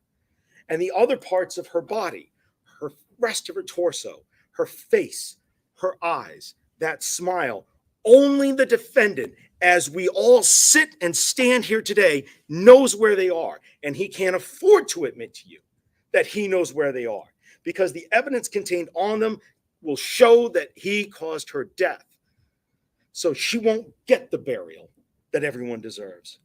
She doesn't get a headstone in the ground above the head that he battered. She doesn't get to be at peace in death because of what he did, because he can't afford to tell anyone where she is. She doesn't get dignity. She doesn't get peace because this man did nothing. He didn't do nothing. He did something called murder. And because he says trying to find her is a waste of time, that trying to find her is a waste of taxpayer money, that's what he thinks of her. That's what he thinks of what he did. That's what he thinks of you now. Efforts to find where he put her and what he did to her and why he killed her, they're a waste of time to him. His words, you heard them, to find the child that he murdered and the evidence that he hid. He believes Harmony's life and death are a waste of time and that they weren't anything to him and that he dumped her like trash. This is what you've seen in the evidence. This is what you've heard the defendant say when you consider whether he has an extreme indifference to the value of Harmony's life when he killed her. He had no value for her life when he killed her. He took an innocent life, a child, for no reason other than his rage and his indifference and his ignorance and his lack of humanity. Because this trial is about Harmony Montgomery. And you sat here and you were so attentive to every moment, every terrible fact. You watched the eyes and the voices of every witness, and you know it's not about quantity, it's about quality. How they testified, how they looked at you when they answered questions on cross and direct. That was not a waste of time. Only Harmony's killer would say that finding her is a waste of time. That's bearing witness is what you have done to the truth. And that's a front row seat on what this man perpetrated on Harmony and her body and the truth from being shown to you, who cowardly runs off to Maine to distance himself from the scene of his crimes, who runs with Demetrios, comes to the house and could see that bruise on her face. And even then, a week later, Demetrios still saw marks of her after the defender had bashed her all around the house. The man who complains about tracking down leads in Arizona as a waste of effort to prove something. Yes, that's what people do. That's what this community, this state, this nation, this society do. We go to find and protect life. Every one of us, whether you wear a badge or you don't, you seek to protect children, to put the next generation above your own. That's what a father does. That's not what the defendant wanted, because he is not Harmony's father. He has forfeited that right to even claim that title or call himself her father. She was never a daughter to him. Not in July, not in December, not in that phone call, not from the moment of her death continuing up through this very day when he knows where she is. He killed somebody he didn't see as a daughter. He never saw her as a blessing. He beat down something he saw as a nuisance, that he saw as an inconvenience. His behavior to the bathroom accidents shows you that in that moment when he killed her, she wasn't a person. She was an object, thing. And he was mad at this thing that ruined his car. And he hit and he hit and he hit this thing to make it stop doing what he didn't want it to do, to teach it a lesson, until he said to Kayla, I think I hurt her this time. I think I did something. And he might as well have said, I think I broke it. And that's what he did to her afterwards only proves that his actions don't believe that he murdered his daughter. He broke one of his things. And like any broken thing that somebody never really loved, they throw it away. And that's what he did. He may have genetically donated half of his DNA to her, but he was not her father. She was an object that he beat, stuffed, threw, and shelved in a walk-in cooler. Cameron Gibney told you she was down next to the mustard. She was an object made even tinier from her 35 pounds when she was alive by defrosting and consolidating her down that he took to a hotel and he drove through some tolls and he threw it away. And he knows where she is right now, but he believes it's a waste of time and taxpayer money to try to find her. So don't you ever think that this man murdered his own daughter. Rebecca Maines told you he hated Harmony because she reminded him of her mother.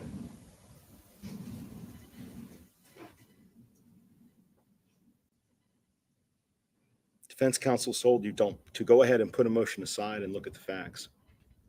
Look at the facts. Look at the facts and call him a killer. Put emotion aside, look at the facts, and then you can call him a tyrant. And you can call him call him rageful. Those descriptions suggested to you, maybe, evil. But don't call him a father.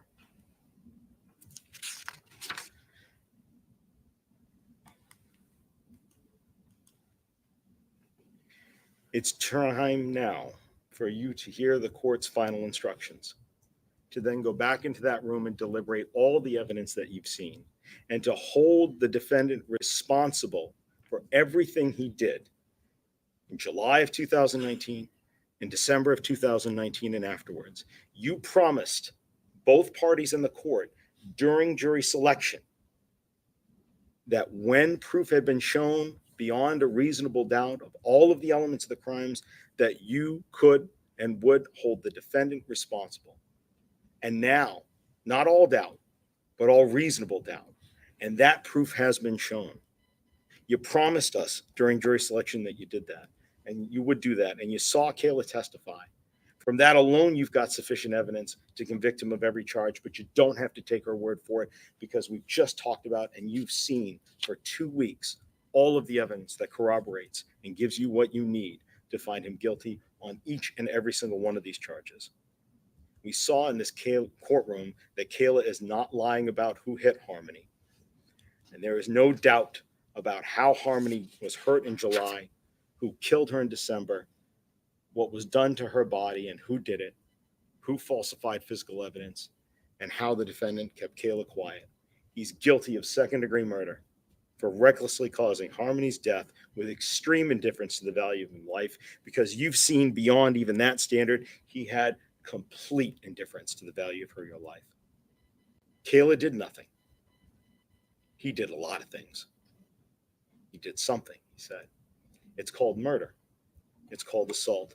And he's guilty of every single one of those charges in front of you. And so I ask you to hold him responsible for that truth in what you've seen in the facts, what you've seen, what you've tested, and what you've heard has been proven. Find him accountable and find him guilty on every single one of these charges. And I thank you so much for your time today.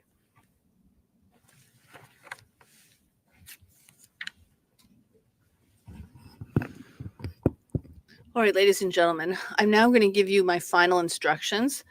As I said to you earlier, you will have, I'll send 12 sets of all the instructions, both the ones that I gave to you prior to opening statements and the ones I give to you now as a whole. You will have written copies of these instructions with you in the jury deliberation room. So please listen carefully. Please remember that in order to reach a verdict in this case, whether it is guilty or not guilty, your verdict must be unanimous. Prior inconsistent statements. In deciding whether to believe a witness, you may consider whether the witness made statements before trial which were not consistent with the witness's testimony at trial. Thus, if the witness made an inconsistent statement before trial, you may use that statement in deciding whether to believe that witness's trial testimony. Keep in mind that you may not use the statement made before trial as proof that the facts in this statement are true. The statement made before trial is only to be used by you in deciding whether to believe a witness.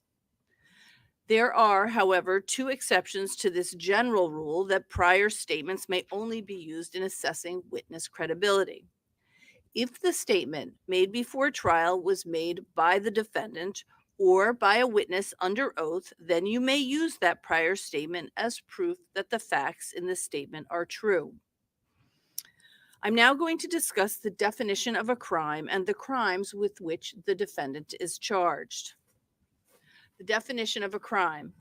A crime is the breaking of a law for which the law provides punishment. All crimes have at least two parts, an act and a criminal state of mind.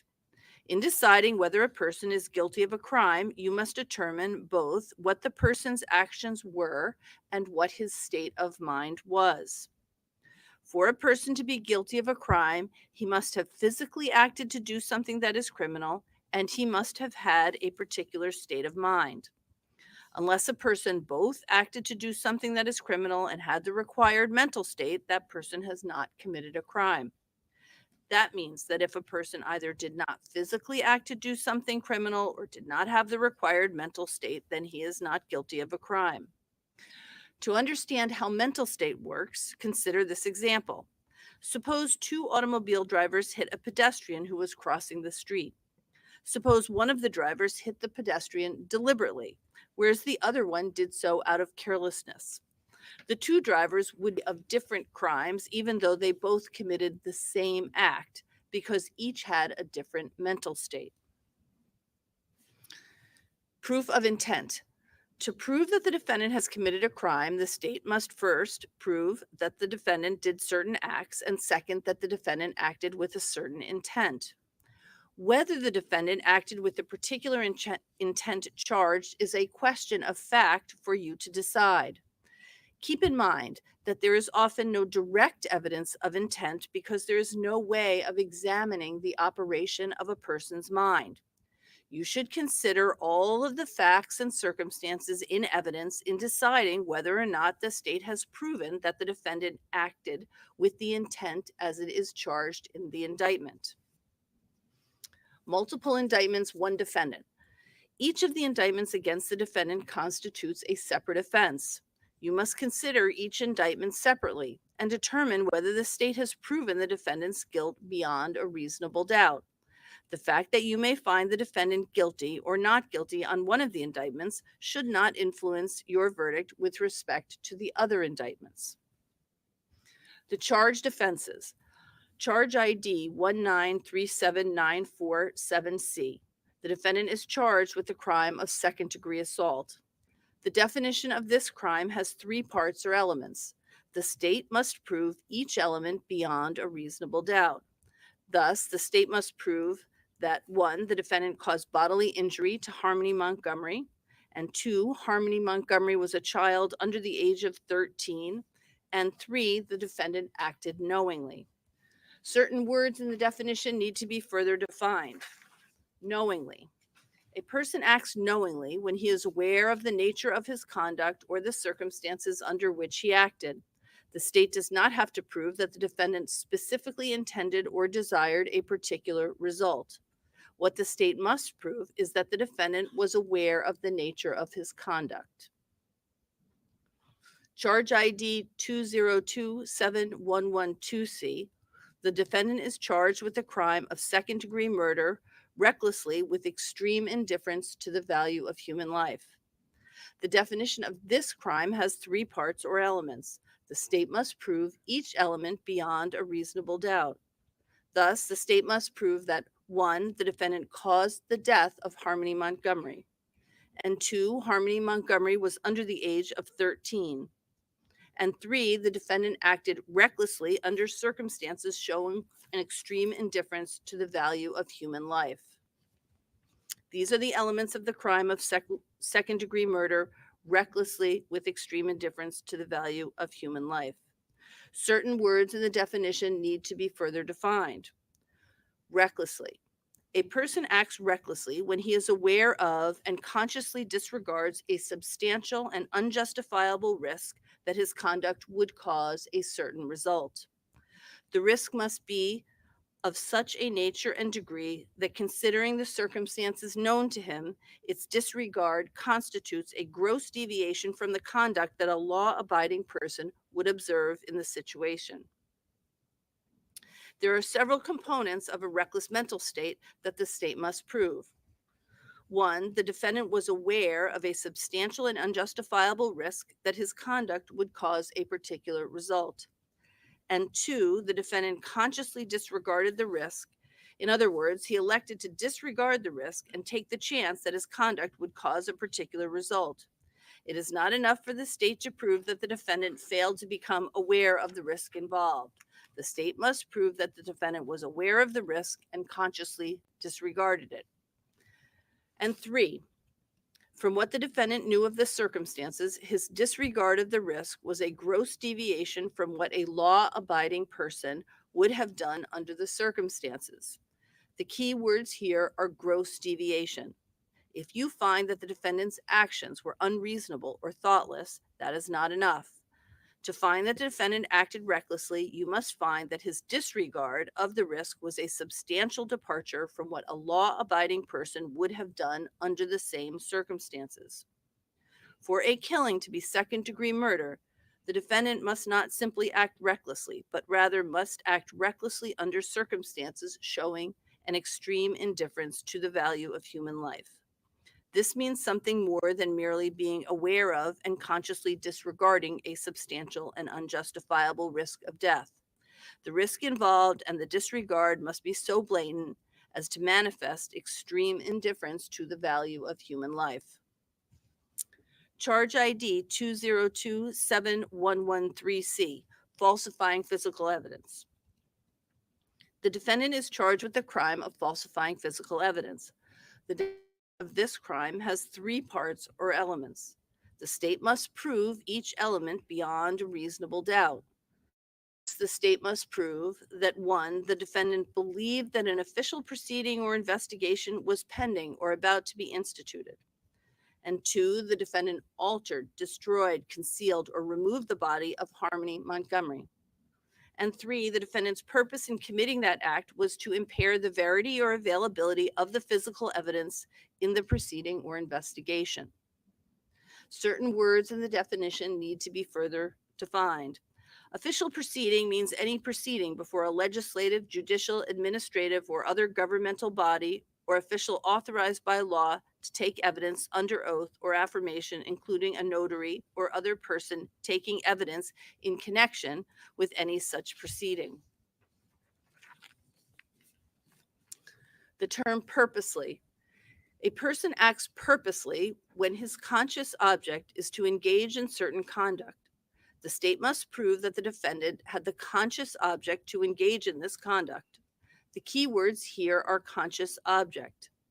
To have a conscious object means to have a specific intent. It means that the defendant desired to engage in certain conduct. It is not enough for the state to prove that the defendant knew or was aware of what he was doing, nor is it enough for the state to prove that the defendant created a risk of injury or harm. To prove that the defendant acted purposely requires more than that. It requires proof that the defendant specifically intended or desired to do a particular act. Charge ID 2027114C, abuse of corpse. The defendant is charged with the crime of abuse of corpse. The definition of it has 3 parts or elements. The state must prove each element beyond a reasonable doubt. Thus, the state must prove 1, the defendant removed, concealed, or destroyed the corpse of Harmony Montgomery or any part thereof. 2, the defendant acted unlawfully. And 3, the defendant acted knowingly. These are the elements of the crime of abuse of corpse. Certain words in the definition need to be further defined. That word is knowingly. I've already read you the definition. In the instructions, I just refer you back to the definition that I gave you of knowingly. So it's the same definition that applies here. Charge ID 2027115C, tampering with witnesses and informants. The defendant is charged with the crime of tampering with witnesses and informants. The definition of this crime has three parts or elements. The state must prove each element beyond a reasonable doubt. Thus, the state must prove that the defendant believed that an official investigation was pending or was about to be instituted. And two, the defendant attempted to induce or otherwise cause Kayla Montgomery to testify or inform falsely. And three, the defendant acted purposely. The definition of purposely for purposes of this charge is the same as the definition of purposely that I have already read to you. I won't read it again, but you'll note that that definition is above. It is the same definition that applies to this charge. Those are the crimes that are pending against the defendant and are before you. The defendant's absence at trial. The defendant has been absent from trial. His absence from trial is not evidence in the case. You are not to guess or speculate as to the reason for his absence, and you may not draw any negative or adverse inference as a result of his not being present. You are not to consider for any purpose or in any manner in arriving at your verdict the fact that the defendant was not present at trial. That fact should not enter into your deliberations or discussions in any manner at any time. In conclusion, ladies and gentlemen, let me say that this case is important to both of the parties, the state and the defendant. The principles of law that I have given to you are intended to guide you in reaching a fair result. You are to exercise your judgment and common sense with honesty, understanding, and due deliberation. As I said before, you should decide this case without passion, without prejudice, and without sympathy. It is your highest duty as officers of this court to conscientiously determine a fair and just result in this case. Now, again, as you were instructed during the general selection process, there is a presumption of innocence that applies and continues throughout the trial until the state convinces you beyond a reasonable doubt that the defendant is guilty of each and every element of the offenses with which he has been charged. And the defendant has no obligation whatsoever to prove his innocence in this matter, and that includes the right not to testify if he so chooses. When you have considered and weighed all of the evidence, you must make one of the following findings with respect to the charges before you. If you have a reasonable doubt as to whether the state has proved any one or more of the elements of the offense charged, you must find the defendant not guilty. On the other hand, if you find that the state has proved all of the elements of the offense charged beyond a reasonable doubt, then you should find the defendant guilty. And I remind you that a reasonable doubt is just what the words would ordinarily imply. The use of the word reasonable means simply that the doubt must be reasonable rather than unreasonable. It must be a doubt based upon reason. It is not a frivolous or fanciful doubt, nor is it one that can easily be explained away. Rather, it is a doubt based upon reason as remains after consideration of all of the evidence that the state has offered against it. As I mentioned, we will select a foreperson at random at the end of these instructions. The foreperson acts much like the chair of a committee. He or she should make sure that you take up the issues that I have described and should make sure that each juror has a full opportunity to present his or her opinions and arguments. I suggest that deliberations involve several components. You should each think for yourself about the evidence and the law. You should speak up and let your fellow jurors know your opinions, views, and positions. You should listen carefully and keep an open mind as to what your fellow jurors have to say. And you should make every reasonable effort to reach a unanimous agreement. The verdict that you reach must be a unanimous verdict and represent the considered judgment of each juror. In order to return a verdict, all 12 of you must agree on your verdict. As you deliberate, try your best to work out your differences. Do not hesitate to change your mind if you are convinced that the other jurors are right and that your original position was wrong. But do not change your mind just because other jurors see things differently or just to get the case over with. In the end, your vote must be exactly that, your own vote.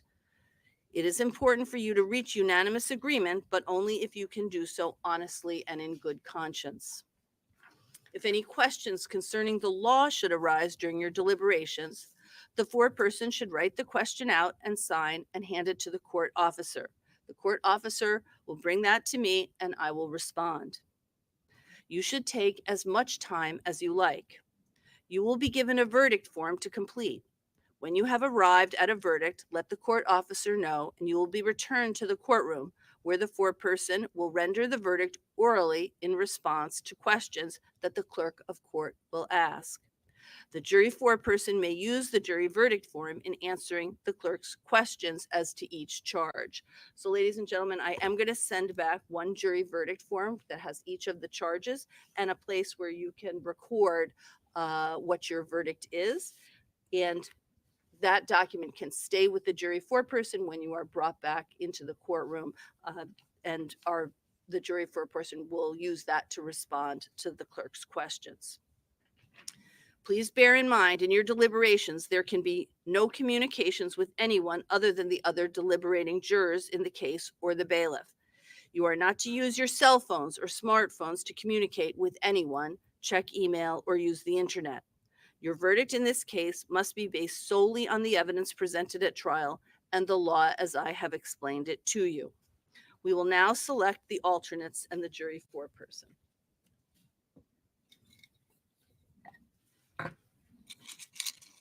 So the first alternate will be juror number 9.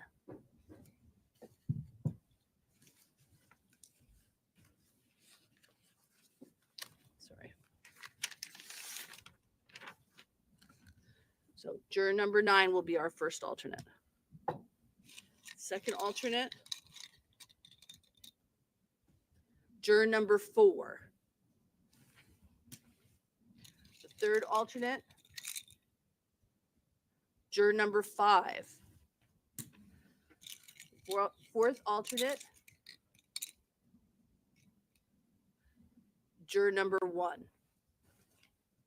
And finally, fifth alternate will be juror number 15.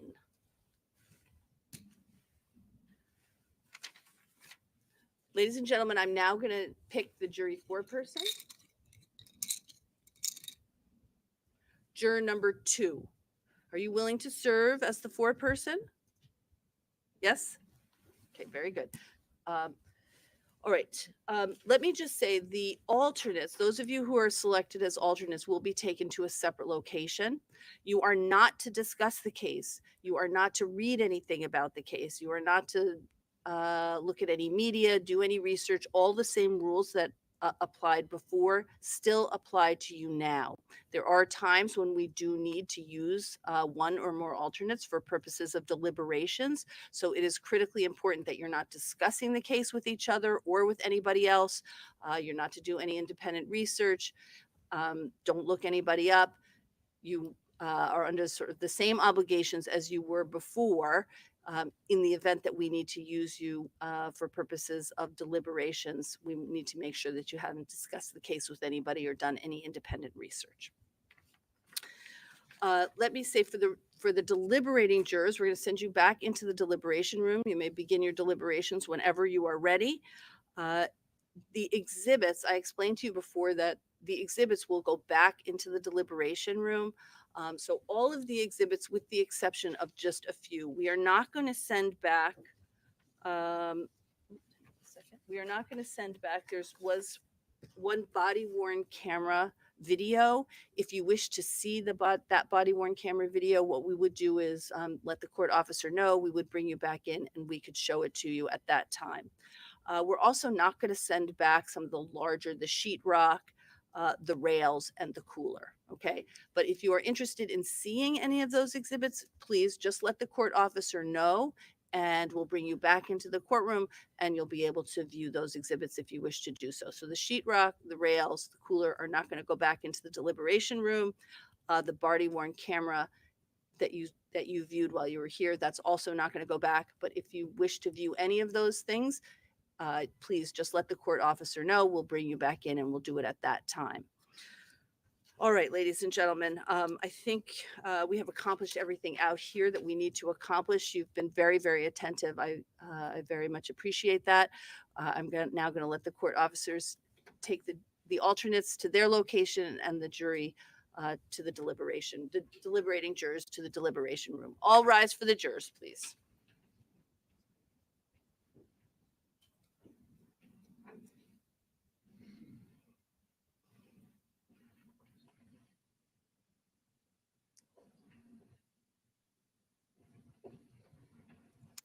So I'm kind of curious if they're going to say anything once the jury leaves, kind of thing.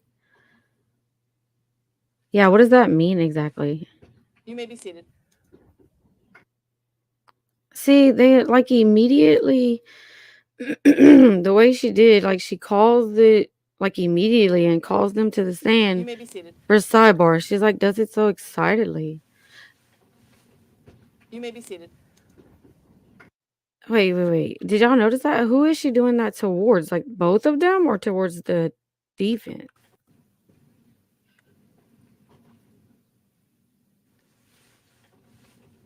You may be seated. I don't know. I'm just maybe overthinking it.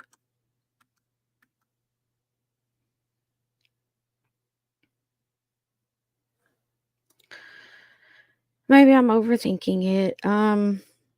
Okay, so the foreperson is the one that speaks. Oh, so like whenever they come back from deliberation, yeah, I remember now. I was trying to figure out what the number 2 juror is, the foreman, and I was trying to figure out what the foreman or foreperson was, but now I know.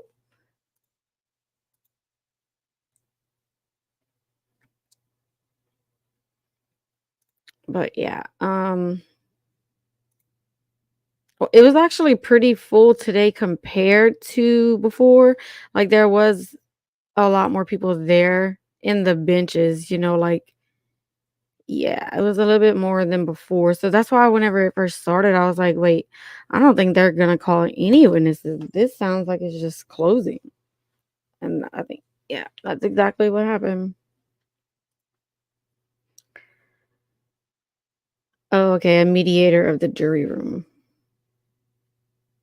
Oh, I'd be that person. I'd be like, look, this is all we need to know. Okay? Guilty. Guilty. Unfortunately, it's not up to us. So but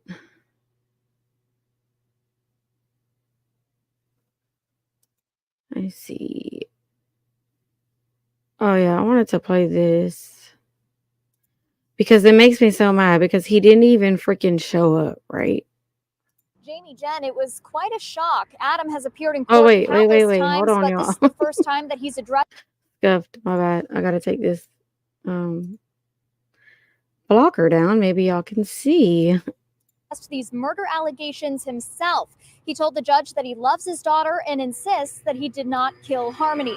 Montgomery was arrested and charged with his daughter Harmony's murder this past October, nearly 3 years after investigators believe the little girl was killed. Montgomery is facing 4 charges: second-degree murder for recklessly causing the death of Harmony, falsifying physical evidence for altering, destroying, concealing, or removing Harmony's body, abuse of a corpse, and tampering with a witness or informant. Montgomery was in court today for a separate weapons case and asked the judge to only consider those charges as she weighed his sentence. Harmony's body has never been found, and police are hoping news of this sentence may compel people with information to come forward. The only consideration that I ask of you this morning is for you not to consider anything as it relates to the case regarding my daughter Harmony. I did not kill my daughter Harmony. and I look forward to my upcoming trial to refute those offensive claims. I'm still convinced that there are people out there that know more about the whereabouts of Harmony. And I encourage you to contact the Manchester Police Department. And jury selection for the Harmony trial is scheduled for October. Live in Manchester, Hannah Cotter, WMUR News. Okay. Obviously, that was old, but it was whenever he made the big old statement about how he was going to be there. He couldn't wait to prove his innocence and all this other stuff, and then he didn't show up at all. I mean, he conceded to the 2 charges and then chose to be absent. So that's on you, bro.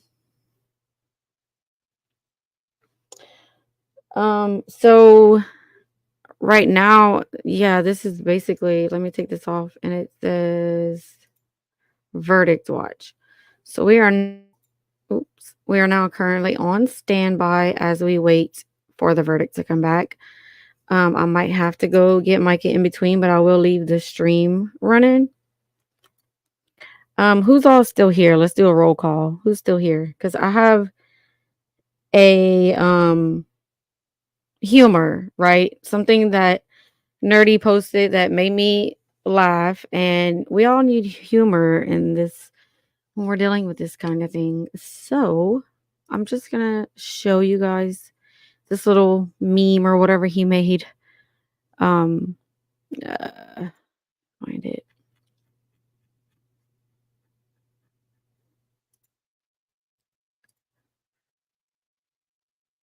All right, let's see who's still here. Yep, Zero Fox.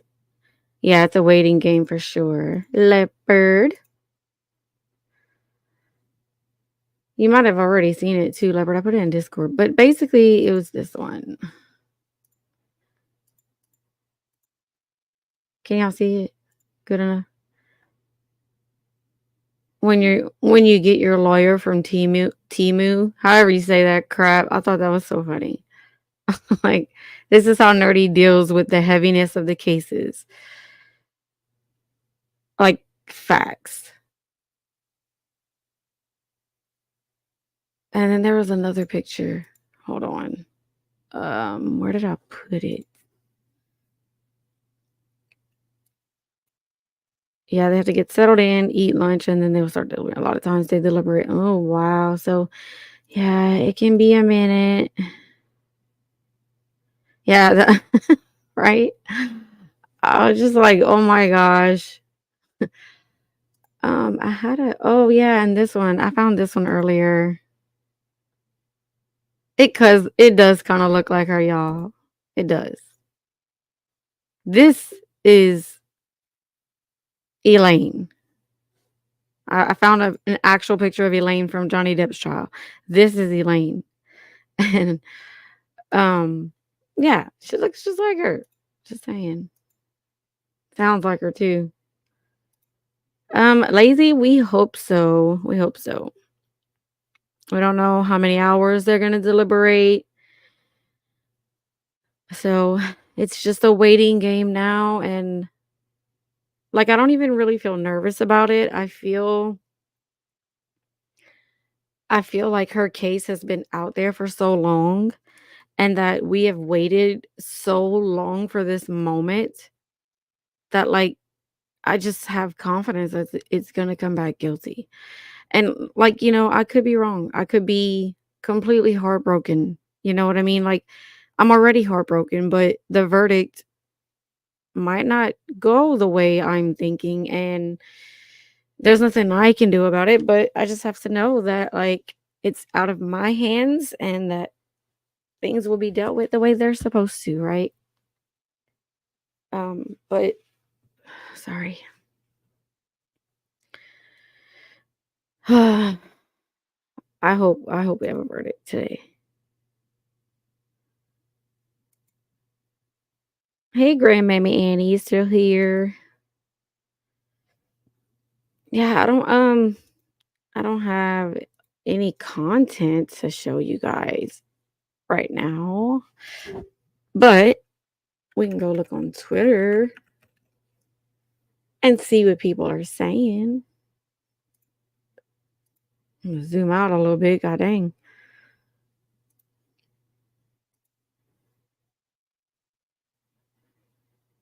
Okay.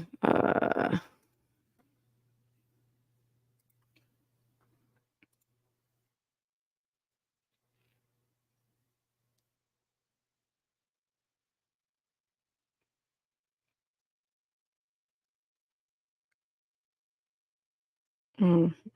They have been deliberating for 6 minutes. They should be done any second now. Facts. So just 3 minutes ago, breaking jury trial deliberations begin. If he would only say where Harmony Montgomery's remains were located. Am I sharing? Oh my gosh, I'm so dumb. Guys, I'm sorry. At least I was reading it to y'all, right? Okay, Allison. Go ahead, but if I need you, I'm gonna text you. Um, if he would only say where Harmony's remains were located, she could have peace. It's a sin. It's a sin to behave like what we are witnessing in that courtroom. Okay, that's beef between them. That's not my business, but anyway, what did she include?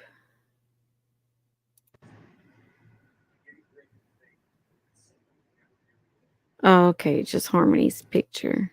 She's so sweet. Poor baby. For real. That's what I'm saying. What does he have to lose at this point? It's like a control power trip thing, you know? Like he knows he has that information and he's the only one who does. So he's going to hold on to that.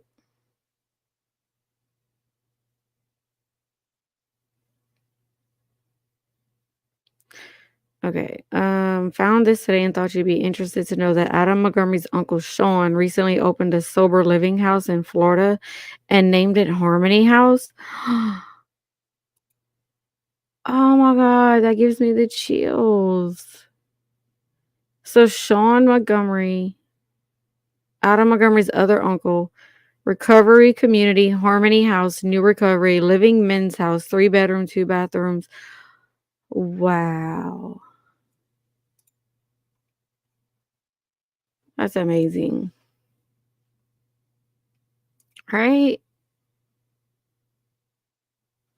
Let me see what they're showing on the other tab.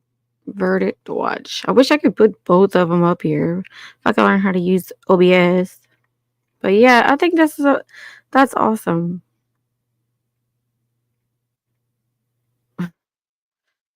Closing arguments are over. Okay, let me see. Let's see what Nerdy's been tweeting.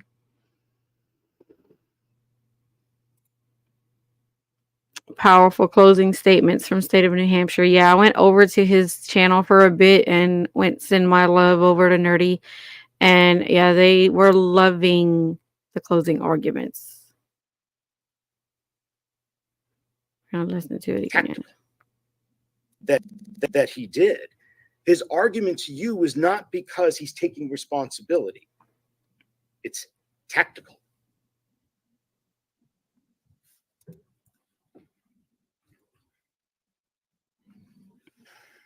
He admits what he can't deny. And he denies what he can't afford to admit. He cannot deny each and every single one of these facts that were presented. That she died on the 7th. That he brought her in a duffel bag to Colonial Village. Stored her under a deck, into a red cooler, in the closet it fit, in the ceiling it built. It's her blood in the ceiling at the Fit Shelter at 177 Lake Ave. And his fingerprints in the ceiling. Remember? Left-handed prints in the ceiling. The only other person being poor Mr. Mondrag, the drywall installer. I like the fact that he posted like the whole state's closing. I'm gonna repost that.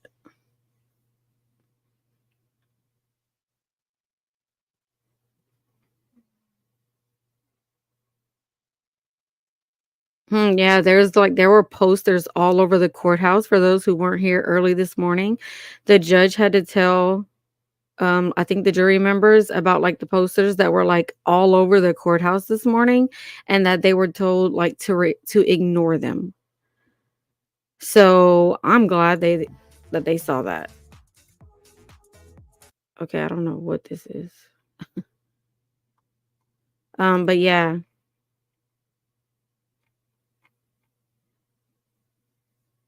Oh my gosh, we have so many missing persons stuff going on. No problem. Let me see.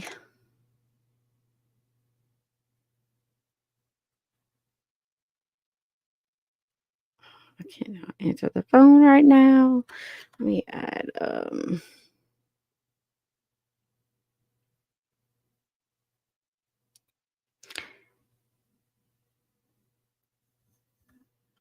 right, exactly. It's like in their face. It's there. And not only that, but Nerdy has said that like it's still all over town. It's still like all over the area.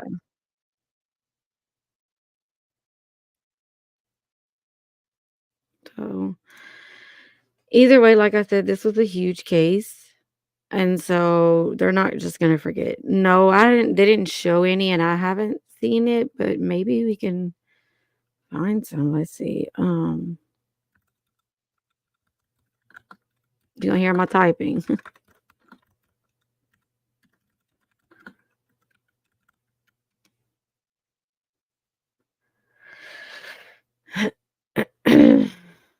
Let's see.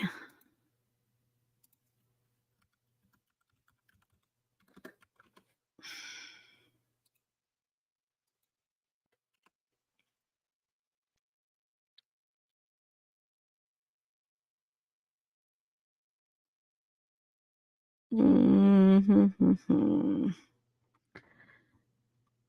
No, I can't find anything specific to that. Probably gonna have to wait for like someone excuse me, local that's gonna be able to take pictures and show us. Let me see if any I don't know.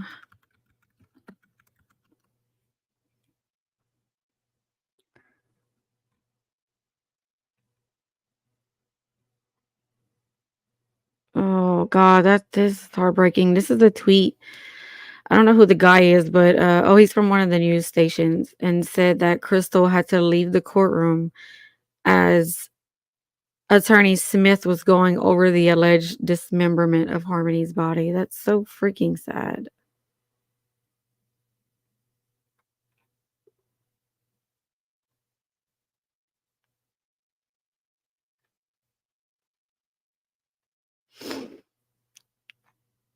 Okay.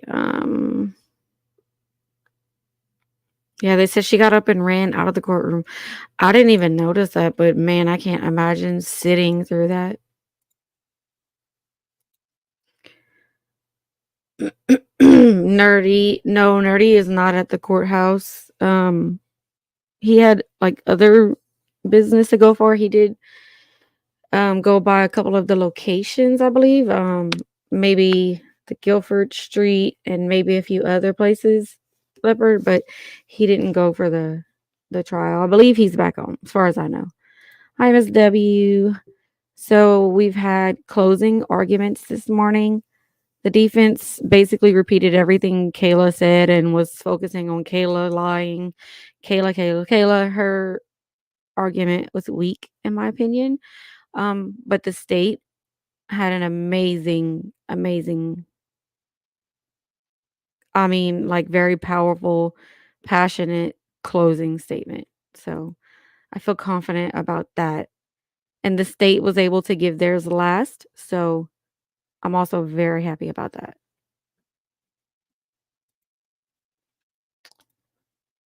Um, yeah. Okay, so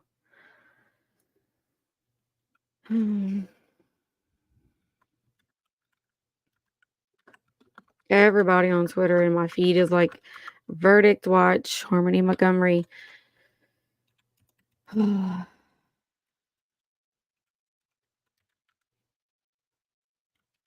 I hope and pray that the right thing is done.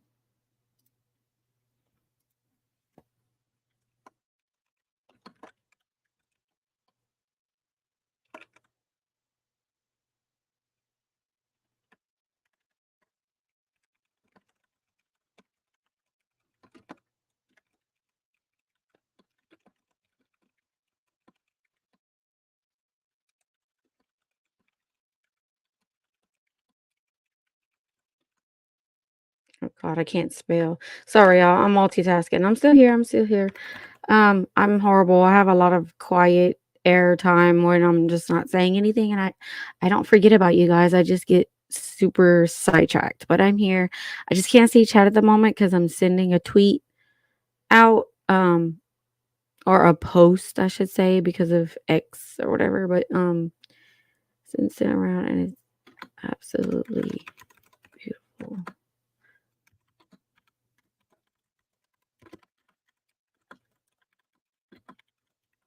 Okay.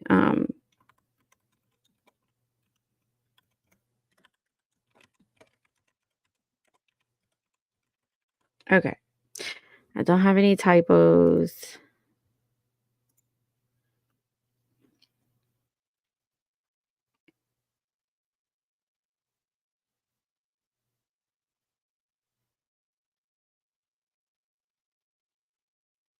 Okay. Oh, I'm in my feelings. I'm in my feelings. How are you guys today? What are you guys up to? Miss W, how is your day going? I already highlighted this.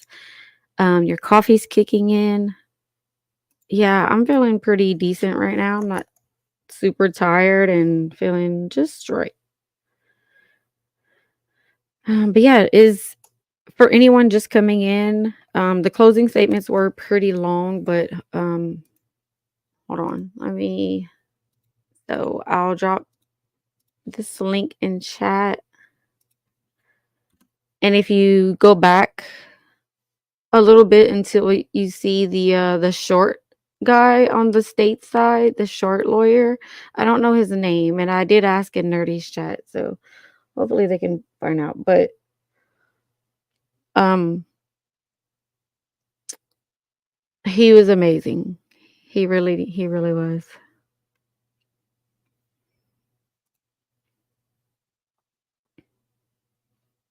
Okay.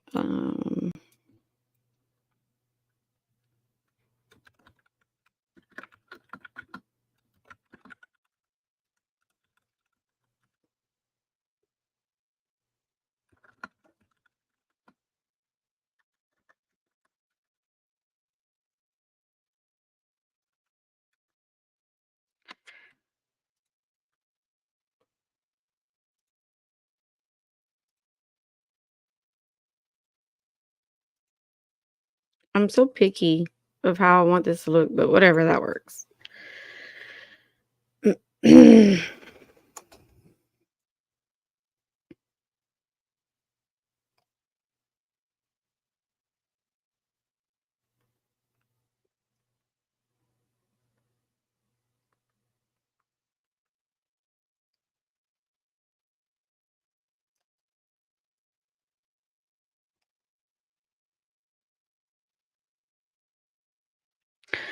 Oh my gosh, y'all, I'm so sorry for being so quiet. Um, let me hold on. Okay, so I'm not on. All right, BRB. I'm still here, but multitasking.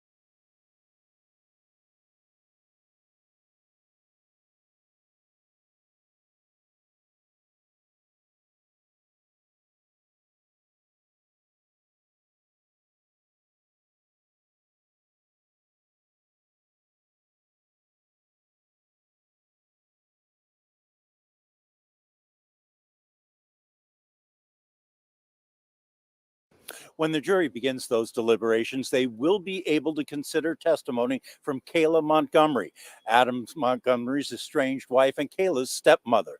The defense had filed a motion to exclude that testimony based on the fact that the state spoke to Kayla's attorney after opening statements, sharing part of their plan. That motion said those discussions violated the sequestration order. In denying the motion, the judge noted the defense had the chance to question Kayla on the stand about it, and there was no suggestion that Kayla altered her testimony based on the information. For closing arguments, defense was up first. Defense attorney Caroline Smith admitted to the jury that Adam Montgomery was no innocent and that he made mistakes, especially when it came to hiding Harmony's body. But she said he did that with Kayla's help in a mistaken belief it would help keep his family together. Kayla is lying. She continues to lie, and she made a few things up in front of you. Remember how you felt watching her. And evaluate that, because that will also show you she's lying because she has something to hide still, because the truth points to her. The prosecution is making their closing arguments right now. They say what Adam Montgomery did with Harmony's body was his attempt to cover up the crime of murder. He admits what he can't deny, and he denies what he can't afford to admit. After closing arguments, the judge will give the jury their instructions. Deliberations are expected to begin this afternoon. Reporting live in Manchester, Ray Brewer, WMUR News 9.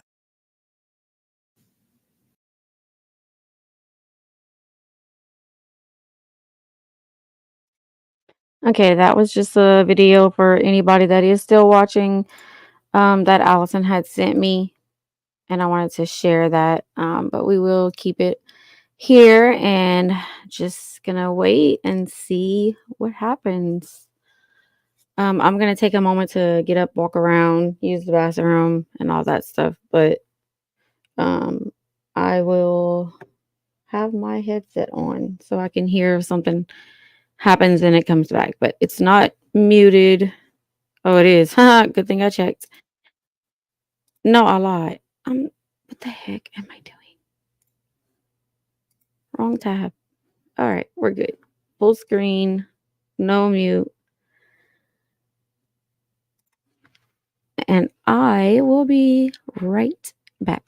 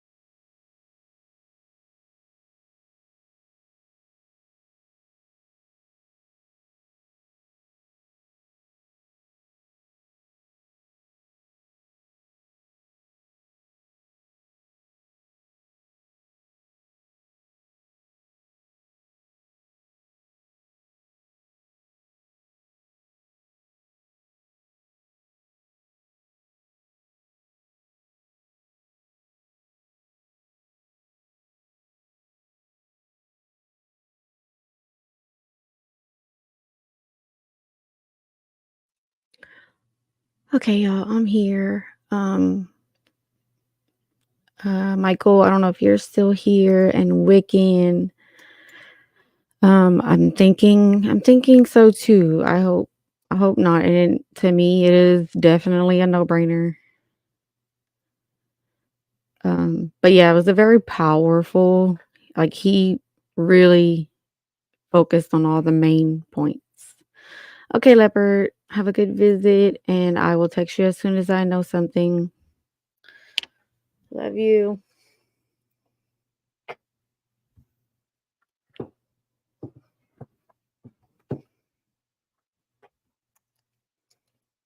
Hello.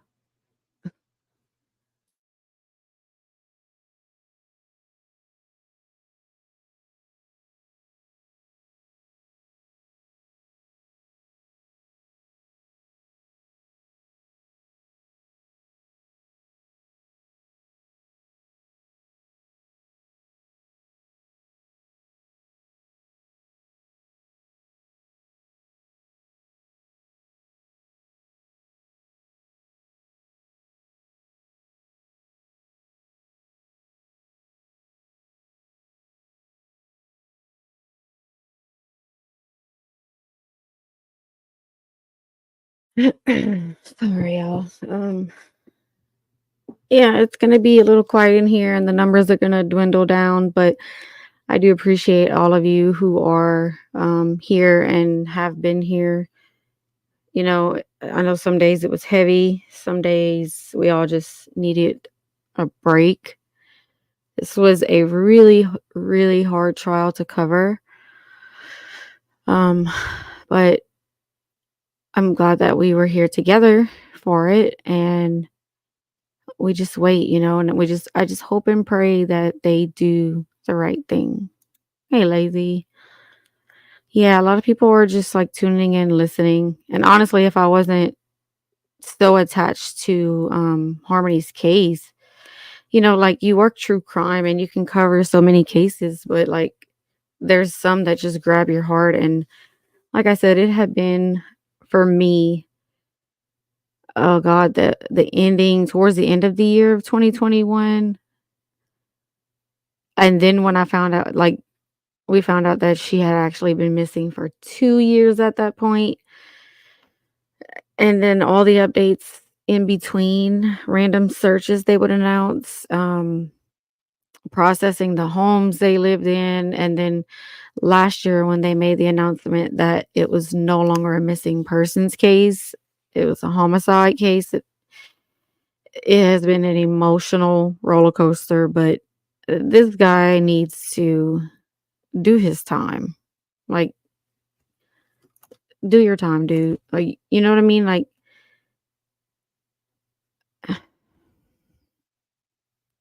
and as for Kayla, like I don't know how to feel because I'm not in her situation. I have been in a situation where I was afraid to speak up, but not for like mine wasn't physical. It was a mental abuse situation, which is still just as bad. But I get it. And for anybody out there that has gone through anything like that, has been in this situation, can understand it. Please know that I'm not being insensitive to that at all. And I'm not discounting Kayla's feelings. And when she says she was scared, I believe her. But I also believe that there should be a line at some point when you witness something so horrifying that you would have to ask yourself, why am I with this guy? He's capable of doing this. Why am I staying here? You know what I mean? And then you do the right thing for Harmony, and so that this doesn't happen to your children that you have with him. And then to top it all off, if we're just going to go all the way back, the judge who signed off for her to be returned to him, like that's heartbreaking. That was insane that she was missing for 2 years. I've never heard anything like that in my life. Oh, yes. Oakley Carlson. is another case. I have some videos on this channel of Oakley. You see, her story is like kind of like this. We know that it's probably a homicide, and we know that we know for sure, like, she was with a family, like, for a while, got really, really close to them, and then she was ripped out of their home and given back to the biological parents, and then she just disappeared. Let's see. She was first declared missing December 7th of 2021.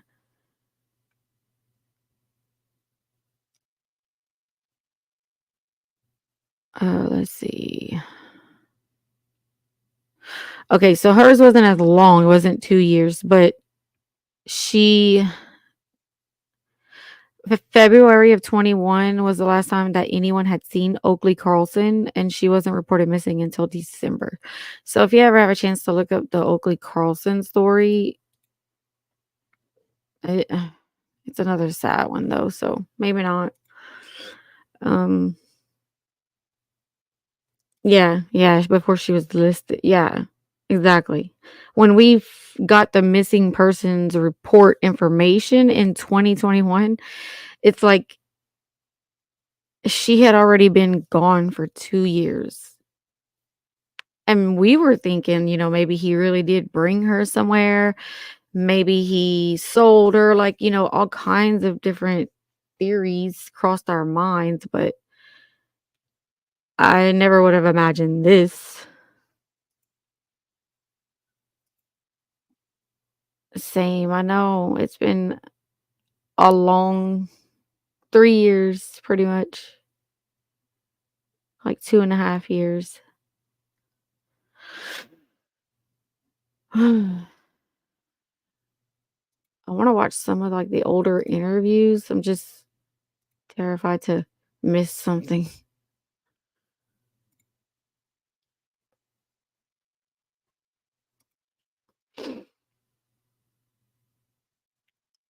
Um,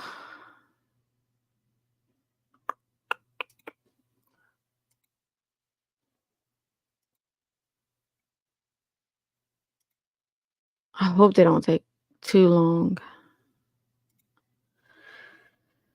Okay, let's see. We've seen all of mm, we've seen Adam Montgomery at his weapons trial. I really want to go back now and watch some of the testimony of Kayla at the weapons trial because, like now that I know what I know about Harmony, I want to go back and listen to the weapons trial to see what the dates were and like what was going on at that time if I can piece it all together. But let's see what I can find. Okay, so I already did the bio mom. Is there anybody's testimony that anybody wants to rewatch or see real quick?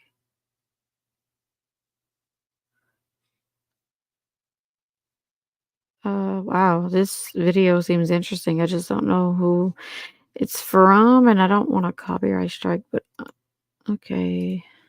Just save that for later. And by the way, it's still just the verdict watch.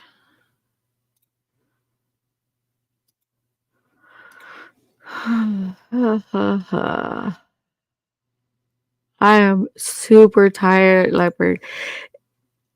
I went to bed.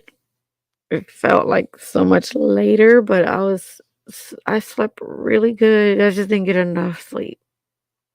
And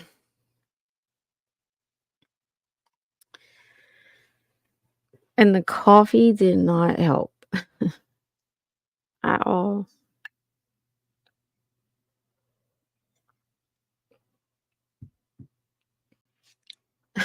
But I was so tired last night. I know you could tell in my voice whenever I was like, I gotta go. I knew I was gonna pass out.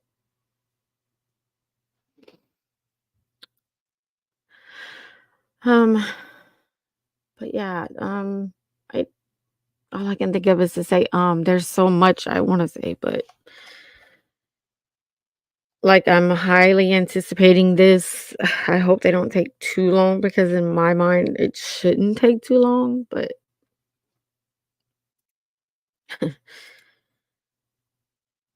because it's just fun, Leopard. It's just fun.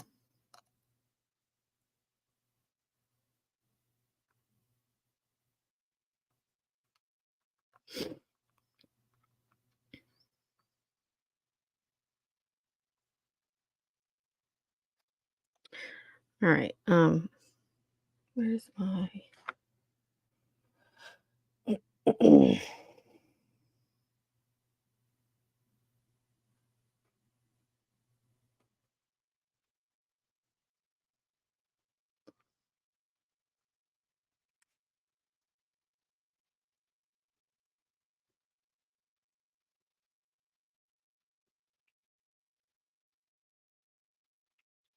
la la la. Well, actually, last night staying up so late was good. It was good conversation. That's what I love. Makes it a lot easier to stay up late when you're just hanging out with people that you get close to, you know?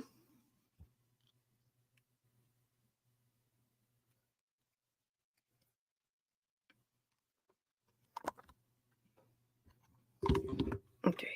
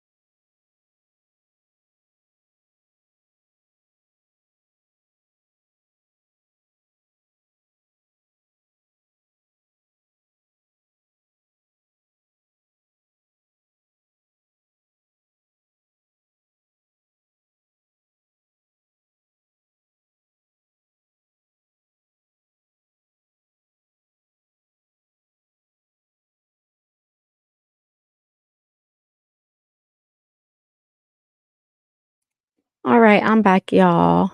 Who's all here? We have 7 people watching. I know that it's some dead air going on here, and I'm not very entertaining, whenever I'm just like anxiously waiting for this verdict to come back. But I am here, and if anybody wants to come up and talk about the case or anything, or talk about anything that happened today, we can do that. Let's see. Mm, mm, mm, mm, mm.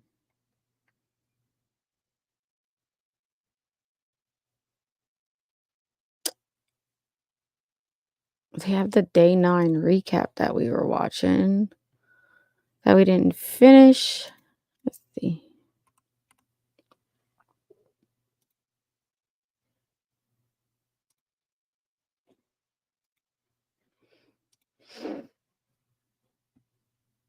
Thank you again. I always just I don't like having dead air, but at this point, like literally we're just waiting, and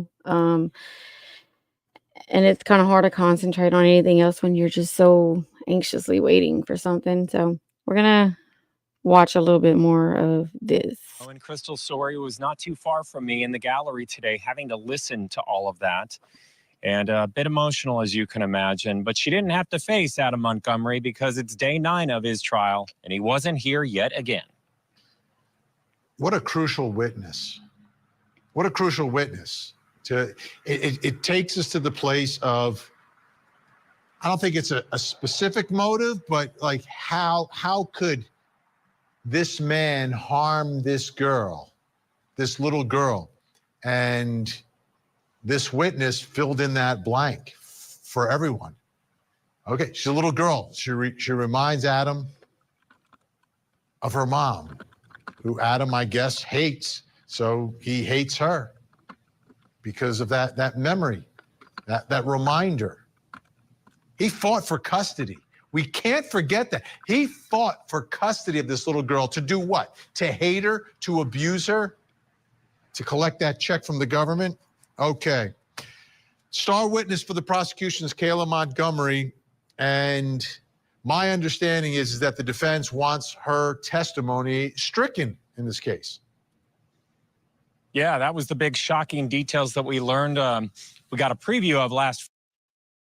Well, we ended up learning that none of that came true. So I'm gonna go back to this one because I literally cannot focus on anything right now. I'm glad that the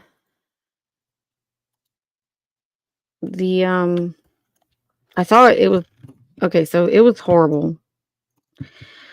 I thought at one moment that they may have more evidence of her remains, like at the beginning of her trial. I was like, what if the state has more? They're just keeping it close to the vest. They're not saying it, right? But they did have the receipts though from Home Depot. We know what they purchased, and that paints in a very disturbing picture. And they don't have to go into detail because just knowing what we know is sickening enough. So all I can say is I hope this jury does the right thing.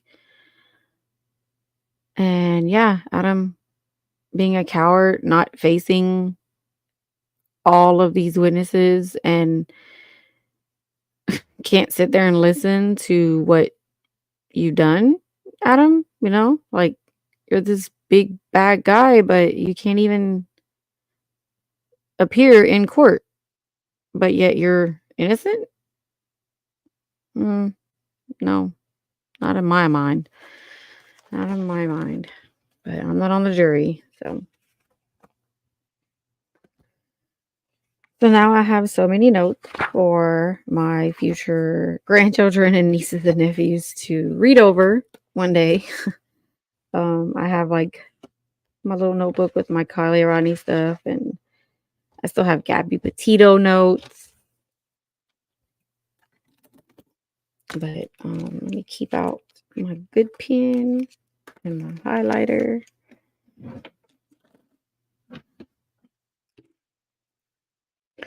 Harmony was money to him. Yeah, Yep, definitely. They claimed her on their taxes and everything.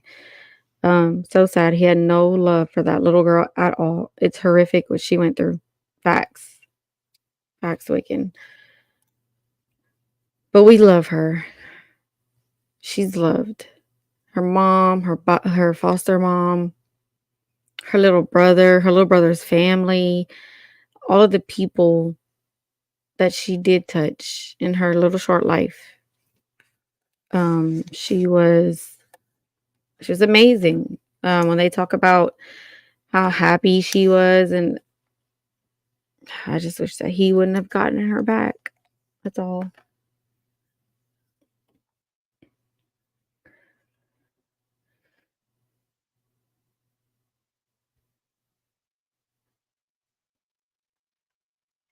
Um, let me see if I can just.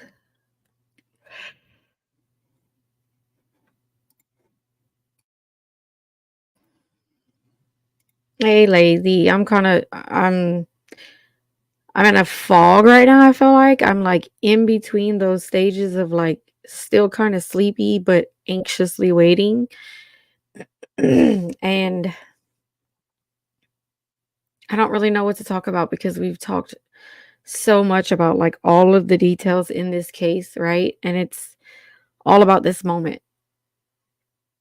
We just want the right verdict, and what I feel is right might be something completely different from the jurors, and it has to be unanimous. And it's like, sorry, all of these things going through my mind right now, and I'm going to be so upset if it's not guilty on the murder charge.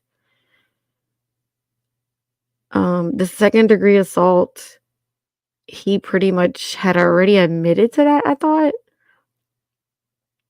But I mean, I guess not. But if he gets not guilty on that, fine. The other two, we know he's going to get guilty for. He already conceded to that. So I need the murder charge to be guilty. I need a win for today. So just because, like, we have like our little family and little group and all that, today would be me and Micah's dog's birthday. They were brothers. They both passed away last July from a snake bite, and they were probably fighting each other and fighting the snake, like not fighting each other like that, but my dog had gotten out of the house and they were both like in the same area, but a snake was involved. And yeah, today is our baby's birthday. So it's an extra hard day today.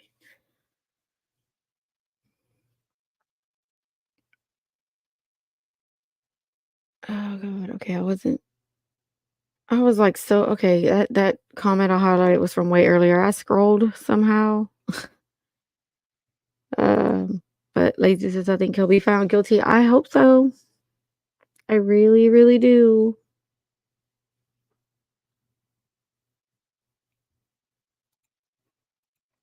Because he is. Otherwise, why wouldn't he just tell where her body is? If you're not guilty of her murder, but you're guilty of the other stuff, you help dispose of it. Just tell the location. So, definitely has a lot to hide.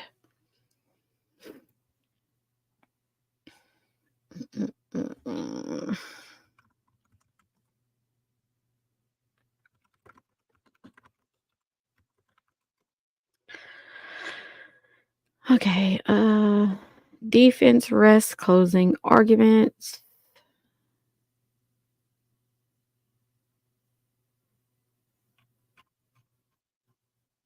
It's so hard to find like older stuff now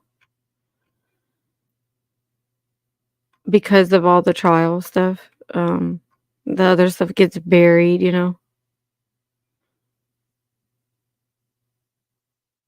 Um,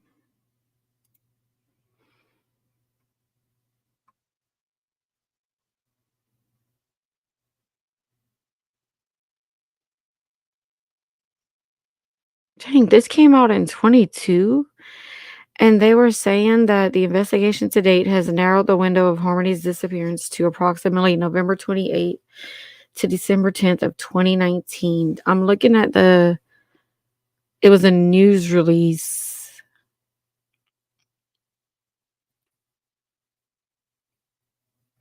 Huh. Okay, it's still on Verdict Watch right now.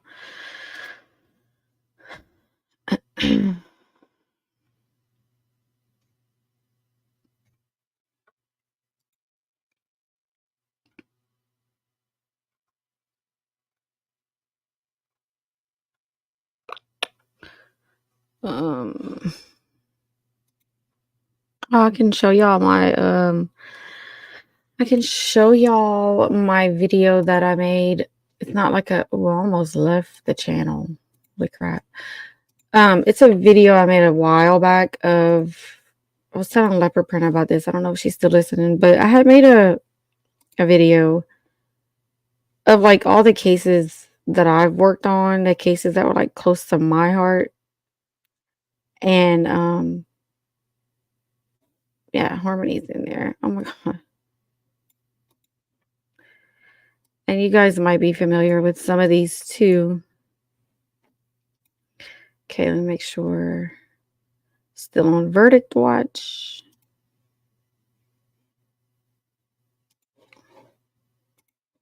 All right, so this is just a little video I made. It's not like awesome editing or anything like that. It was when I was first learning how to make videos. But these are like all the people's cases that I've worked on and invested in. Oh shoot. Hold on, guys. I messed up again. Forgot to take down the board.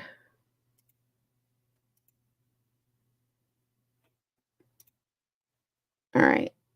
Okay, Leopard. Yeah, if you're driving, don't look down because it's mostly video, and like I named the people. But yeah.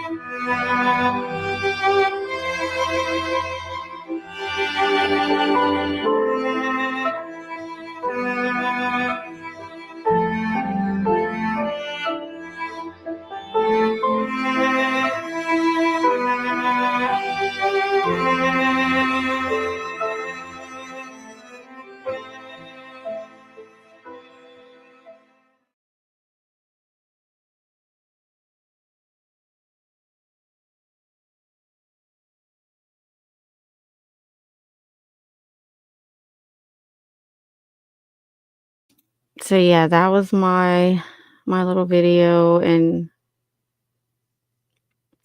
yeah, all of those children and adults, even missing persons in general.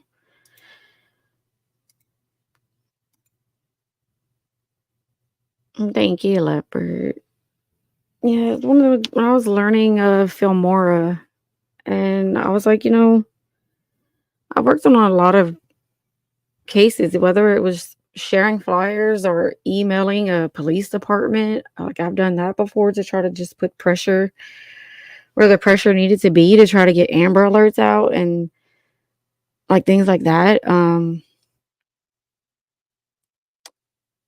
Joining so many Facebook groups and dropping flyers and interacting and sharing, like it, and it don't take long, and you never know who will see your posts. So even though I don't like actively cover true crime all the time anymore, especially on Twitter, I still will share flyers and such because you never know who will see it.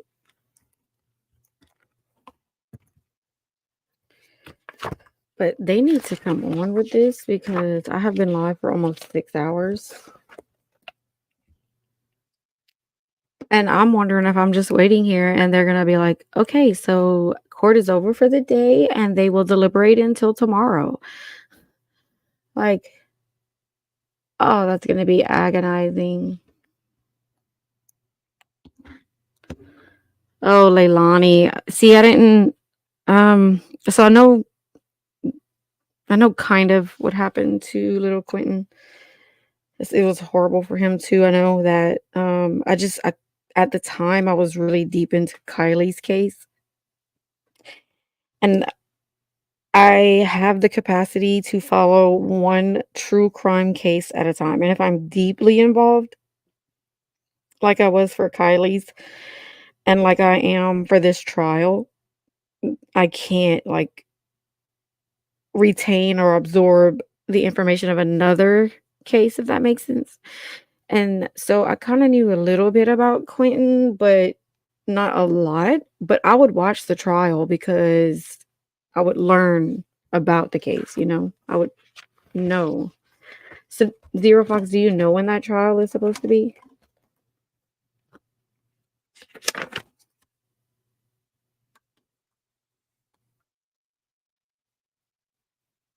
And then the Petitos, if they don't settle, which I don't think they would, but that's going to be May 13th. And I will be doing a live going over some of the depositions that have come out recently.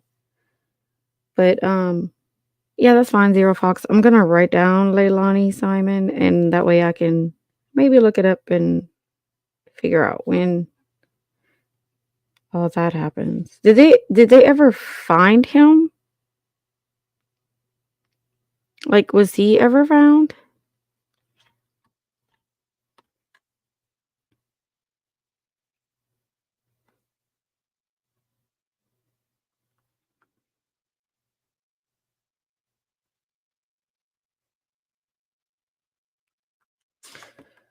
You're waiting on that one too, Leopard.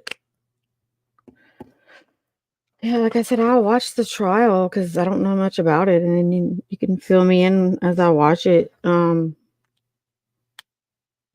I didn't know they found like fragments. Oh, poor baby. Poor baby.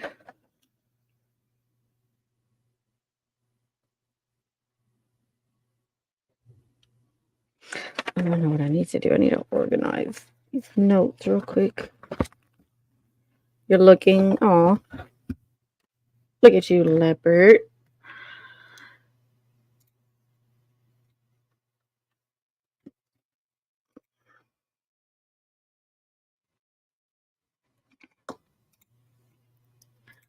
All right.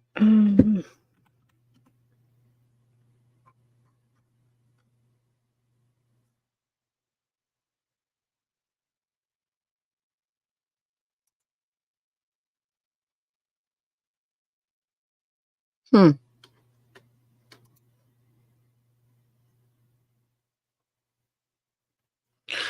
So let me see. We're still waiting on the verdict. So I'm gonna share this tab because this is the lady that's locally there right now, and these are some pictures that she posted. This is the Guilford Street home. Yeah. These people on their home that currently live there, they have a banner here that says Justice for Harmony. God, I zoomed in a lot. Whoa. Whoa.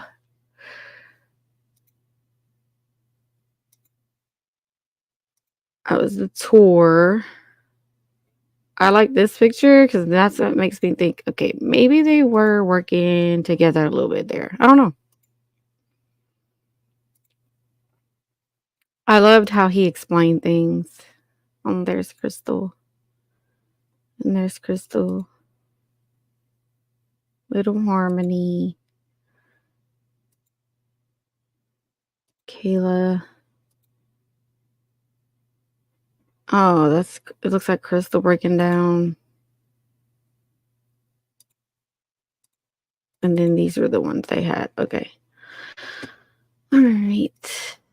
Back to the verdict watch, which is still a verdict watch.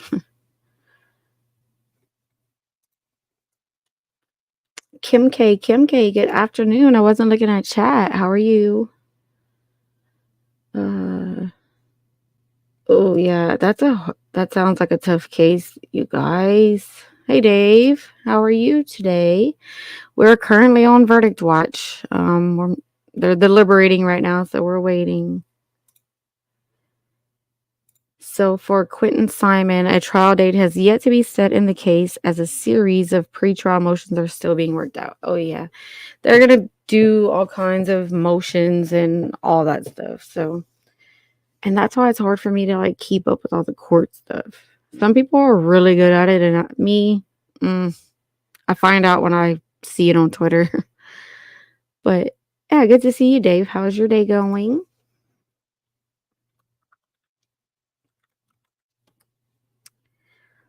I'll drop you a link right there. Okay. Let me see. Dave.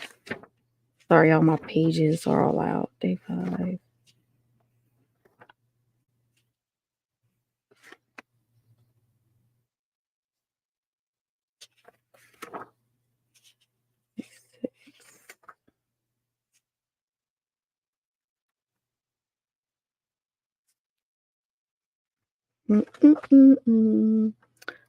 How long have they been deliberating? Ooh, good question. Let's see. I can tell you. So we have been on verdict watch for an hour and 6 minutes. It doesn't seem like that long already. So for about an hour now.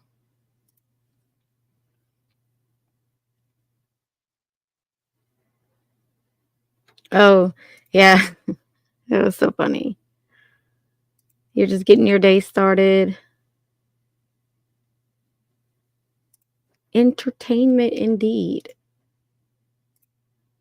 All right. Let me put my banners and all that back up. Let me edit this.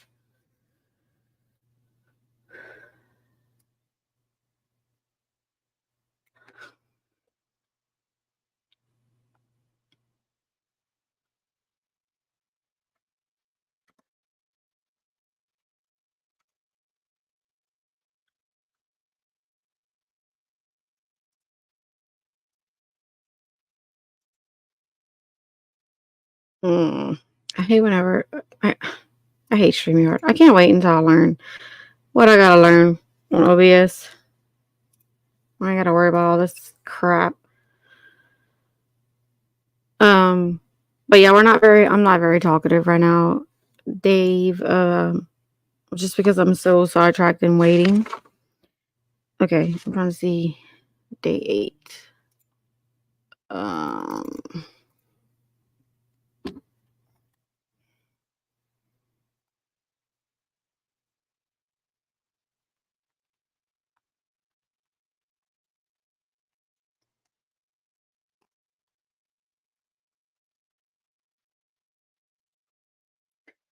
All right. Let me make a phone call real quick.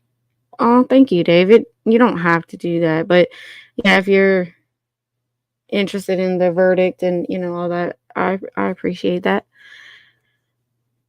I'm gonna mute for a second, guys, but I am here and I can see the background. I do have like a blocker thing up right now, but I can see on my end when it shows anything, and I can hear also, and you'll be able to hear. So if anything happens, I'll be right here. I just have to make a call.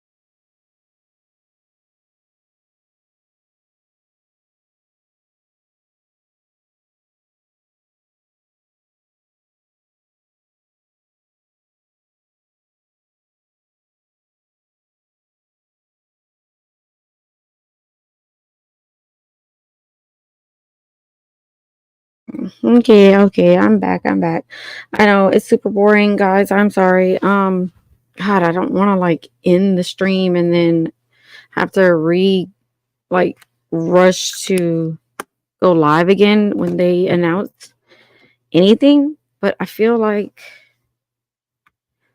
it's gonna be a minute because they had to go to lunch and I don't know. Um, I'm looking at who y'all are. Oh, I see who you guys are talking about.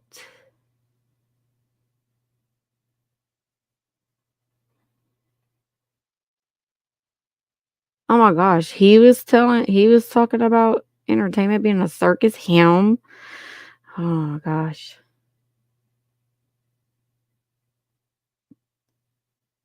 Right, Dave? I'm sorry. I'm probably this comment right here. Like, I'm probably it's so boring to you right now, but yeah, it's been a long 2.5, almost 3 weeks, and my brain is in like information overload, and I just want an answer right now.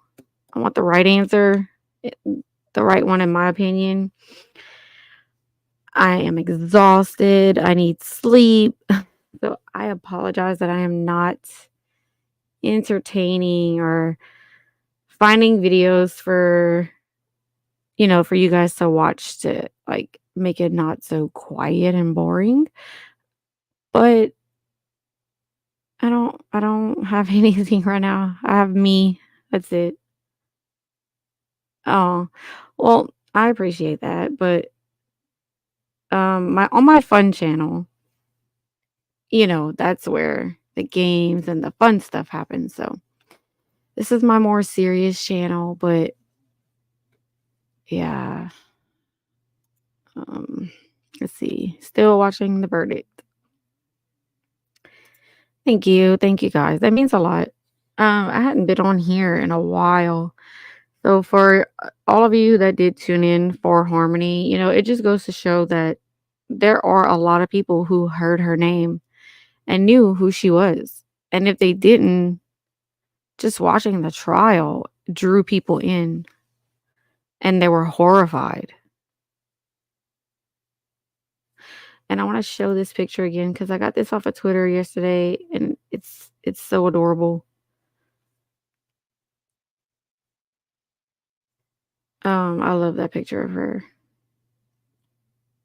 Oh, I'm gonna keep going. I'm definitely gonna keep the stream going. I have nothing else to do today as of right now. I have someone else that is picking up Micah, so I'm all good on that end.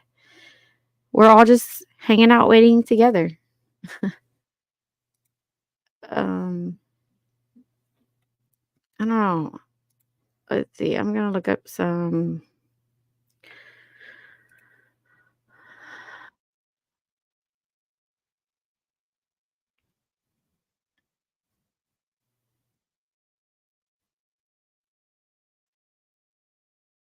I want to play like funny videos, but I don't want copyright issues.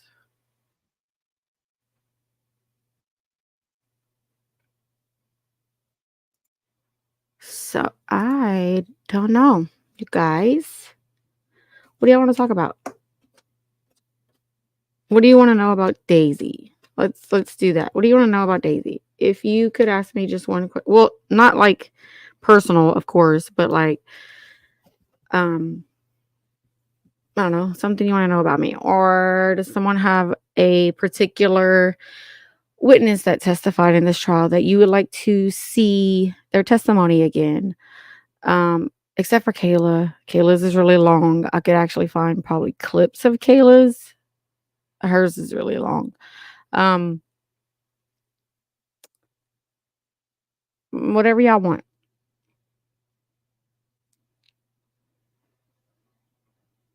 Because I'm all of I belong to you guys right now. This is 6 hours in. I am committing to the bit. Yes, I've learned that. Thanks to Resto Chesto. That's what I'll do right now. Is I'll start dropping some links. This is Micah's channel. That is Real Family. She lives here. Most of you guys know Micah. I will drop Dave's again. If Nightbot is cooperating. Hello, Nightbot. Thank you. Dave. We have Resto. We have Stoned.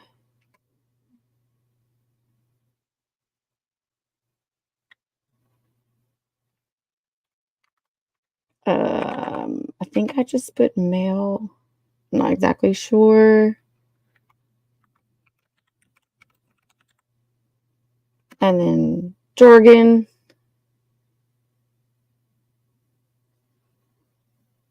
I think that's all the ones I have.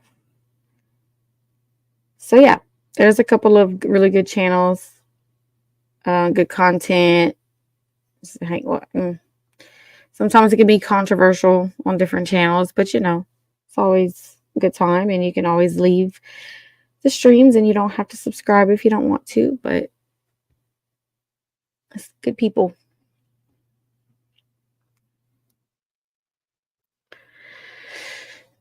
I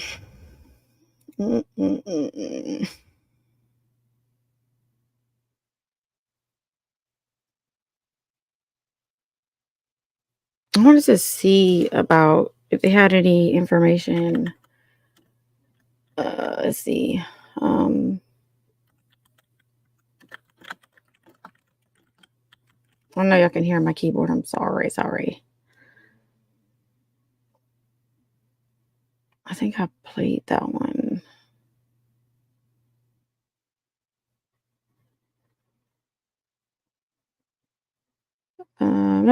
Nope. I need like a news one. Come on, people.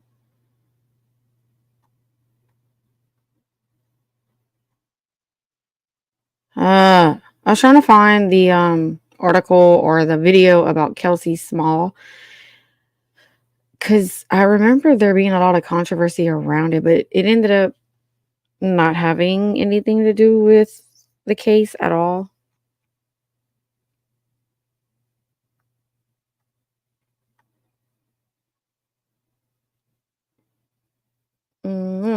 I don't know.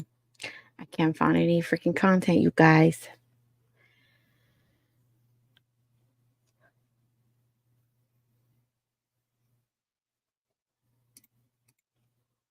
You can go cruise the Twitter streets. My old stomping grounds. That's where I used to hang out. I'll share this with y'all. I'm not afraid of my Twitter feed. Hold on.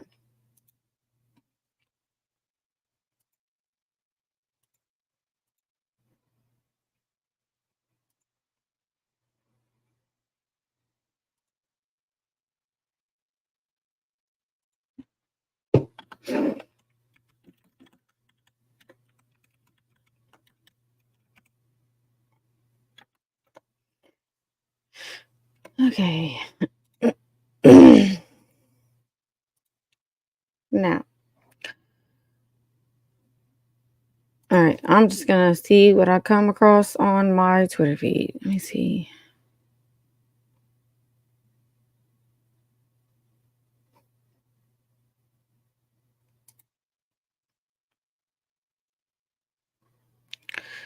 Oh, Jennifer Coffindaffer has a poll. How does Adam Montgomery know the FBI wasted their time looking for Harmony unless he knew where she was? She puts the recording below. But then again, he has admitted to abuse of her corpse and falsifying evidence. I think he will be convicted of her murder. What do you think? Convicted. 96% said convicted. Good.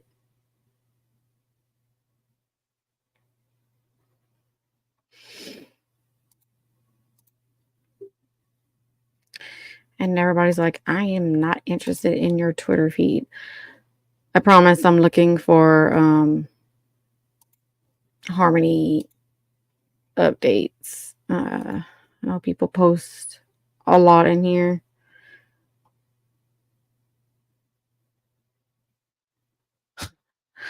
To the person who stole my shoes while I was on the bouncy castle, effing grow up.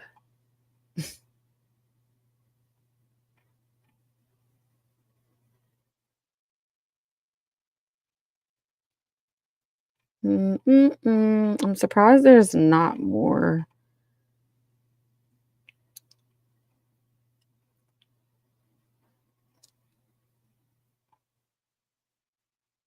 Oh, yeah, this is some of the words from the state. Is this the same one I played earlier? Rest of her torso, her face, her eyes, that smile. Only the defendant, as we all sit and stand here today, knows where they are. And he can't afford to admit to you that he knows where they are because the evidence contained on them will show that he caused her death. So she won't get the burial that everyone deserves. She doesn't get a headstone in the ground above the head that he battered. She doesn't get to be at peace in death because of what he did, because he can't afford to tell anyone where she is. She doesn't get dignity. She doesn't get peace because this man did nothing. He didn't do nothing. He did something called murder. And because he says trying to find her is a waste of time, that trying to find her is a waste of taxpayer money, that's what he thinks of her.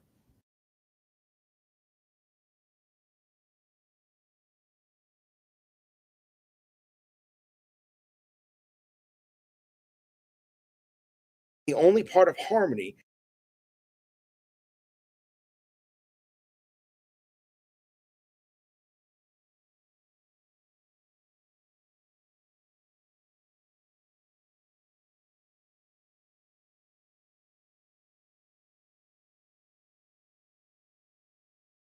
So I understand that I was found guilty by a jury, and I'm not here to dispute that at all.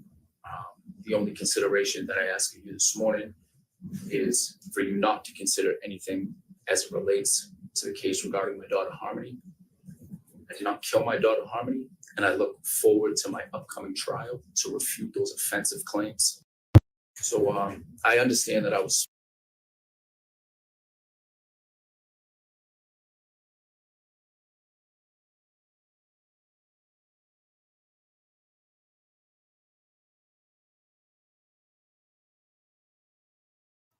God, I'm sitting here looking at my whole Twitter feed while I was muted. Did y'all even hear any of that?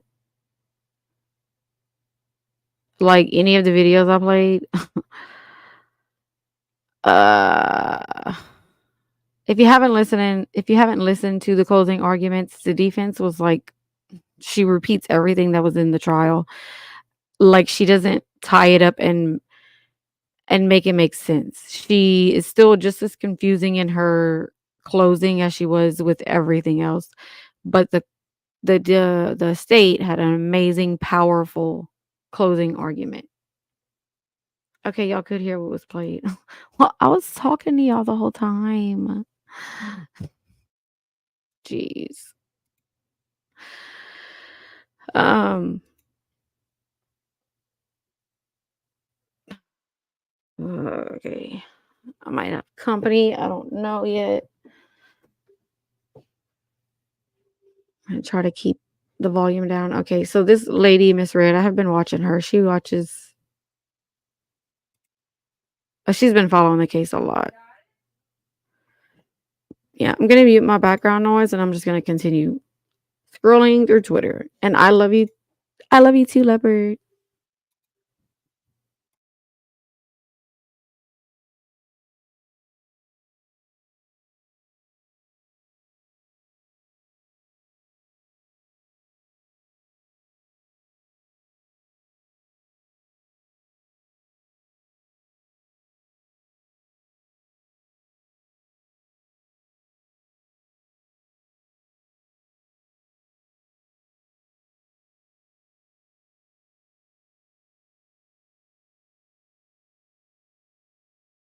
Okay, so y'all gonna hear some background noise, but it's okay. It's a little toddler. But I wanted to point out this on Twitter, this Blair Miller. This is the guy. Hold on one second. Blair Miller is the guy who adopted Jameson, Harmony's brother. So they posted this 4 hours ago, focusing on the good. All right, I'll be right back. I'm gonna go bring my dogs out too. BRB. Oh man, I'm gonna put these in case something comes back. Hold on, Paris. Jeez.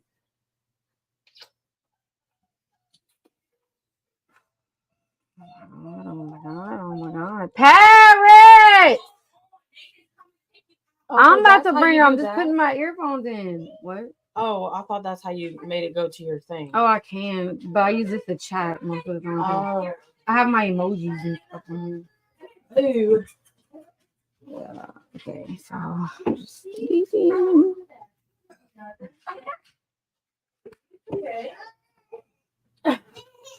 Come here, Kinsley, you big butt head. Let me.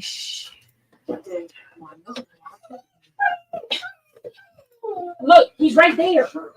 No. Oh, I think I have it.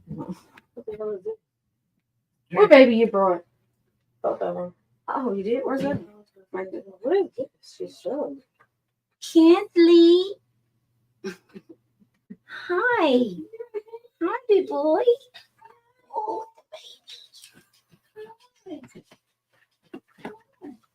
He was smiling as soon as I think about his car seat. what are you doing? Is you car on? Yeah. Oh. So Heather's saying Her hair don't look bad right No, I here. put it in a ponytail, that's why. Heather's staying at dad's for now. What happened? And Josh really thought that if he told Heather to leave, she had to. I said, y'all are married. No, she Oh, doesn't. yeah. They were fighting, like, they were drinking last night. And, Hey. they called me to go get Heather because she punched Josh in the face and she pushed Brad and, like, Golly. Hey. Hey. I was like, y'all are Hi. ass people. Hi, Dee Like, y'all should be able to. You found me. Y'all should be able to. If y'all can't drink and handle your liquor, maybe don't drink. Yeah, for real. Are these them cookies that are on the airport? They're good. Hey. It's like he takes a minute to find you, but. Hey. Hey, Dee. Dee. You're an idiot.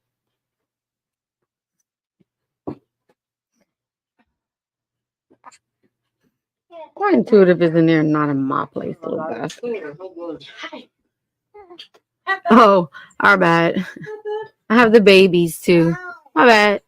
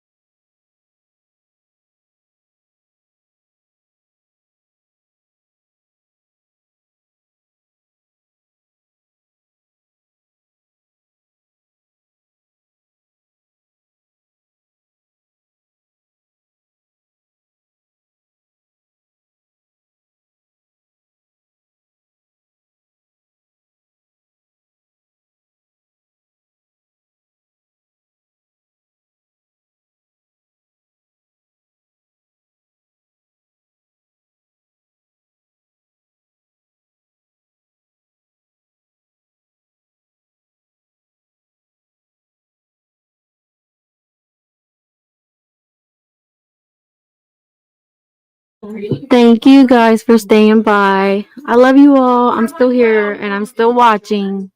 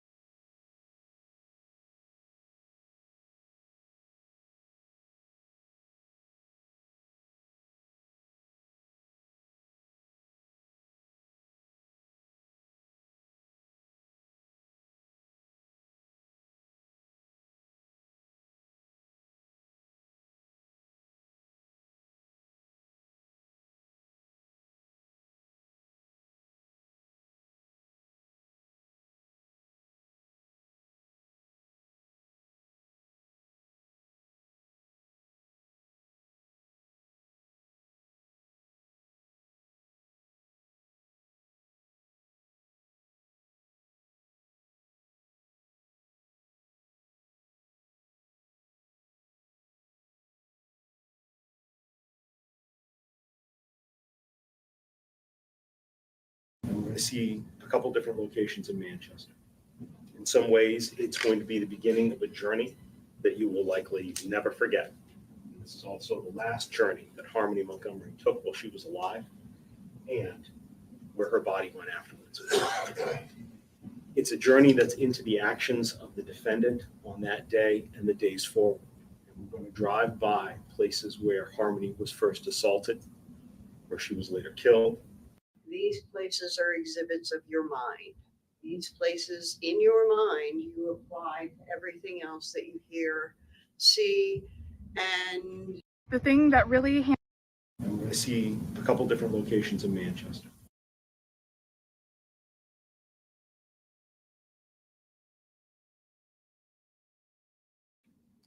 Where is Harmony Montgomery?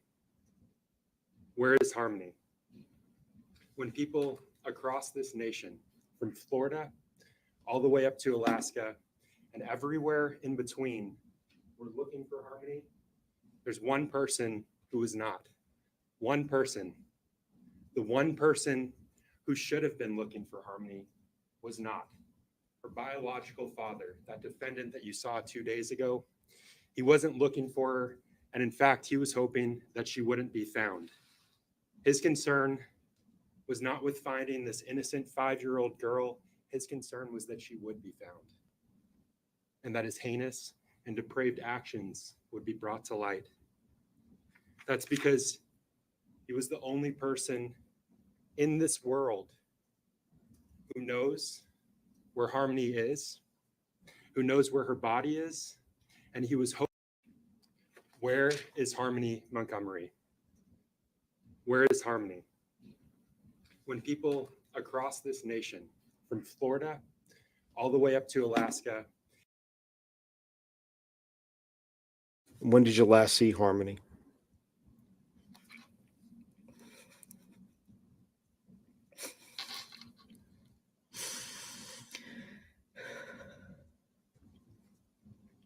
April April of 2019. April of 2019. Yeah, right before Easter. How did you see her? Oh, I was doing a Facebook video call.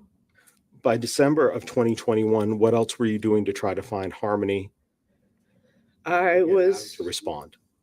Calling DCF. I was, telling my therapist, talking to anybody that I knew was either a mandated reporter or had some type of leverage because I wasn't getting anywhere. I had wrote. Where?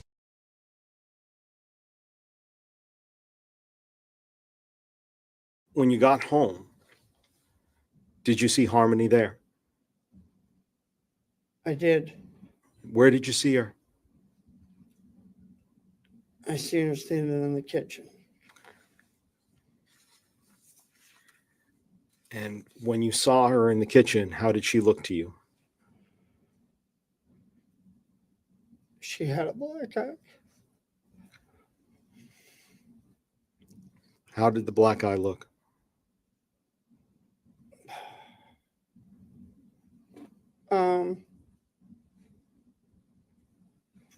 Full, like a raccoon's eye, black and blue. Black and blue? Yes. And when you say full, what do you mean by full? Can you give us a good All the example? way around.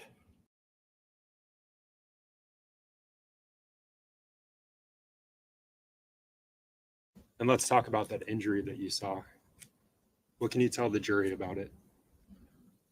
It was a pretty severe injury. At the time, I questioned Adam, what happened, and he told me that she acquired it during a soccer accident. Yeah. When you say severe injury, what did you see? Can you explain to this jury what made it severe in your opinion? Her eyes were blackened. Yeah, it was pretty intense in the moment. Yeah. Was it concerning to you? It was, but he told me that she acquired it during a soccer accident. I have kids, so I understand, accidents happen. So And let's talk about that injury that you saw. What can you tell the jury about it?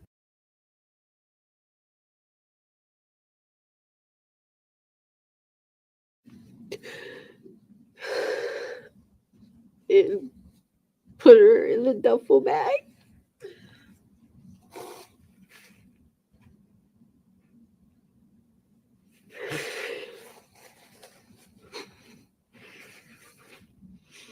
You mentioned this duffel bag from the trunk.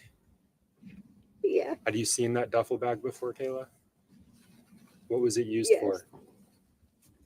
When we got kicked out of the house, we put clothes in there for everybody. And it was in the trunk of the car. Did you see him put Harmony in that duffel bag? Yes.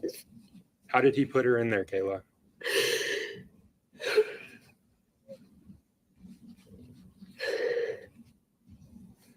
He like folded her in half and put her in the double bag.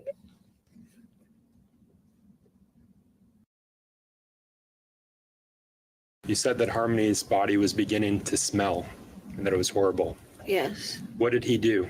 When he took her down from the ceiling and brought her into the bathroom to put her in the garbage bags, he asked me to bring the bag to his job.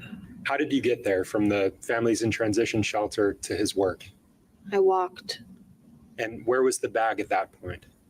in the stroller. Was anyone with you during that walk? My 2 kids.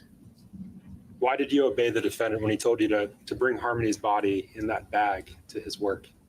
Because I was scared. You said you're aware of what he did with her body at his work at the Portland Pie Pizza Company. How are you aware of what he did with it, Kayla? Because he told me that he put her in the freezer. You said that. Kayla, why stay with someone?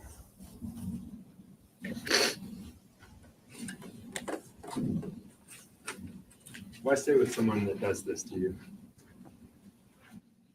Because I was scared.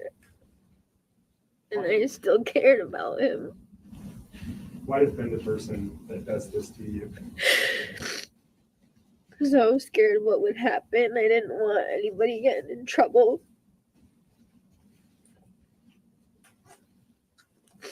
Why stay with someone? Why stay with someone that does what he did to a helpless girl like this?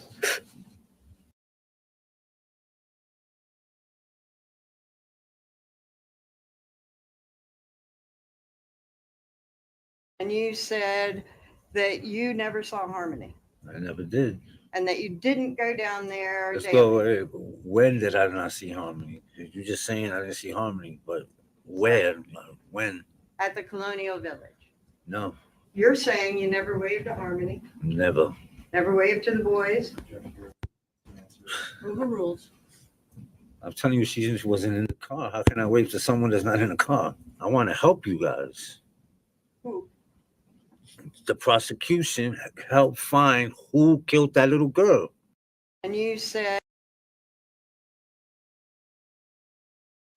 When you saw her face, how did she appear to you? Her left eye was badly bruised and starting to swell shut. Did you drive her that day down to the methadone clinic? I drove both of them that day. She was shaky. Where was Adam when you tried to give her the phone? He was walking back towards the car, but And so at that point, you said he was walking back towards the car. I didn't see Adam there. I saw rage. I saw pure rage walking towards me. He reached into the window of the car and twisted my phone out of my hand and said, "You're not giving my wife that phone." That Adam had disappeared and pure blind rage was walking towards me. I describe him as Charlie Manson walking towards me. That's what it looked like. Wade visits you at the place you laid your head. When? Has he ever visited you at the place you laid your head? So let's be clear, because you lied in this. Let me tell you which one you lied in right here.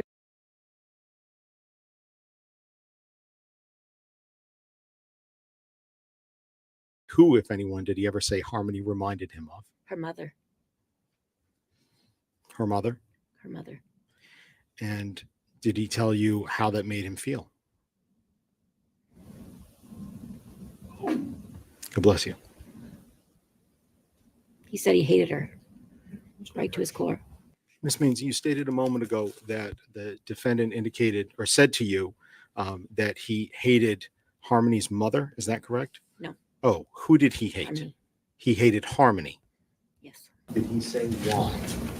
She reminded him of her mother.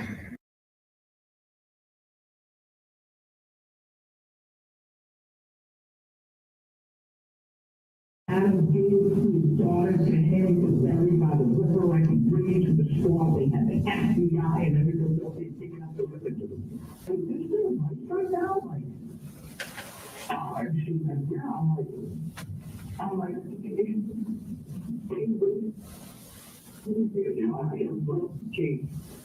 everything that's said to them, no matter how outlandish, seriously, and they have to do their due diligence. I can grasp that, right?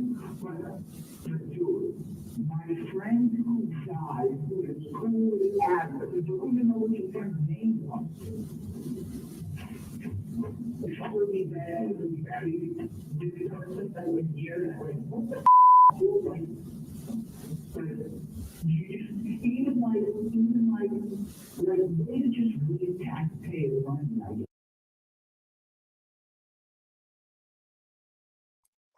So that was just a little rundown of like the clips so far from the trial. We still are on verdict watch, as you can see. Is there anyone in here that didn't hear the state's closing argument? Because that was pretty powerful.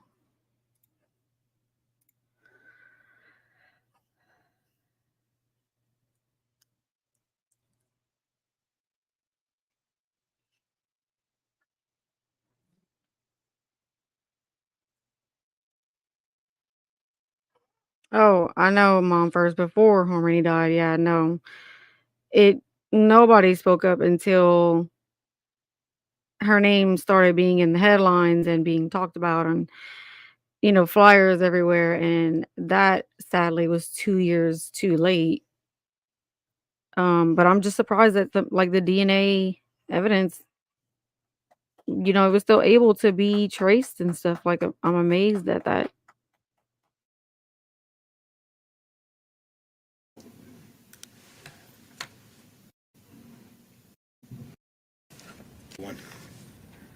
I want to thank you very much. We told you back before we took the view was going to be a journey that you weren't going to forget. It has been a long couple of weeks. You have been incredibly attentive, and we are very, very appreciative of that. One of the things you heard just a moment ago from Attorney Smith was that she doesn't get the opportunity to come back up here and talk again. That's true. It's called taking turns. It's something that parents teach children. Beginning, state has to go first, defendant has to go second. At the closings, defendant has to go first, state has to go second. Something very simple that parents teach children. One of the other things that they should teach is if you're going to quote the defendant, if you're going to quote a witness, you have to make sure that you're accurate. So I'll apologize in advance, but let's quote people accurately. I fucked up. Again and again and again. I fucked up. I fucked up. That's what the defendant, his language that he used when he told Travis Beach at the night he got the U-Haul, the night that he disappeared Harmony's body, to whatever place it is now, where he knows it is right now to this day, his words, I fucked up. Not she, not we, not Kayla, I fucked up. Singular, personal, solo. That's the defendant's words. Defense counsel got up here in openings and said that you'd hear evidence that Adam Montgomery was out in the middle of the night doing his business when something happened and Harmony died. If that were so, the defendant never would have told Travis Beach, I fucked up. Adam Montgomery was no loving, caring parent, but an enraged tyrant who had no business being around young Harmony. So together, let's look at the actual evidence, the actual quotes of what you saw and heard as we look at all of the charges that you're going to deliberate on that encapsulate what the defendant did do, and talk about the evidence that you've seen tells you what he committed. And we'll start first with what the defendant's telling you in opening arguments. And now that you can and should find him guilty of abuse of a corpse and falsifying physical evidence. Let's set that as the baseline. Let's start there. Let's see what that actually means before we look at how he committed each one of the crimes charged, not just the ones that he feels are going to distract you from the rest of the nightmare that he's responsible for. Who carried Harmony's body away from the broken down car in the duffel bag, hid her outside of Colonial Village while they stayed in Anthony Badero's blue Audi for 2 nights, put Harmony under a ramp and then in a van, and then in this cooler for weeks at Christina Lubin's house, into the CMC bag, into the walk-in cooler at Portland Pie Company, in the fridge, in the freezer, defrosted her in the shower, consolidated her body yet again, brought her to the Econo Lodge, tricked his friend into renting him the U-Haul, and then dumped her body somewhere. All to make sure that the evidence that could have been brought before you that shows that he's responsible for having murdered her would never be found. And he says you can and should find him guilty of those 2 crimes, of abuse of a corpse and falsifying physical evidence for this. He doesn't dispute this. The defense said all of that in their openings, that the defendant did both of these 2 bolded things. Since day 2 of this trial, opening arguments, you should then consider not only all of the testimony, but also all of the corroborating testimony about all of those charges, those 2, falsifying physical and abuse of a corpse, to be true. So let's make it very, very painfully clear from the indictments that you're going to be considering for falsifying physical evidence and abuse of a corpse, making this Harmony fit into this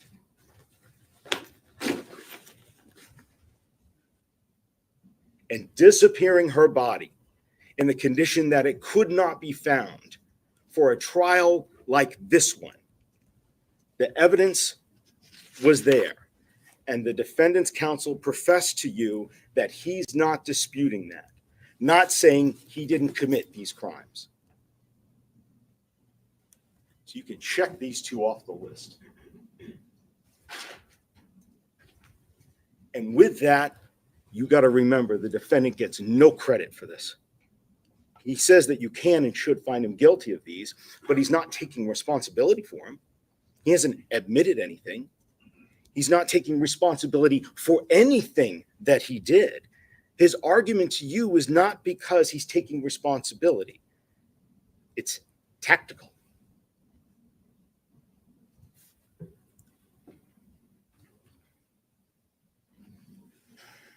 He admits what he can't deny.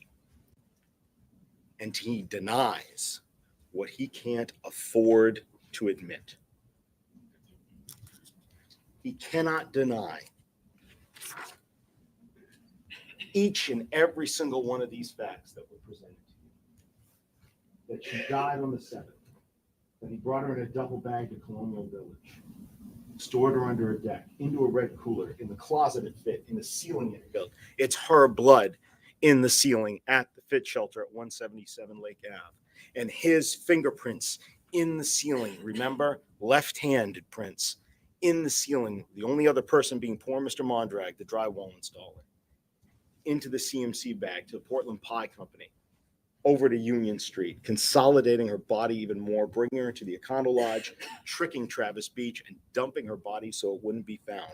The argument that the defendant is making, he had to make. His concessions don't mean he's taken responsibility for these crimes. It doesn't mean that he's a man of principle or restraint, nor does it give his argument any credibility that because I concede all of this, well, the rest of it must not be true. The whole thing's true. And he's taken responsibility for none of this. So again, baseline, first things first, before we move on, these two charges and the charges that his counsel argued can and should find him guilty of, they're there. That's done. And that's the tip of the iceberg. It's all of the charges, every single one of them has been proven by evidence, not emotion, beyond a reasonable doubt that the defendant is the man who did all of these things. And that's because you saw the evidence. You went on The View. You saw witnesses take this stand and put themselves before you. And you looked them in the eye. And the same common sense that you use every day to tell whether somebody is feeding you a lion, a bull, or not, you used with those witnesses. And because of that, you know that this is true. Because you heard from people like Kevin Montgomery, Nick Ahern, Katie Moran, all talking about the defendant telling them in July about the worst thing he had ever done up until that point. You heard from Kayla, 2 days from Kayla, and all of the other witnesses that corroborate her, how he beat Harmony, this 35-pound child. Remember, Nurse Travers told you that she was measured just back in June before the July incident occurred. 35 pounds, 5 years old, 35 pounds. And you heard from all those witnesses, especially Kayla, about why he beat Harmony to death, when he beat Harmony, and how he beat Harmony. And you vetted what she had to say. And you saw the rest of the injuries that he incurred, and all of that was corroborated by the other evidence presented. Corroborated in ways that we'll explore that the witness never could have possibly known there was other evidence out there that supported them. Not when the defendant started telling investigators what happened and how the defendant beat the life out of Harmony. And then beat and manipulated and controlled Kayla afterwards to make sure that she stuck to the story so he would not be held accountable and the evidence of his crimes would not be found. So when he says that you can find him guilty of these, understand that these two are but a part of the whole of his criminality, of how he murdered Harmony as well. When he said this to Travis Beach, it wasn't for part of that. It was for the whole of taking Harmony's life and beyond. Don't forget what he's saying that you ought to convict him on as well. That the falsifying physical evidence and that the abuse of corpse are unto themselves evidence of the crime of murder. He's a murderer.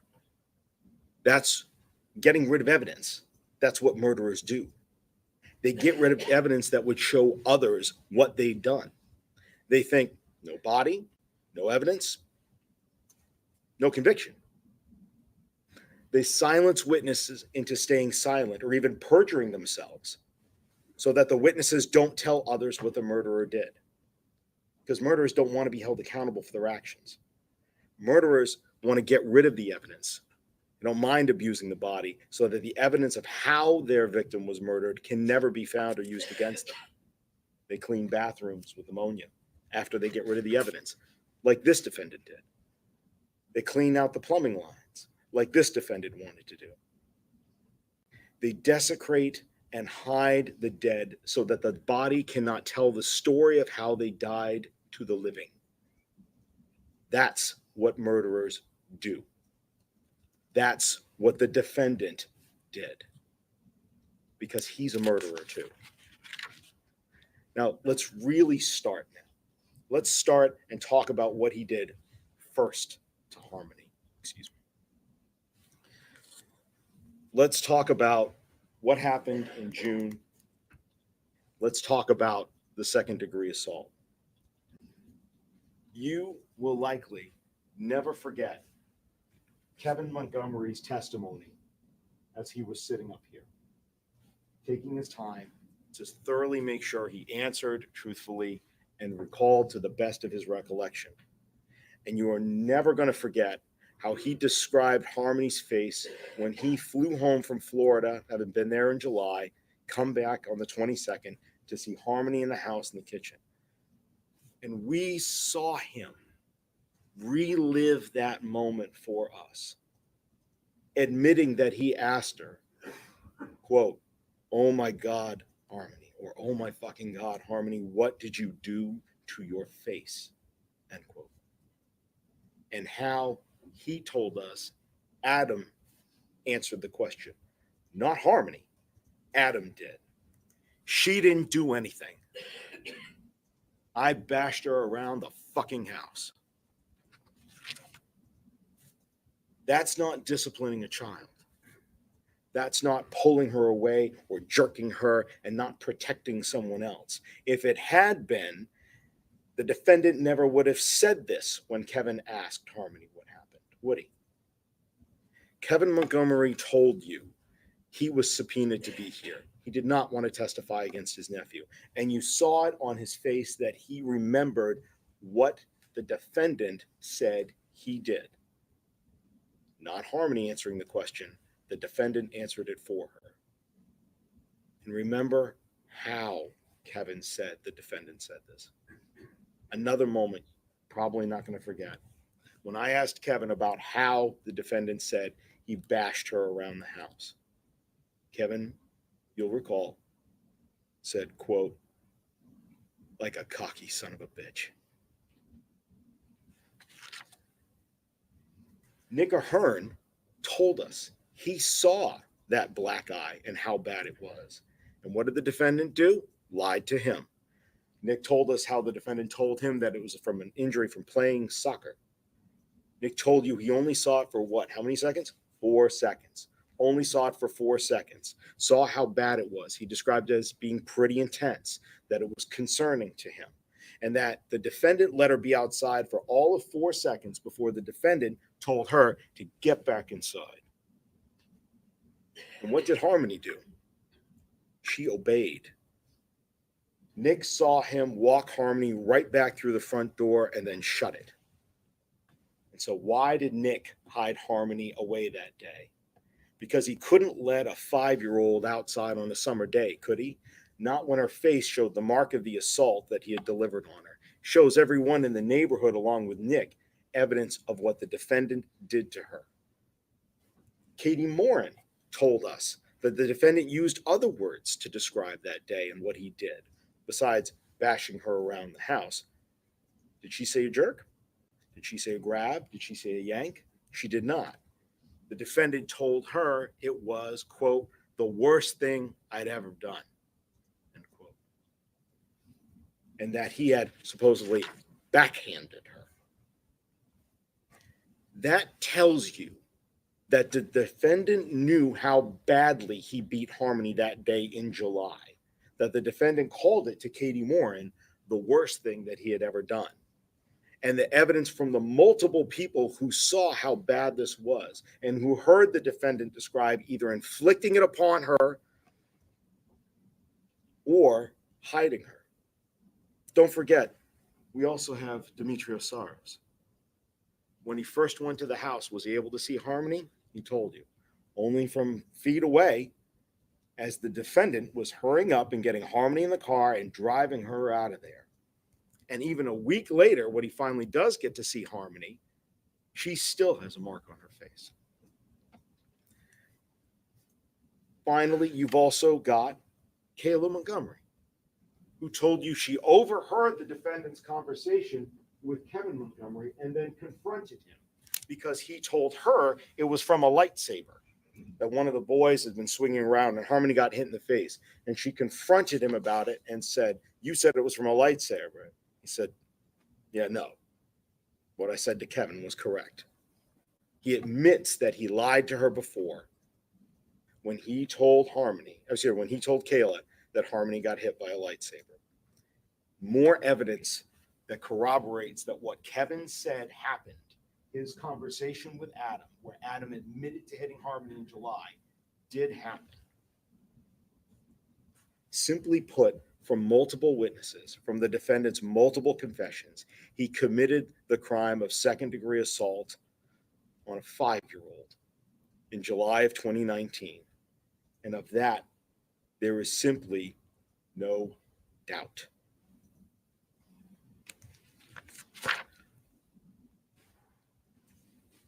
That being said, now we can move on. Who and where and why Harmony was killed? Let's go through what the evidence showed us, one thing at a time. We saw that it was not alone with Kayla, not in the Colonial Village parking lot in the middle of the night, where Adam had gone to go do his business. Not that it was something that you heard that had happened. It was the defendant in the car on the morning of the 7th with his fists. And it was cold. We know it was cold. So cold that Badero's car died that night when they moved over into the Audi. Adam wrote to Matt Gendron, remember, that they were freezing. Cold enough so that Kim Frayne went and gave them the battery pack to help give them the jump start. So we know it must have been cold enough that day that blankets in the back of a car did not appear out of place. Kayla told us how the accidents were happening, and yes, something had happened the night before, but she told you the night before was when the defendant first hit her. Why? For another accident that Harmony had had in the car. An accident that Kayla did nothing about. An accident that the defendant did nothing about and told Kayla to let Harmony lie in it. Kayla told you what it smelled like, and she told you to your face that she still did nothing about it. And in the morning, things were still the same. Kayla described for you how it started up again. It was still dark outside. She told you the first blow in the morning, it was still dark outside. We know that. Why? Because it's December 7th. Because it's before they get to the methadone clinic, and we know that the check-in times there are 7:05 and 7:09. And you know how dark it is in December, just a couple of days away from the darkest day of the year, December 22nd. When the defendant gets out of the car, goes in and gets his methadone, and then comes back, he finds Harmony has done it again. The smell of her inability to control her bladder and her bowels, something that she used to be able to do just fine for years. It's back again in his car again. The last place that he has, the only place that he has. And what does the man whom Kayla saw be so rageful do? And remember, that rageful wasn't just seen by Kayla, wasn't it? We heard from Rose Smith, the driver, years later, 2021. She told you that after giving Kayla a ride to the methadone clinic with Adam and coming back, that Kayla had had bruises that day, terrible black eyes, and that she tried to give her phone to Kayla. And her words were that when he wrenched that phone out of her hands, he told her, "You are not giving that phone to my wife." And she described his face how? A look of pure rage. What does that person do when they get back to the car after their methadone and Harmony has soiled herself again? All he has is his car and his rage and his fists. And Kayla described for you how that went on. For the length of time the same length of time that you took driving from the clinic here on Market Street up to the Burger King on Hooksett Road, you drove that drive. You know how long that is. And as the smell continued, she described that the hitting continued. And Harmony took blow after blow until she was moaning. And the defendant points to the fact and says, well, other people, they should have been able to see in the car. It's cold. It's dark. We know there's snow on the ground. Snow in New Hampshire means salt, which means the windows probably look the exact same that yours and mine did this morning. It's not easy visibility. Plus, think about it.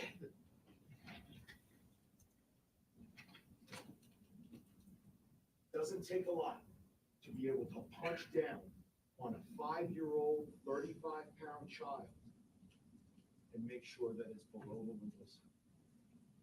Not for him. Not for Adam Montgomery. Not against Harmony. Not in that car. And you saw from the Walmart video and the video from Officer Stanzel, when they first approached the defendant, when he was trying to find where Harmony was, you saw from that how the defendant looked. Remember him at Walmart. He's not a small or a weak man. He wouldn't need to use much power to inflict deadly force upon Harmony's skull. And you heard it wasn't from one blow of his arm, but several. Take a moment. Let's just take a break and talk about something that defense brought up. The fact that there are other children in the car, and why wouldn't they have been screaming and yelling? I remember that fun catchphrase she tried to get Kayla to say, a cascade of chaos would have ensued. We know young children adapt to their environment like nobody's business. They're frightened by new faces. They're frightened by new experiences or the unexpected, but they're not frightened by something that's familiar. Why would the other children cry if Harmony had been getting hit and punished in the car? After all, this was the second time in less than 12 hours that they would have seen this if they were awake. They would not have been unfamiliar with his rage towards Harmony in that car. The defendant's theory that punishing Harmony for soiling herself would make the other children cry implies that this is unfamiliar to them.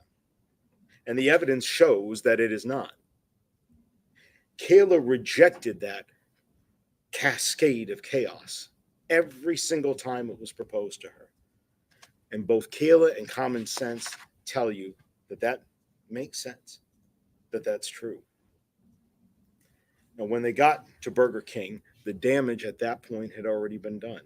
As Kayla told you, Harmony laid under the blanket. No one went to get help for her.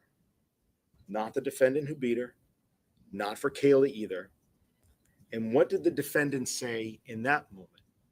Words matter. I think I hurt her this time. This time. This time, I think I hurt her. I think I did something. Why say this? Because he didn't do nothing. He did something. He took her life in rage over a bathroom accident. And he admitted in his opening that you can and should find him guilty of abusing her corpse and falsifying physical evidence for what he did afterwards to get rid of the evidence, get rid of her, get rid of the evidence that would have shown he murdered her. But it was the evidence of his crime of beating her. I fucked up. I think I did something. I think I hurt her this time. That's what he believed.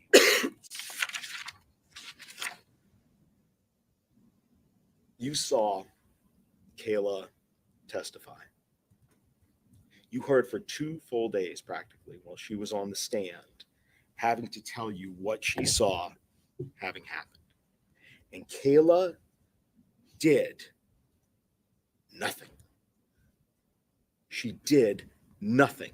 She did not parent Harmony. She did not clean Harmony. She did not change Harmony when she soiled herself and the defendant told her to leave her in it. She didn't stop the defendant. She didn't try to get Harmony help. She didn't call 911. She didn't yell out. She didn't run out of the car. She didn't disobey the defendant. She's not seeking help. She's not seeking attention. He went through the trunk to get her, not her, because she did Nothing. Later, she didn't betray him until after she even lied in grand jury and committed perjury for him. She didn't lift a finger. She did nothing. Nothing at all.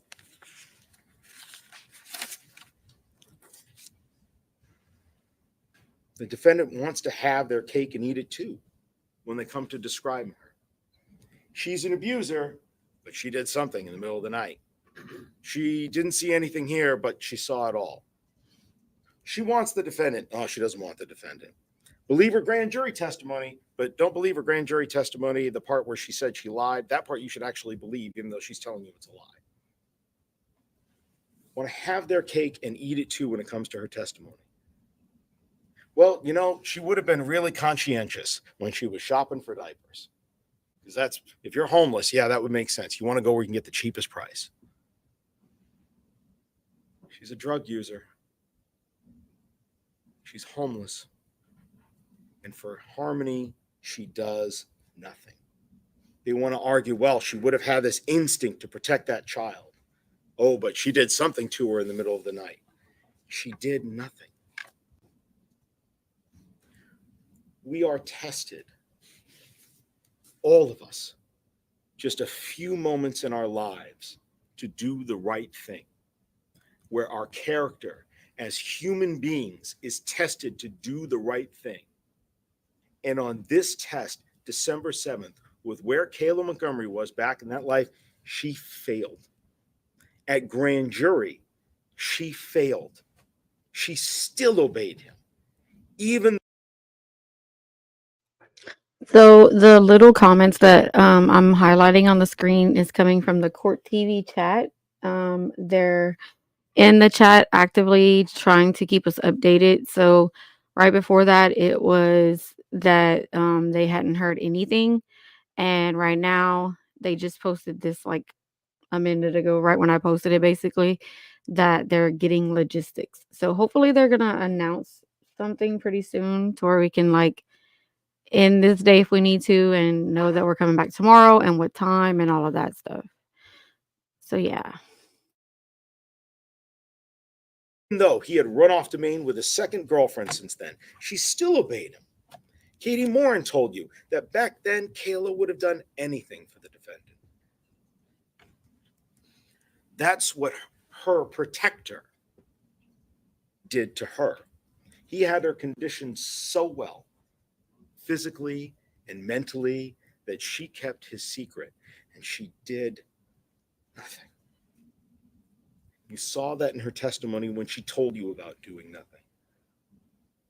And she told you about not stopping him from hitting Harmony. And she admitted unashamedly, without reservation, she didn't try to take Harmony to the bathrooms to clean her up. She didn't try to get her help. She did obey. She took Harmony's body to Portland Pie when he told her to later, sitting her between her two children in the stroller for that 15-minute walk down the street. But she did nothing. You don't have to like her to believe her. You don't have to like what she did. You may have very good reasons for hating her, but that doesn't change the fact that she saw the defendant beat Harmony to death. That doesn't change her credibility on telling us what the defendant did. Just because you believe that her failure to do the right thing is despicable, it doesn't mean that on this she's not credible. She actually tried to humanize this guy. Remember her testimony? She cried. And she said to you and admitted she still cares about him. Her in prison, Harmony somewhere, only he knows. And she still cares about him. And she admits how she did nothing for Harmony. If she was singing for her supper, like the defendant suggested in their opening, she wouldn't have done that, would she? She'd have an answer for every question, an excuse for every moment that she did nothing. She didn't have that on the stand. She would never have admitted that she didn't take the kids to the bathroom or that she let Harmony sit in it that night. And yet she did. That's someone who's not. Okay, so the update I just got in Court TV said, hold on. The thing in Court TV saying that they went into deliberations without the form. Hold on, let me get it for y'all for sure. So it says the verdict form was not available this afternoon. And then they said we think we will be resuming tomorrow.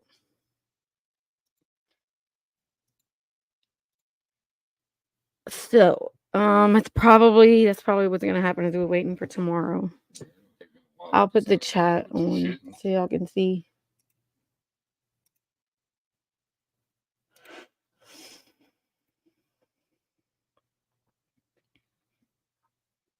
The jury decides guilty.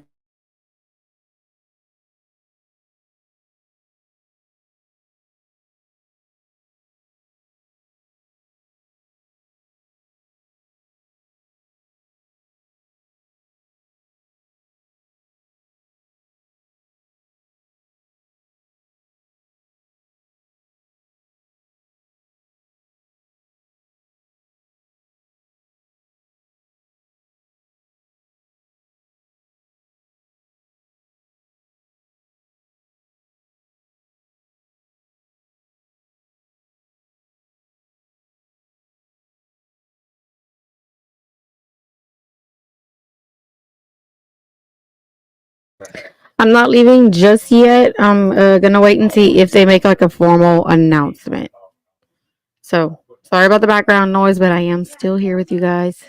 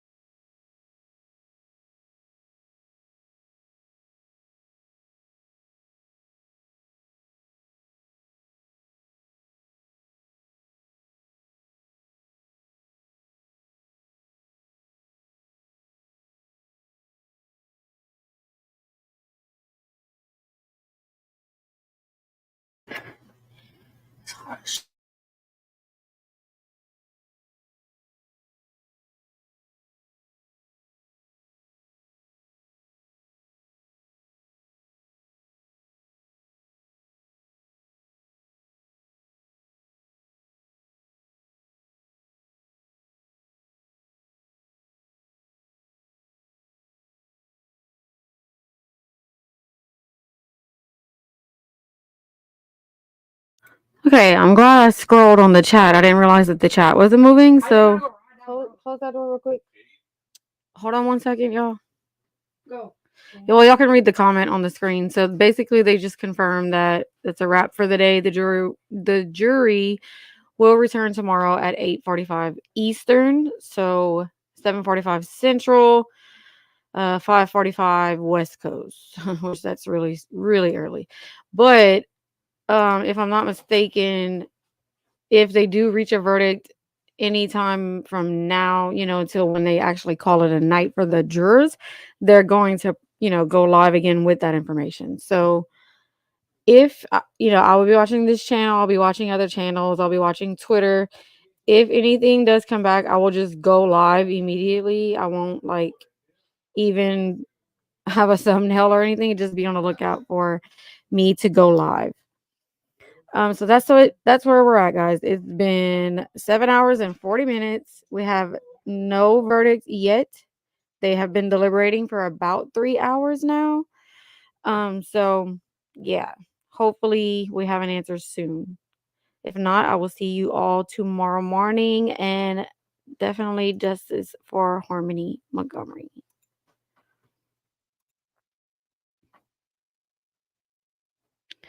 You're welcome, Zero Fox Given. Thank y'all for being here.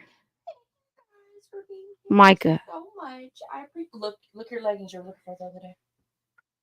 Okay, cool. All right, y'all. Yeah, it's been a long one. I need to go relax for a little bit. But I will be watching my phone like a hawk, I promise. And I will see y'all hopefully I see y'all later tonight. Hopefully we get a verdict sometime in the next hour or so, right? Yeah, the live stream just went down, so let me make sure all is checked. Your oil is checked? All notifications. All right, guys. See y'all later, and I will update y'all as soon as possible. Bye.